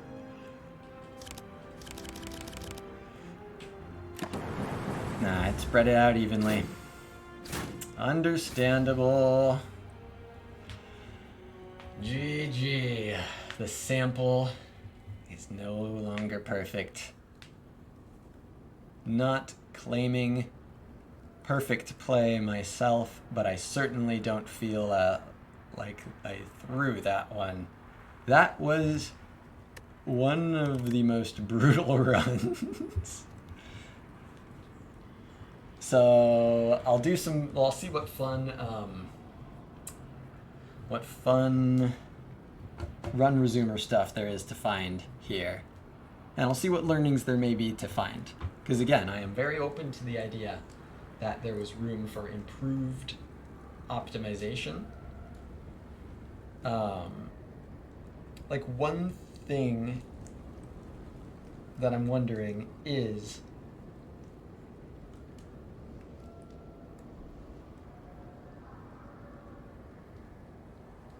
how important. So I used. Well, here I'll get onto the stat screen first. I'll get into the stat screen first. So yeah, I think there may still be something cool to learn here, but definitely this isn't one where I would call it a throw. So my first instinct for where I could have saved value was this regen potion that I used in Slime Boss.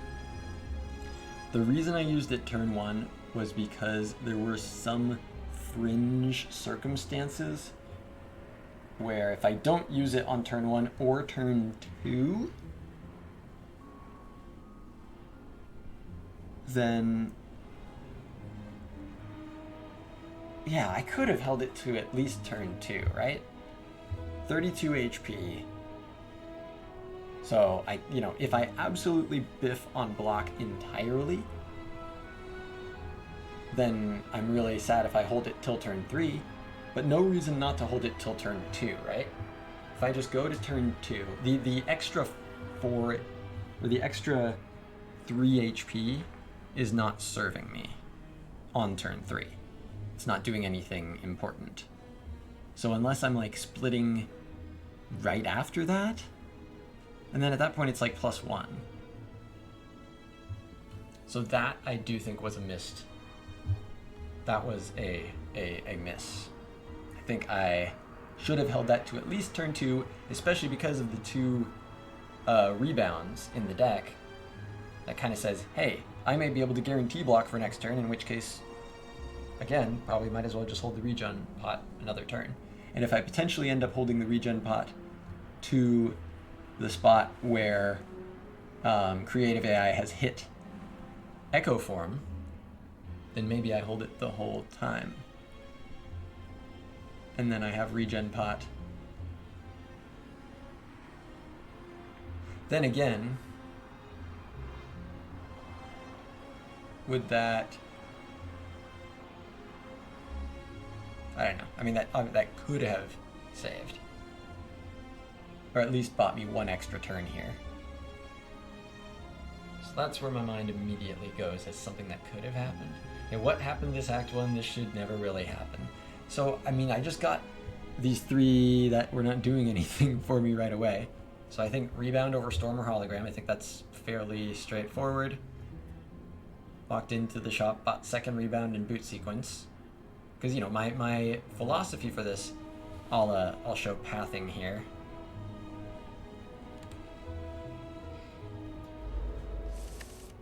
My philosophy was just be able to dodge the elites if I need to. You know, don't path into any elites that are forcing other elites. Be able to dodge if I need to, but mostly just kind of get through the act, look for something to beat Slime Boss. If I get pieces to beat elites, great, but I don't, you know, this is basically just telling me get things that help you survive now, because you will be broken in the not that distant future, is what I thought. Crow says, I don't believe in that. Well, this certainly seems like an example of why. Later is Act 4. Sure, but I don't think I turned down stuff that was good in Act 2. So I'll take a look at these. Take a look at these card rewards.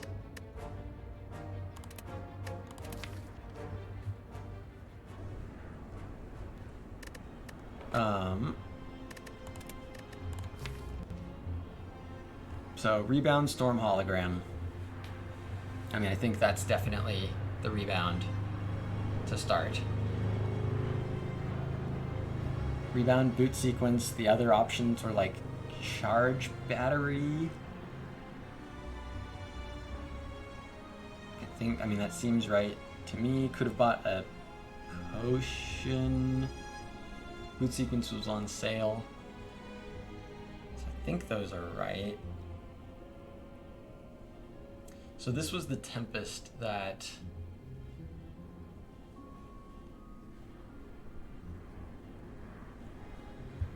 could have done something. I was just like, you know, I mean, I like charge battery just so much better. I needed more block and more damage, and I just added second rebound. Like, obviously it ended up that the Tempest would have been better. Is that even true? But also, yeah, lose 7 HP here, lose 17 HP to the cultist. So let's see. Oh yeah, let's take a look. Let's take a look at this. Kuro or anyone else in chat. Let's see if I can easily recreate the order I went with here, and let's see if I did something wrong. Because I rebounded the defend.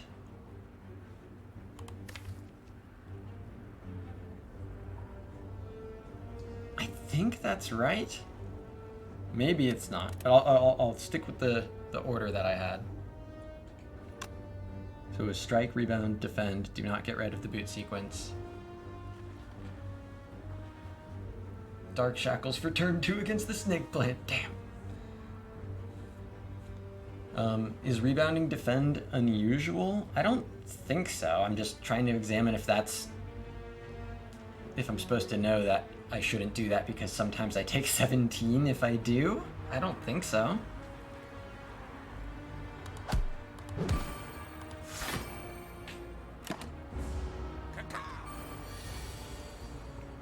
And then, yeah, I'll draw this. Very straightforward. These.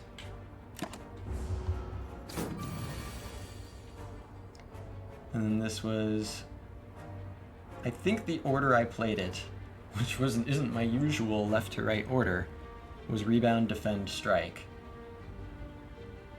After this I can test if strike, rebound, defend is something different.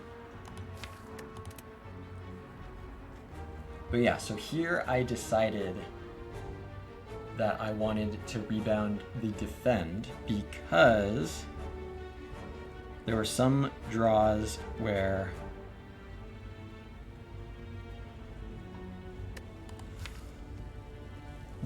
so I did the math on it. I guess I can quickly recreate the math on it. But I believe I either need to draw dual cast or 2 attacks, one of which is rebound. And that's actually if I rebound the strike.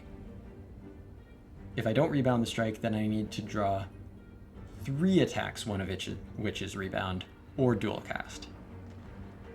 So because of that, I decided I just want to rebound the strike. I still might draw dual cast.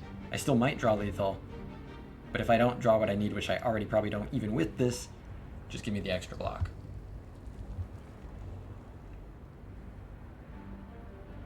So that was rebound, defend, strike.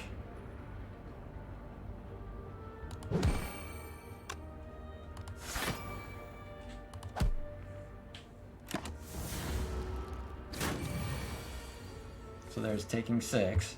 And then yeah, here's this. So take 6 and then take 11. Take 17 to the cultist.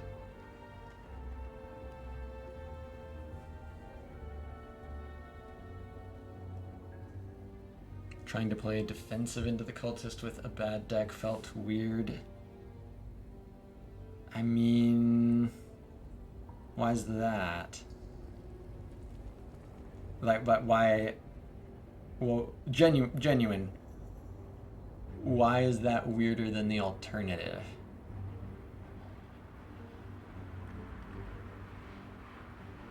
Like, I think at each step along the way, it was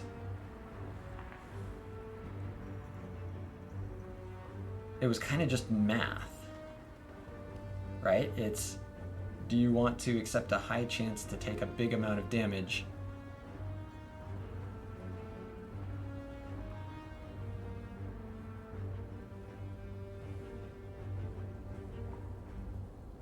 ET doesn't like the first defend rebound. Yeah, that could be.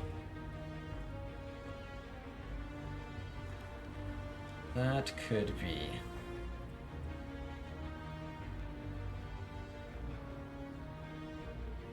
Yeah, and now Zap is exactly bottom decked. That's true.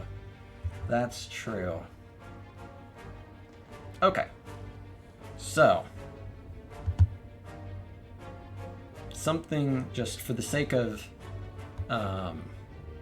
time, I suppose. So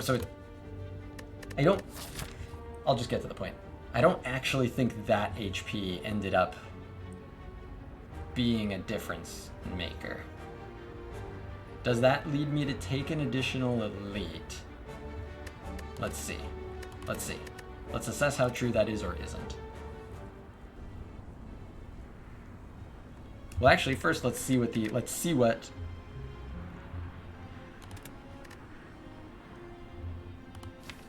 Well, first, okay, I want to test 2 things with that specific fight. First, really quick. First, what if I correctly do my usual left to right draw order?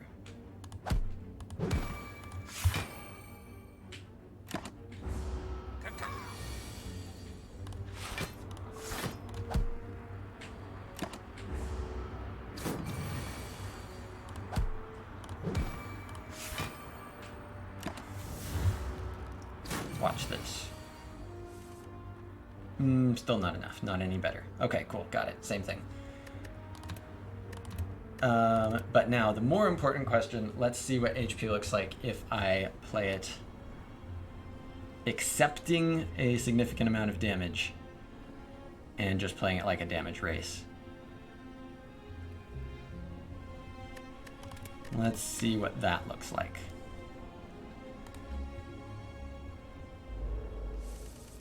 Take 6 with that draw order? I don't think so, right? The guy had 20 HP and I had 2 strikes and a zap. And he was doing 16 and I had 1 defend, right? Or are you talking about with no rebound? Gotcha. Because yeah, you wouldn't rebound the strike. Right. Okay. Let's see.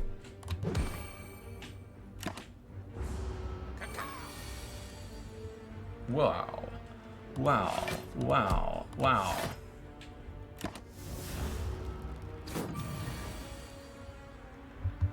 So now you're taking 6. You can play Zap for a motion chip. So what is being rebounded? Let's do some math. It's in the next 2 turns, guaranteed 18. So you're looking for 17 more damage. So 3 strikes kills, rebound in 2 strikes kills, zap, rebound, strike kills, but you don't want to rebound the zap. So rebound nothing.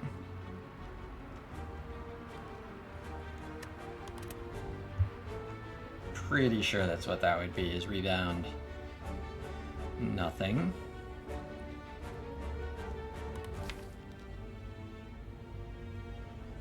Yeah, not rebound, defend, not rebound, zap. Okay. So defend, zap, rebound.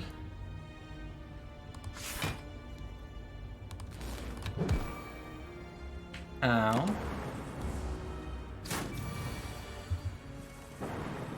And then that's lethal. Yes. So yeah, that ends that with 6.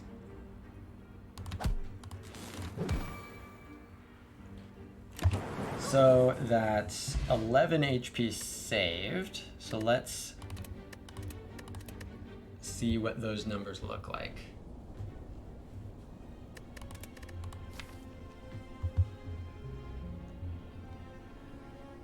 So 51 HP here. Am I suddenly clicking on scrap ooze? I don't think so. Even without lethal, it was just taking 7. Yeah, I mean, because that draw order just happened to draw the boot sequence. Like, I did get maximum punish. But, you know, playing around the low roll is playing around things that can get you maximum punished. I just assume same scrap or ooze. I think that's fair. I think that's fair. So then now I'm at 49. This. Let's see if I did something wrong in this fight.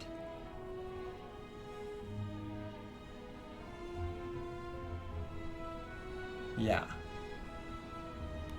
Let's see if I did something wrong here. Although I guess yeah, I'll do this in the right order. I'll pay a little bit of attention to the card picks that I made along the way there.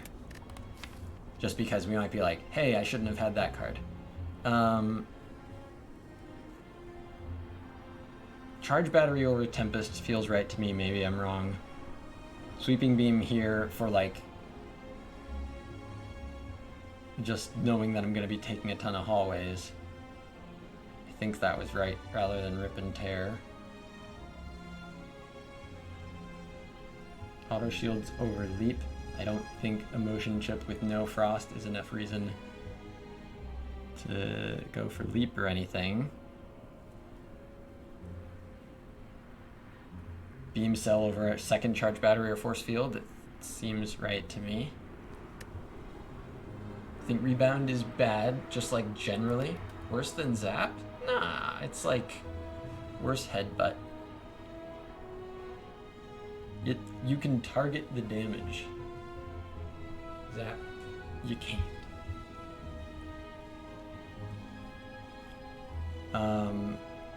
So I don't think any... Yeah, I mean, maybe it's the Tempest, but again, having added rebound here, and a second rebound, you know, I've got the boot sequence, but it's an exhausting block card. I'm more compelled to add a block card like Charge Battery than the Tempest at a spot here.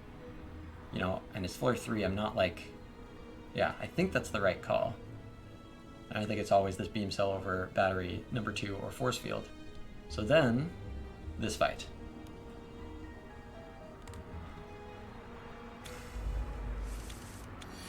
So I don't think I rebounded any strikes. I think I said no thanks to that. I'm pretty sure it was just boot sequence, strike, strike, rebound.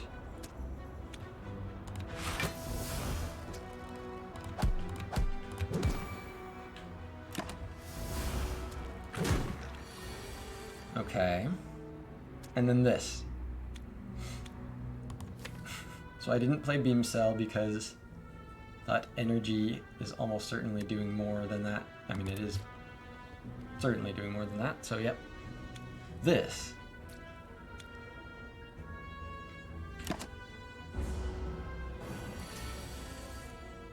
Then this. So I did the sweeping beam. And then this I did defend strike. So this is where I could have gone wrong, but I don't think I did, but we'll see. Because I did defend strike strike because the zap made it so that I'm forced to split next turn.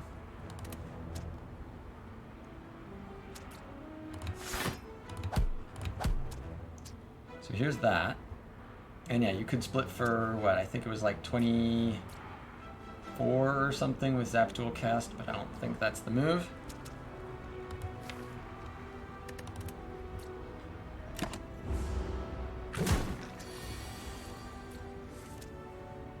And then yeah, this I just did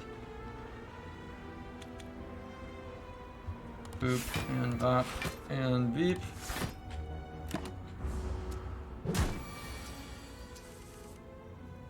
And then defend zap done was maybe the line. But then you're forced to split next turn. You get a really abysmal split because of emotion chip. But then this, yeah, I didn't rebound anything. Didn't rebound the zap here.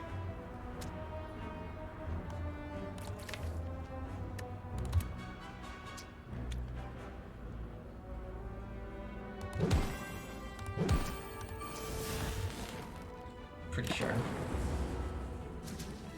Not with avoiding both strikes? Yeah, with avoiding both strikes. Gives you pick up next 2 turns? No, because it does 9 guaranteed over the 2 turns. And that exactly forces split.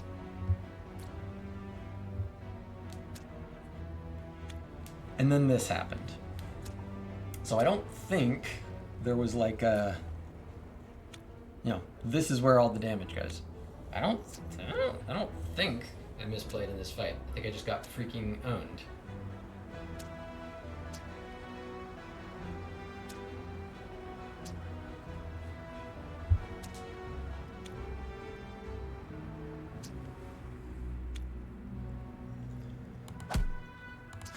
And then yeah, because of this, I deemed this is better. Yeah, it destroyed.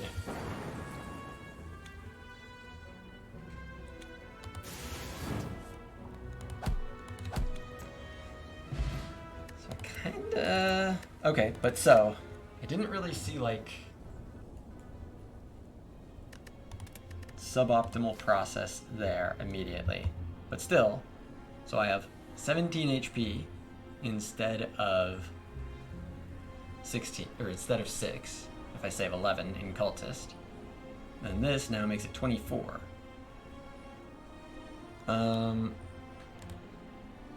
Pathing wise,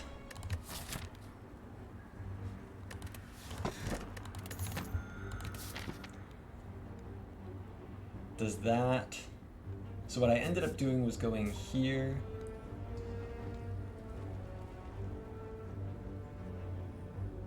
but I'm never like resting and fighting an elite here, right? I mean, this just, oh yeah, taking the creative AI to beat Slime Boss I think is just absolutely right. I die to Slime Boss if I don't take it.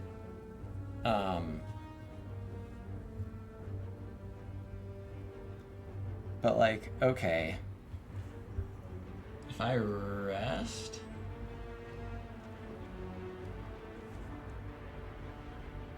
so if I rest, then I'd have 47 HP. Am I suddenly fighting Knob with this deck at 47 HP?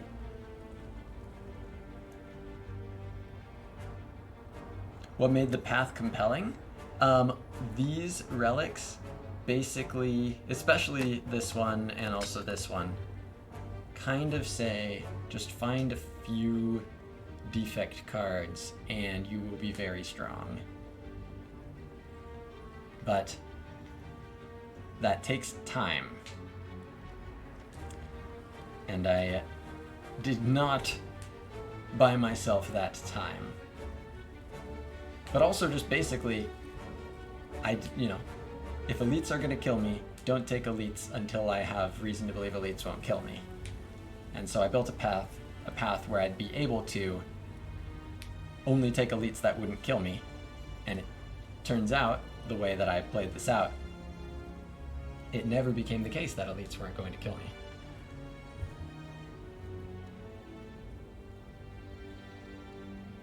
Crow says, think most of the problem with this run comes from the first 3 floors.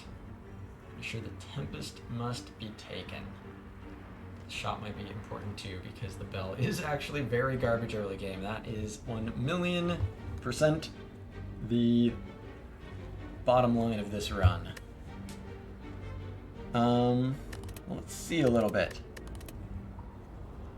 Let's just try things out. Not that it is absolute. It is, of course, this one case study.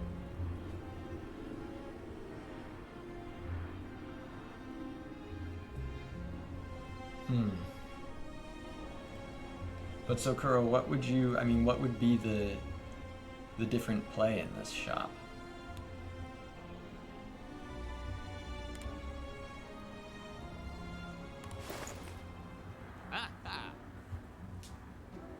Like, for me, having just... Yeah, I don't know. Rebound boot sequence seems... I mean, do I ever buy charge battery over rebound? I don't think so. Or over boot sequence?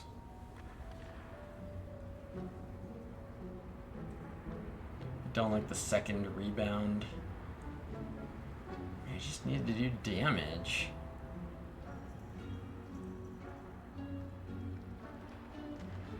Assumed I was taking a potion when I got boot sequence. But what's the... Which one? Power pot?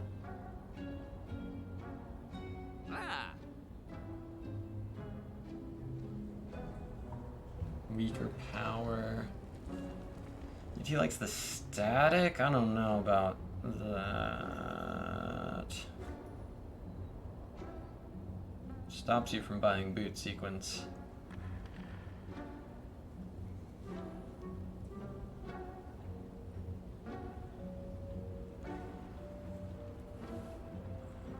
Power is fine.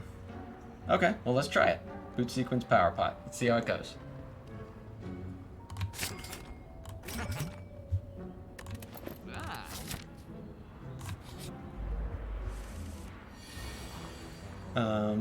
Oh cool, I have less damage in this fight. Wow,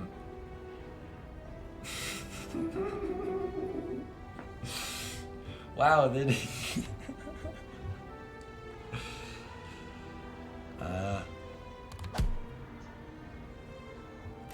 The defect is so good at slaying the spire.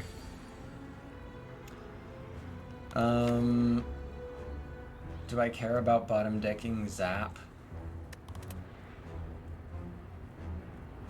I mean, I'm gonna try to not mess up lines here, but I'm also...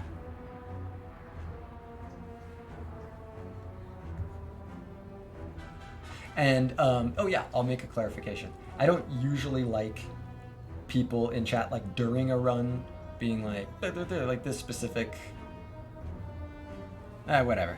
I was gonna... In any case, what I'm trying to say is, I think my brain has officially shut down a little bit since the end of the run. Basically, if you just see the line that would be optimal, go ahead and call it out. Usually during an actual run, I don't like that because I just get to the line eventually, just slowly, and I don't like people beating me to it. Now that we're doing the autopsy on the run, if you see the line before me, go ahead, shout it out. That's what I'm trying to say.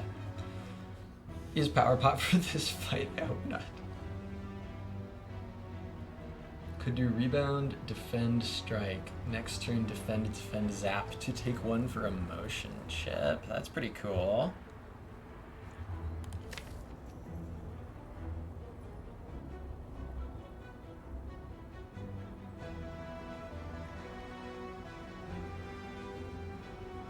Cool, let's try it.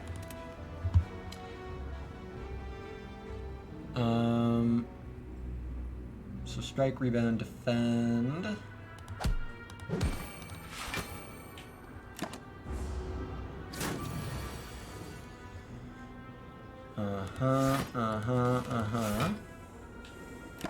Take another one. Yeah, that's a big birdo.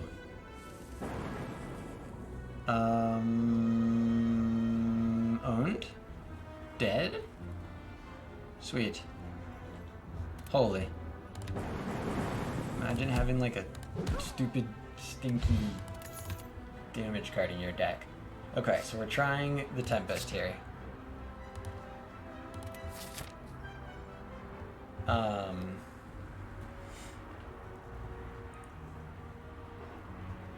So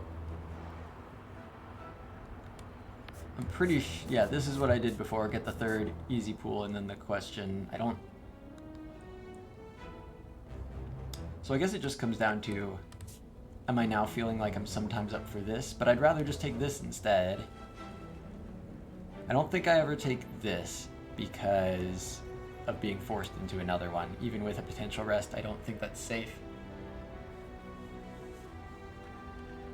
But I don't think I'm ever like needing this pivot here. I can always just do this. So it still is definitely keep this as an option. Go left, yeah, I think that's right. Just fight the first, yeah. I think that is exactly right. So that's here. So I still, have the rebound in the deck. So yeah, put the strike here, rebound can kill. Yeah, defect. The entire defect.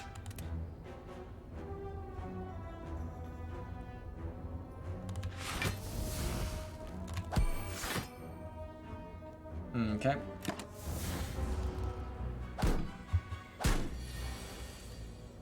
So Tempest is not really. I do the rebound and then defend. So I'm taking 2. No reason not to. Feels like your experience with boot sequence kind of feels okay. Oh yeah, absolutely. I mean, you take 15 there instead of 5. Defend, rebound, Tempest. Exhaust the Tempest is positive. Is that true?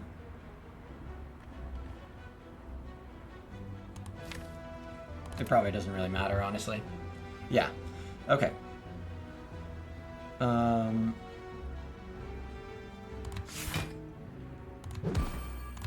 Cool.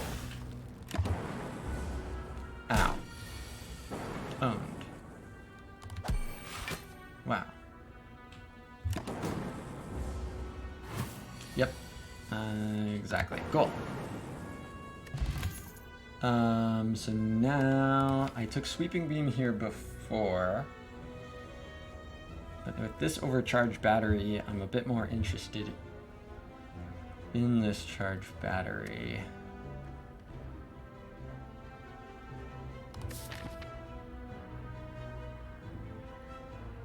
Do I feel like this HP I'm fighting this elite ever? I don't think so. I still think, I mean, it's charged battery anyway, I think.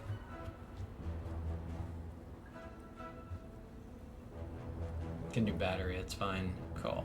I think that's right.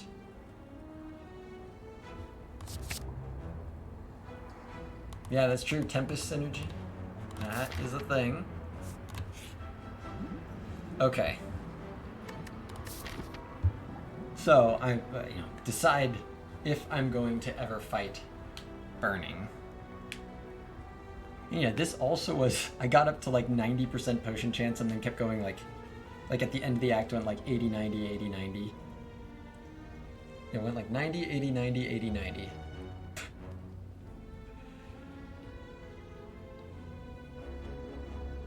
Um...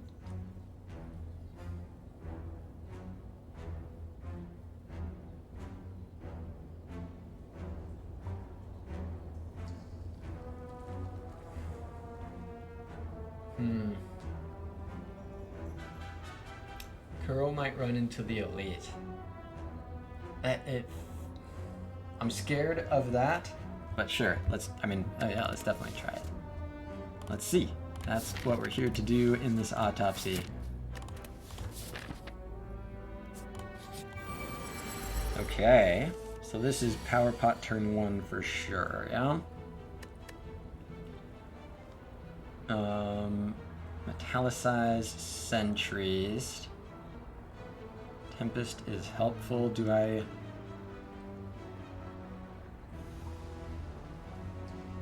Preserve boot sequence to do a motion chip? That's not all that helpful. That's not like really helping me kill a guy immediately. But yeah, it's always Power Pot, I think. Wait on Power Pot because of Mummy Hand. But it still can be...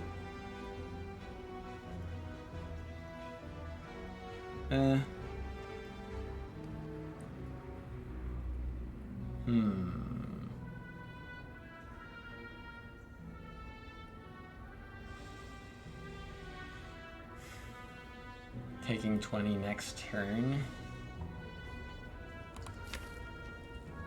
I mean, it depends on the draw. I would think... Yeah, Kuro says power now. That's... I mean, I think there's a lot of things that you could get where you're really glad you did it now. Okay. Help. Fucking defect.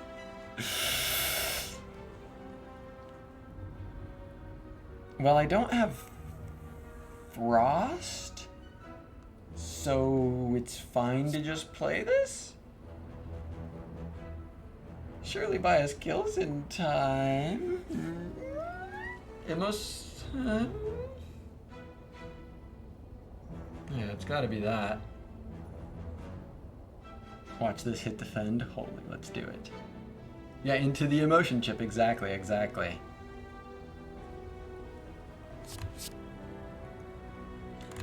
Oh, let's fucking go! Holy. Unstoppable. Defect always wins. Always. Always.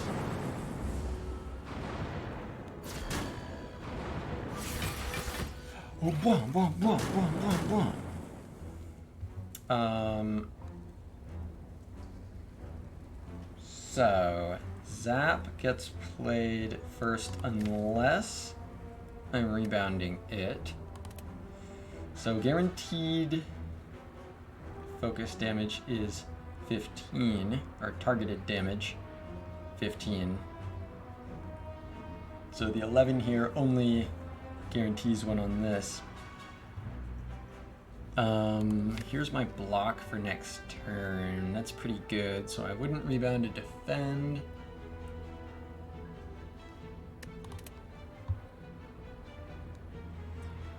So Zap would just be...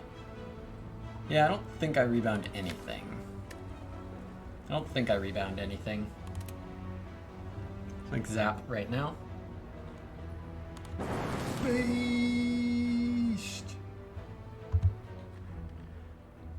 Do I still not rebound anything?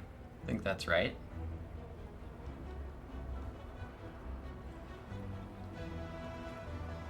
Go. The Burning Elite is literally free. Always take the floor 6 Burning Elite. Just own. Holy.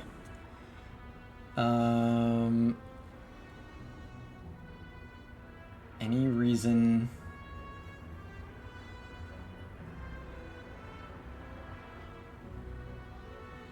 I just do strike, strike, charge, strike. Yeah, I strike back twice and play charge battery.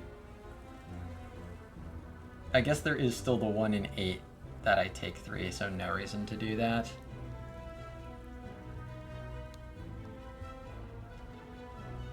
Yeah, just kill. Cool. Isn't that good though to take damage here? Is it? It probably still is, right? Yeah.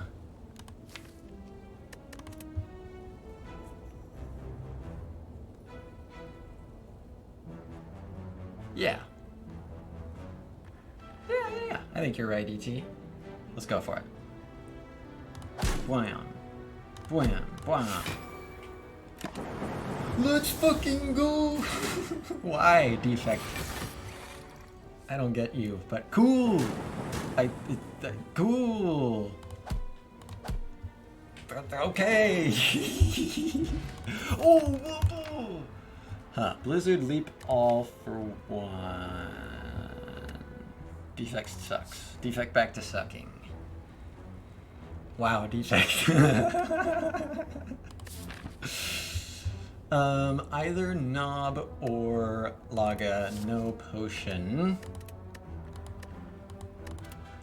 All for 1 does fuck all for 1. All for 1 more like fuck all for 2. I don't need leap? Surely I don't need leap? I think not with the charge battery and boot sequence. I think I get to skip it. Probably rest into skip. Minus 13 HP into strawberry skip, no potion. Dude, it's a fun seed. It's a fun seed for sure. Like, I had a lot of fun playing it. It just also Defect fucking sucks. All for 1 upgrade zap. No. No.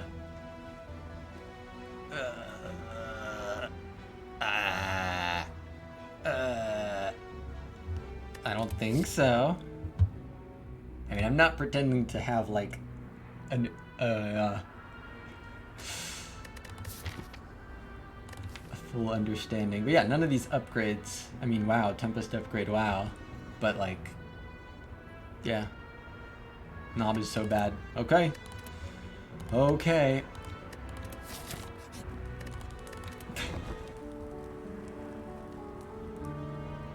Take the hit, emo chip the elite down again. Here we go. Big rest with strawberry, massive. Knob. Exhaust boot sequence, yes. Defect. Oh god, yep. Defect. Boot sequence, is it more likely to help? I guess with Tempest, it's kind of more likely to help. I probably save it. This is where Static would be making hay. Is it? Is it? This is where Static would be making 1 lightning orb and then another lightning orb. Although static chip, I guess. Static chip. Static chip. Interesting. I think I leave boot sequence in here, but I should do... No, I'm just...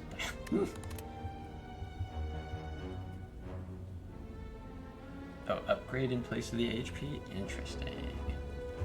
But Static didn't have enough for boot sequence, right?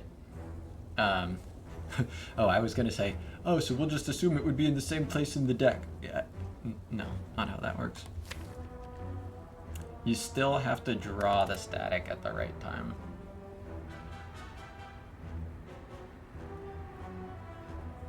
But I think boot sequence stays. So.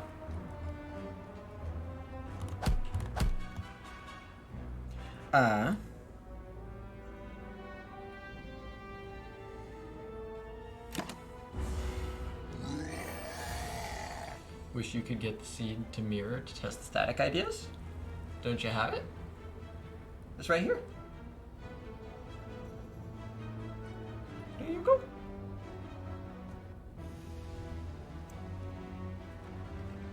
Or are you mobile only or something? Does not give you same seed? Do you not have RNG fix? I don't think that would actually affect that though. What, does that affect that? I mean, does it give you like a very slightly different seed? Because maybe that's RNG fix. If it's giving you just something completely different, the RNG fix. Okay, cool. I definitely recommend. Oh, it does affect it. Okay, cool. Thank you, Bookshelf. Definitely recommend that. Inserter boss swap. Whoa. Wait, really? RNG fix affects that much? Holy. It just says zap, charge, rebound for Tempest next turn. Charge battery for the Tempest.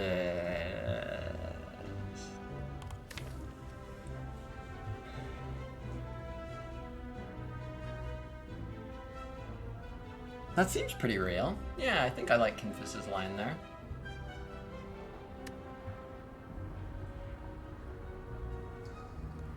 Basically saying, by the, yeah, I need, yeah, I think that's legit. Battery zap, rebound. Oh, he mad. Oh, he mad. Oh, he mad. Bang. Emotion.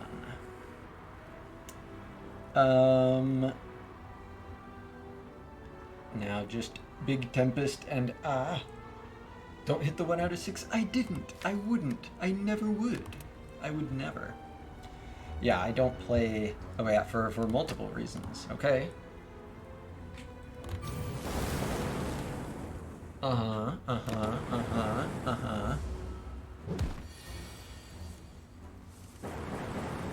Now what?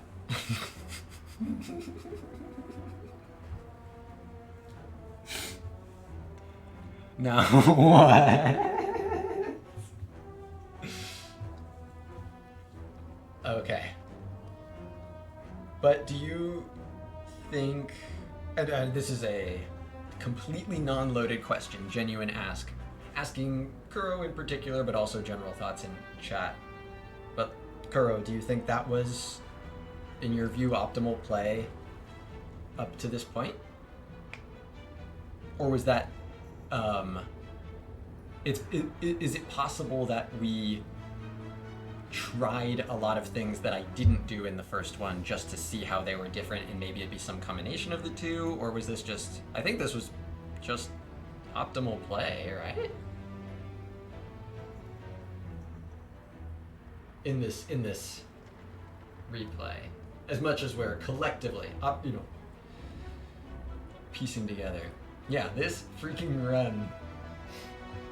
Wasn't sure about the battery because I was kind of thinking about forcing anyway the elite, but battery is the better card. The one that's against the sweeping beam, you mean? I think I agree with that. Or do you mean the Tempest, against the Tempest? I'm guessing you mean the one that's against the sweeping beam, the one that this line took. First, the 3 floors you think is just correct of this. So yeah, that being the rebound, and then buying boot sequence, power pot, and then taking Tempest turn 3. So you're saying you think these 3 are just correct? Tempest sometimes bottom deck can be quite terrible, but this is also pretty bad low roll. Yeah. Yeah, I will say. But it's fun. I as long as it's, only every fucking once in a while. It's fun getting a run like this every 6 months.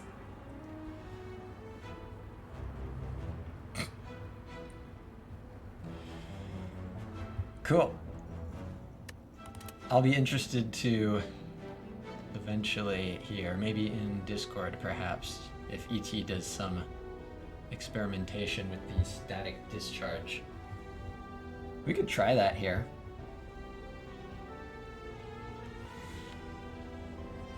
In the meantime, Defect.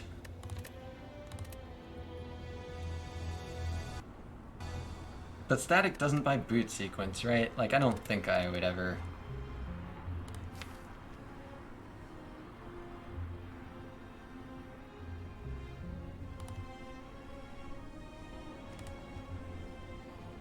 It's better to die here than dying in Act 2. Damn. Actually, I see your logic, but I disagree because I don't have the Niao, the automatic Niao bonus or whatever it's called mod. So it depends. It depends. Although, you know, that is still obviously faster. So yeah, if you buy static, you can't buy boot sequence. I don't think I ever would.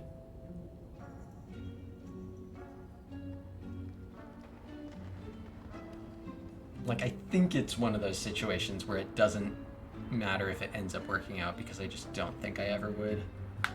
But is it? So here's something.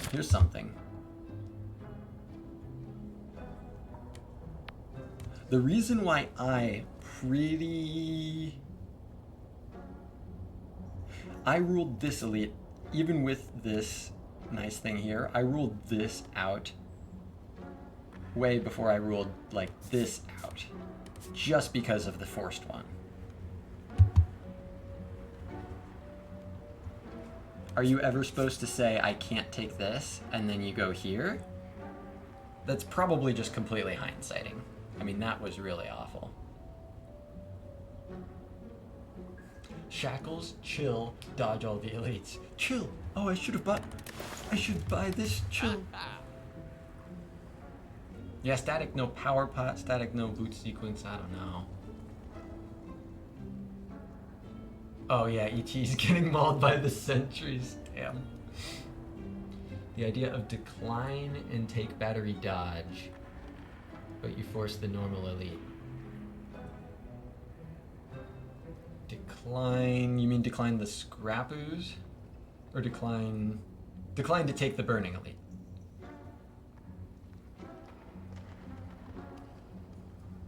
Decline ooze anyway. Okay, yeah. Although we can just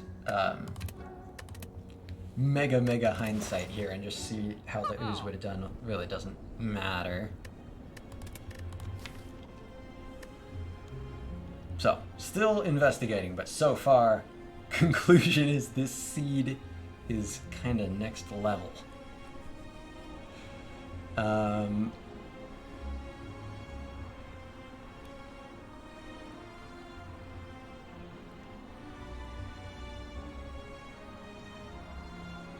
At least the elite before chest must be taken. That makes sense. Take shackles, ooze, skip the cubes. Holy. I mean, that sounds...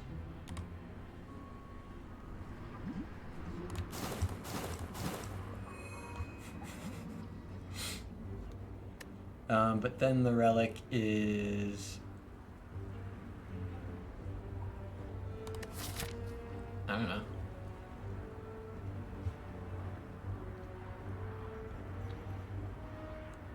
At least the elite before chest must be taken because that with power pot should be enough on its own and you get one fire after the chest. Okay, so let me recreate this with what we're thinking is optimal here. Oh, puzzle. Thank you very much, Narvox. All right, puzzle's good.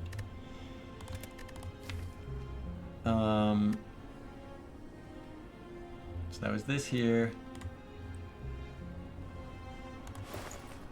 So boot sequence, power pot.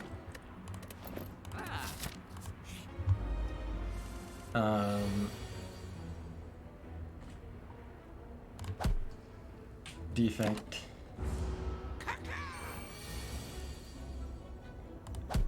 Defect.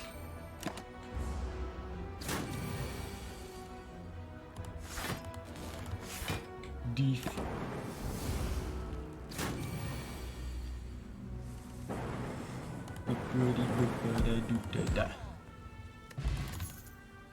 Uh-huh. And then it was these.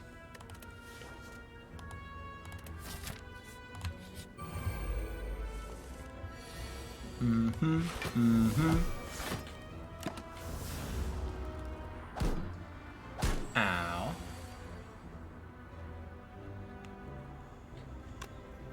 Defend, rebound, bump.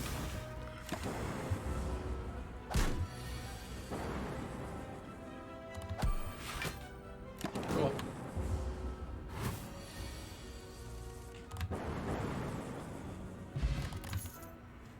So this is where I was here, and then this was the charged battery.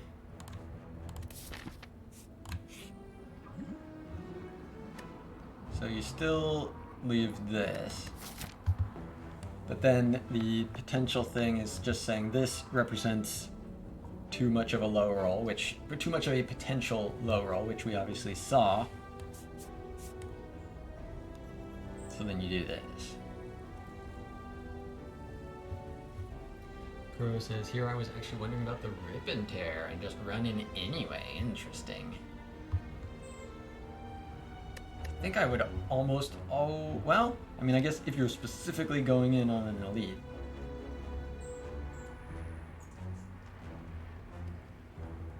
I sure would rather have sweeping beam, and that's not saying much. Oh, take battery and run it. Is this run resumer? Yes, yes, yes, this is run resumer. Doing an autopsy on this incredible seed. Oh, and Kuro, I don't know if you were here for it, but it was, you know, as we're exploring here, definitely plenty of decisions I made that could have been better. One of those, one that was not one of those was buying the storm in the shop. Again, that's given the other decisions that I made up to that point, but I just bought a freaking storm at full price in the shop and it carried me until I died.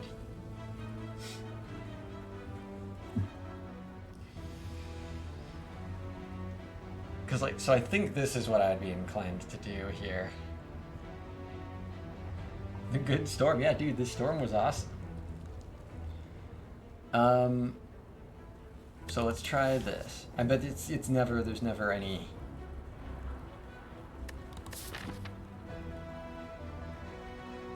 Yeah.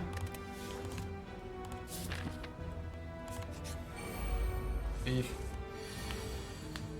Assume more comfortable with battery and dodge. Sweet. Uh-huh. This looks good. Boot sequence Tempest. Holy, holy, holy, holy, holy.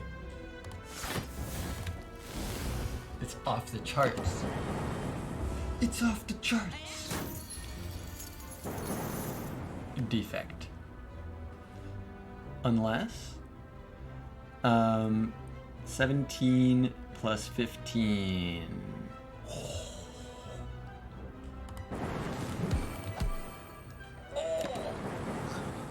Defect. Auto shields. Auto shields. Do have boot sequence charge battery. It's less good. I think it's still probably positive. About to go into an advanced hallway again here. Max of 2 elites at this point. Yeah, pretty sure I just take auto shields. I mean, it's against skip. I don't think that would be wise to skip that.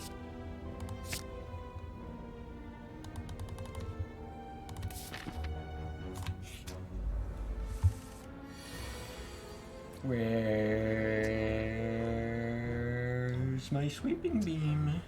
As if it would have even shown up in this hand. Well. And so yeah, potion chance at this point. Oh, I know I can easily figure it out because I haven't gotten any.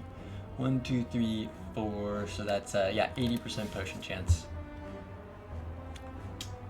ET says static unupgraded really is not saving in the knob. Lack of that cog from the power pot makes the sentries really nasty. I believe it. And then you're forced to rest, and so you're not even upgrading the static.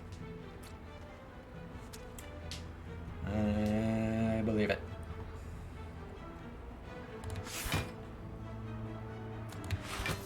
Wow.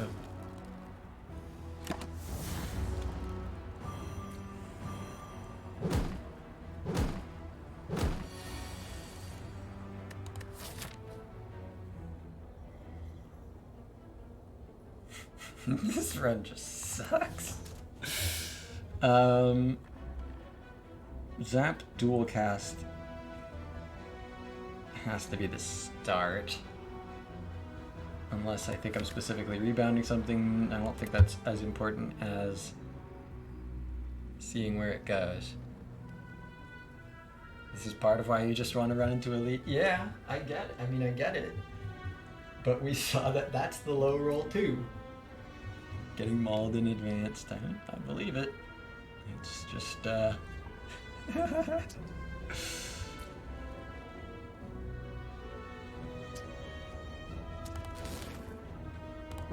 Dodging the elites dies to slime gang into slime boss. Ah, don't forget about large green slime on the way there. This is cool.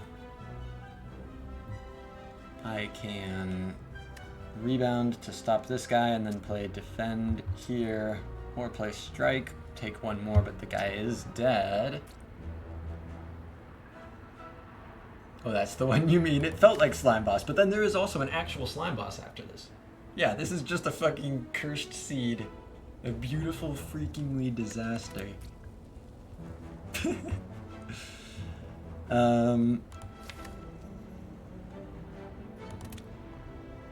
I don't think I like rebound, strike or some shit, or defend or something.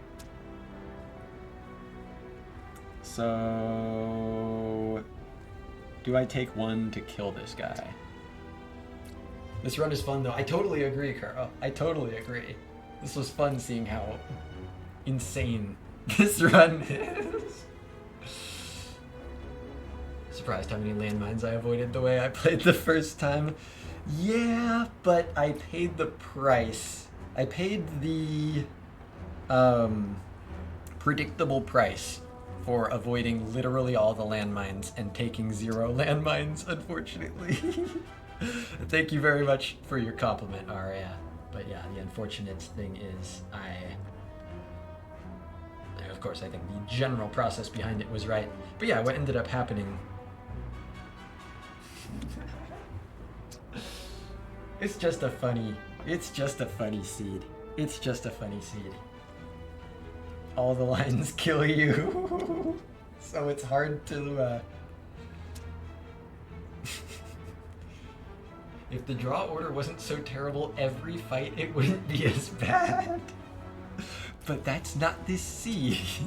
That is not the nature of this seed. But yeah, it's fun.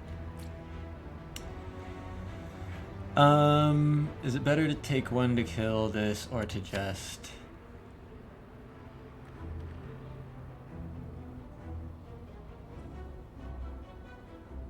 I think I'll just take one to kill it. So strike here, rebound here. Ow, ooh, ah. If you don't pick creative AI, you could pick reprogram. Wait. Yeah, no, I don't know that I, That's fun. Kind of, maybe. Ooh, make Papa play this one for Defect December. Is he taking seed requests? Because, yeah, I would love to see Papa take this one on. Well...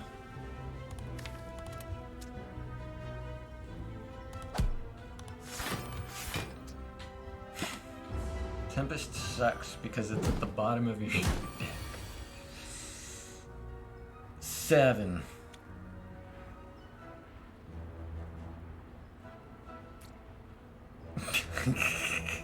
Defect.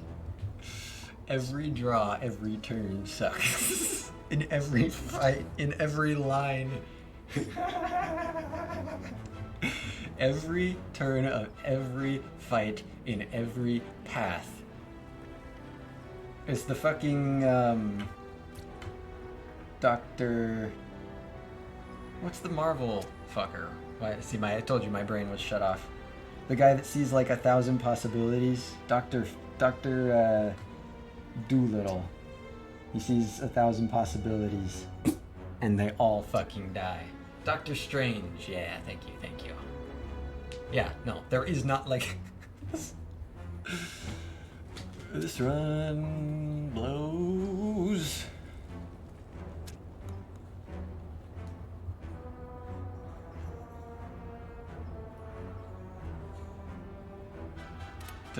Defend. Rebound Tempest? That's kind of cool. Dr. Sherlock, that's the one.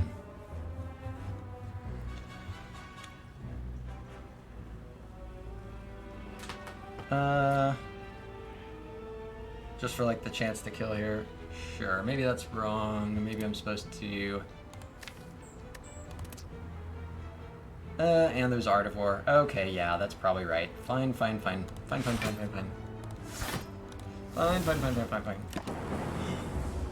Oh, I should have hit this run. Uh-huh.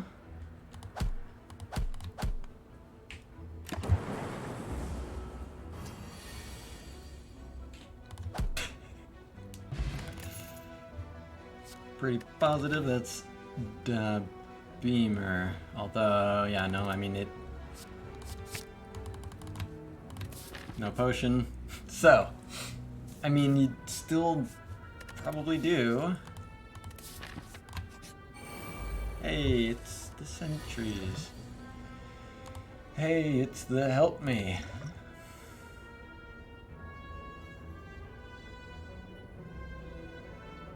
And I don't have Tempest at the top of my deck now. Oh yeah, maybe that was the reason. Maybe that was the reason not to do it. I still think you probably do it turn 1. But yeah, in the previous one I had Tempest turn 1, right? In the playthrough when we went down the line. I had Tempest turn 1 of this. Now I don't. Maybe that means you don't play it. I don't think so. This fight sucks so hard now. I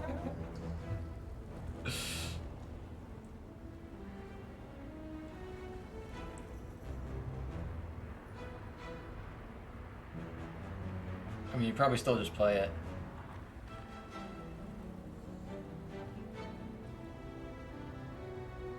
Yeah, is it Art of War sad you have no attacks? Yeah, I guess maybe not, but it kind of feels like...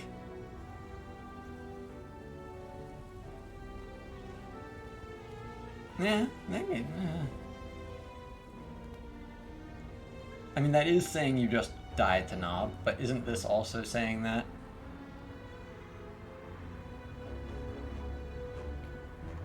Probably still okay-ish, but this seed never gets better. Okay-ish to do what? To get out of this, in this fight, you think? That'd be cool.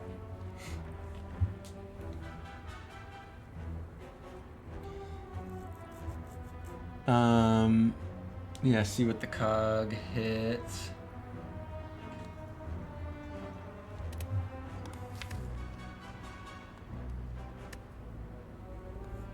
Do you still cog turn 1? It's, again, I mean, you're not relying on Frost at all, so it's not like that bad.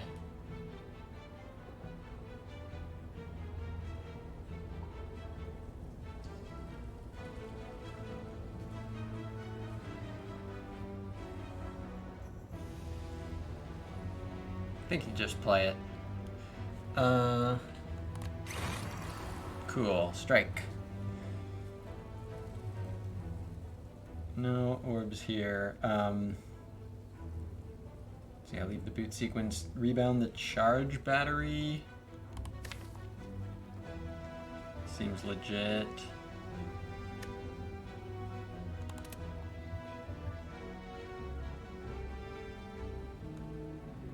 So go for this guy. Okay.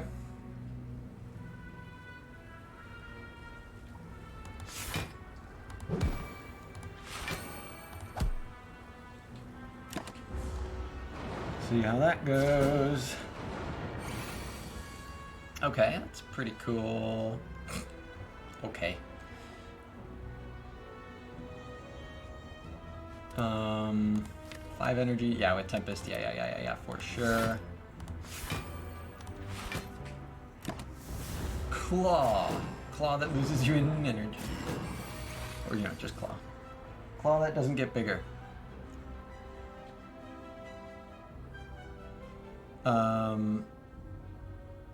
Defend. Yes, Prudilux. Yes, the word has been uttered. Yeah.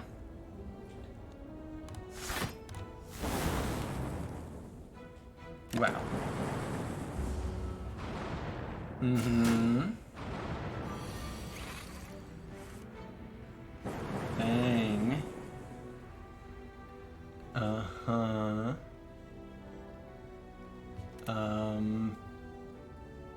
Am I ever doing 9? Okay, I'll go ahead and put strike here then. Oh, okay. Oh, okay.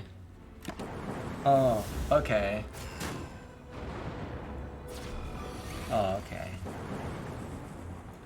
Oh, okay. It's fine, lightning, it's fine, lightning,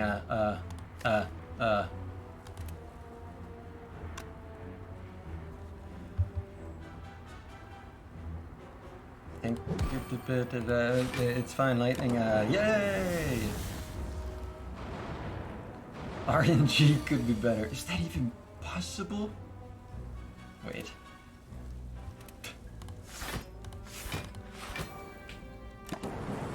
Cool. Epic, really great. Really wonderful.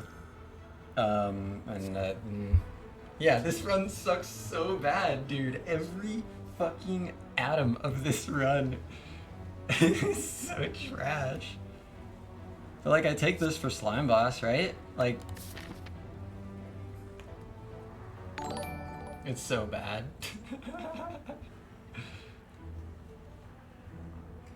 Okay, chat. I am having fun dissecting this run, but I think I've got some stuff that I could spend my time wisely doing here in real life. Give my dog some needed attention. Make sure he's doing okay. What's up, Ash? Yeah, rip the streak, yeah, but for a absolute juggernaut of a seed. So I think, as much fun as it has been to dig through this, I think I'm going to call it here, this autopsy, because I think I should stop stream. So I will find somebody to raid out to here. I will be back on Saturday at 9 a.m. PST for run number 6 of the sample. Unfortunately, the sample no longer perfect. The streak back to 0. The figure it out needing to be removed from my stream time. But again, to a seed that was just insane. A lot of fun though. All right, I will see who's online here for a raid. Hope you guys enjoyed this. I really honestly did. Wish it won, obviously, but it is what it is. And it was a lot of fun. Officially unwinnable. Guaranteed unwinnable. Official. Enjoyed the suffering. Honestly, yeah. Spire be like that sometimes. Well, GG everybody again. Hope to see you on Saturday, so that'd be about the 21st. Saturday the 21st, 9 a.m. Pacific time for the next run in this Defect sample. I will find somebody to raid out to here. Looks like Panacea is streaming. So I will raid out to Panacea and see you guys Saturday morning. What a goober of a seed. But it's all good. Wait, Panacea just raided somebody else. Sorcerer Twix. Okay, cool. We'll pile on. Double raid. We will double raid into Sorcerer Twix.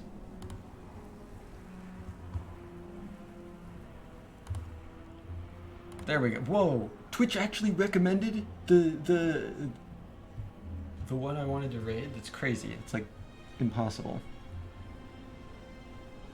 Alright. Cool. GG everybody. See you Saturday morning. And that's it.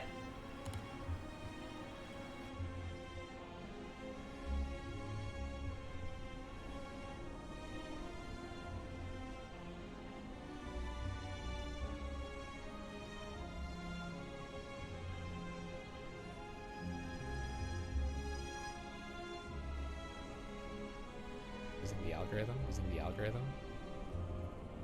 If I hologram turbo, then the answer is maybe yes, right? Turbo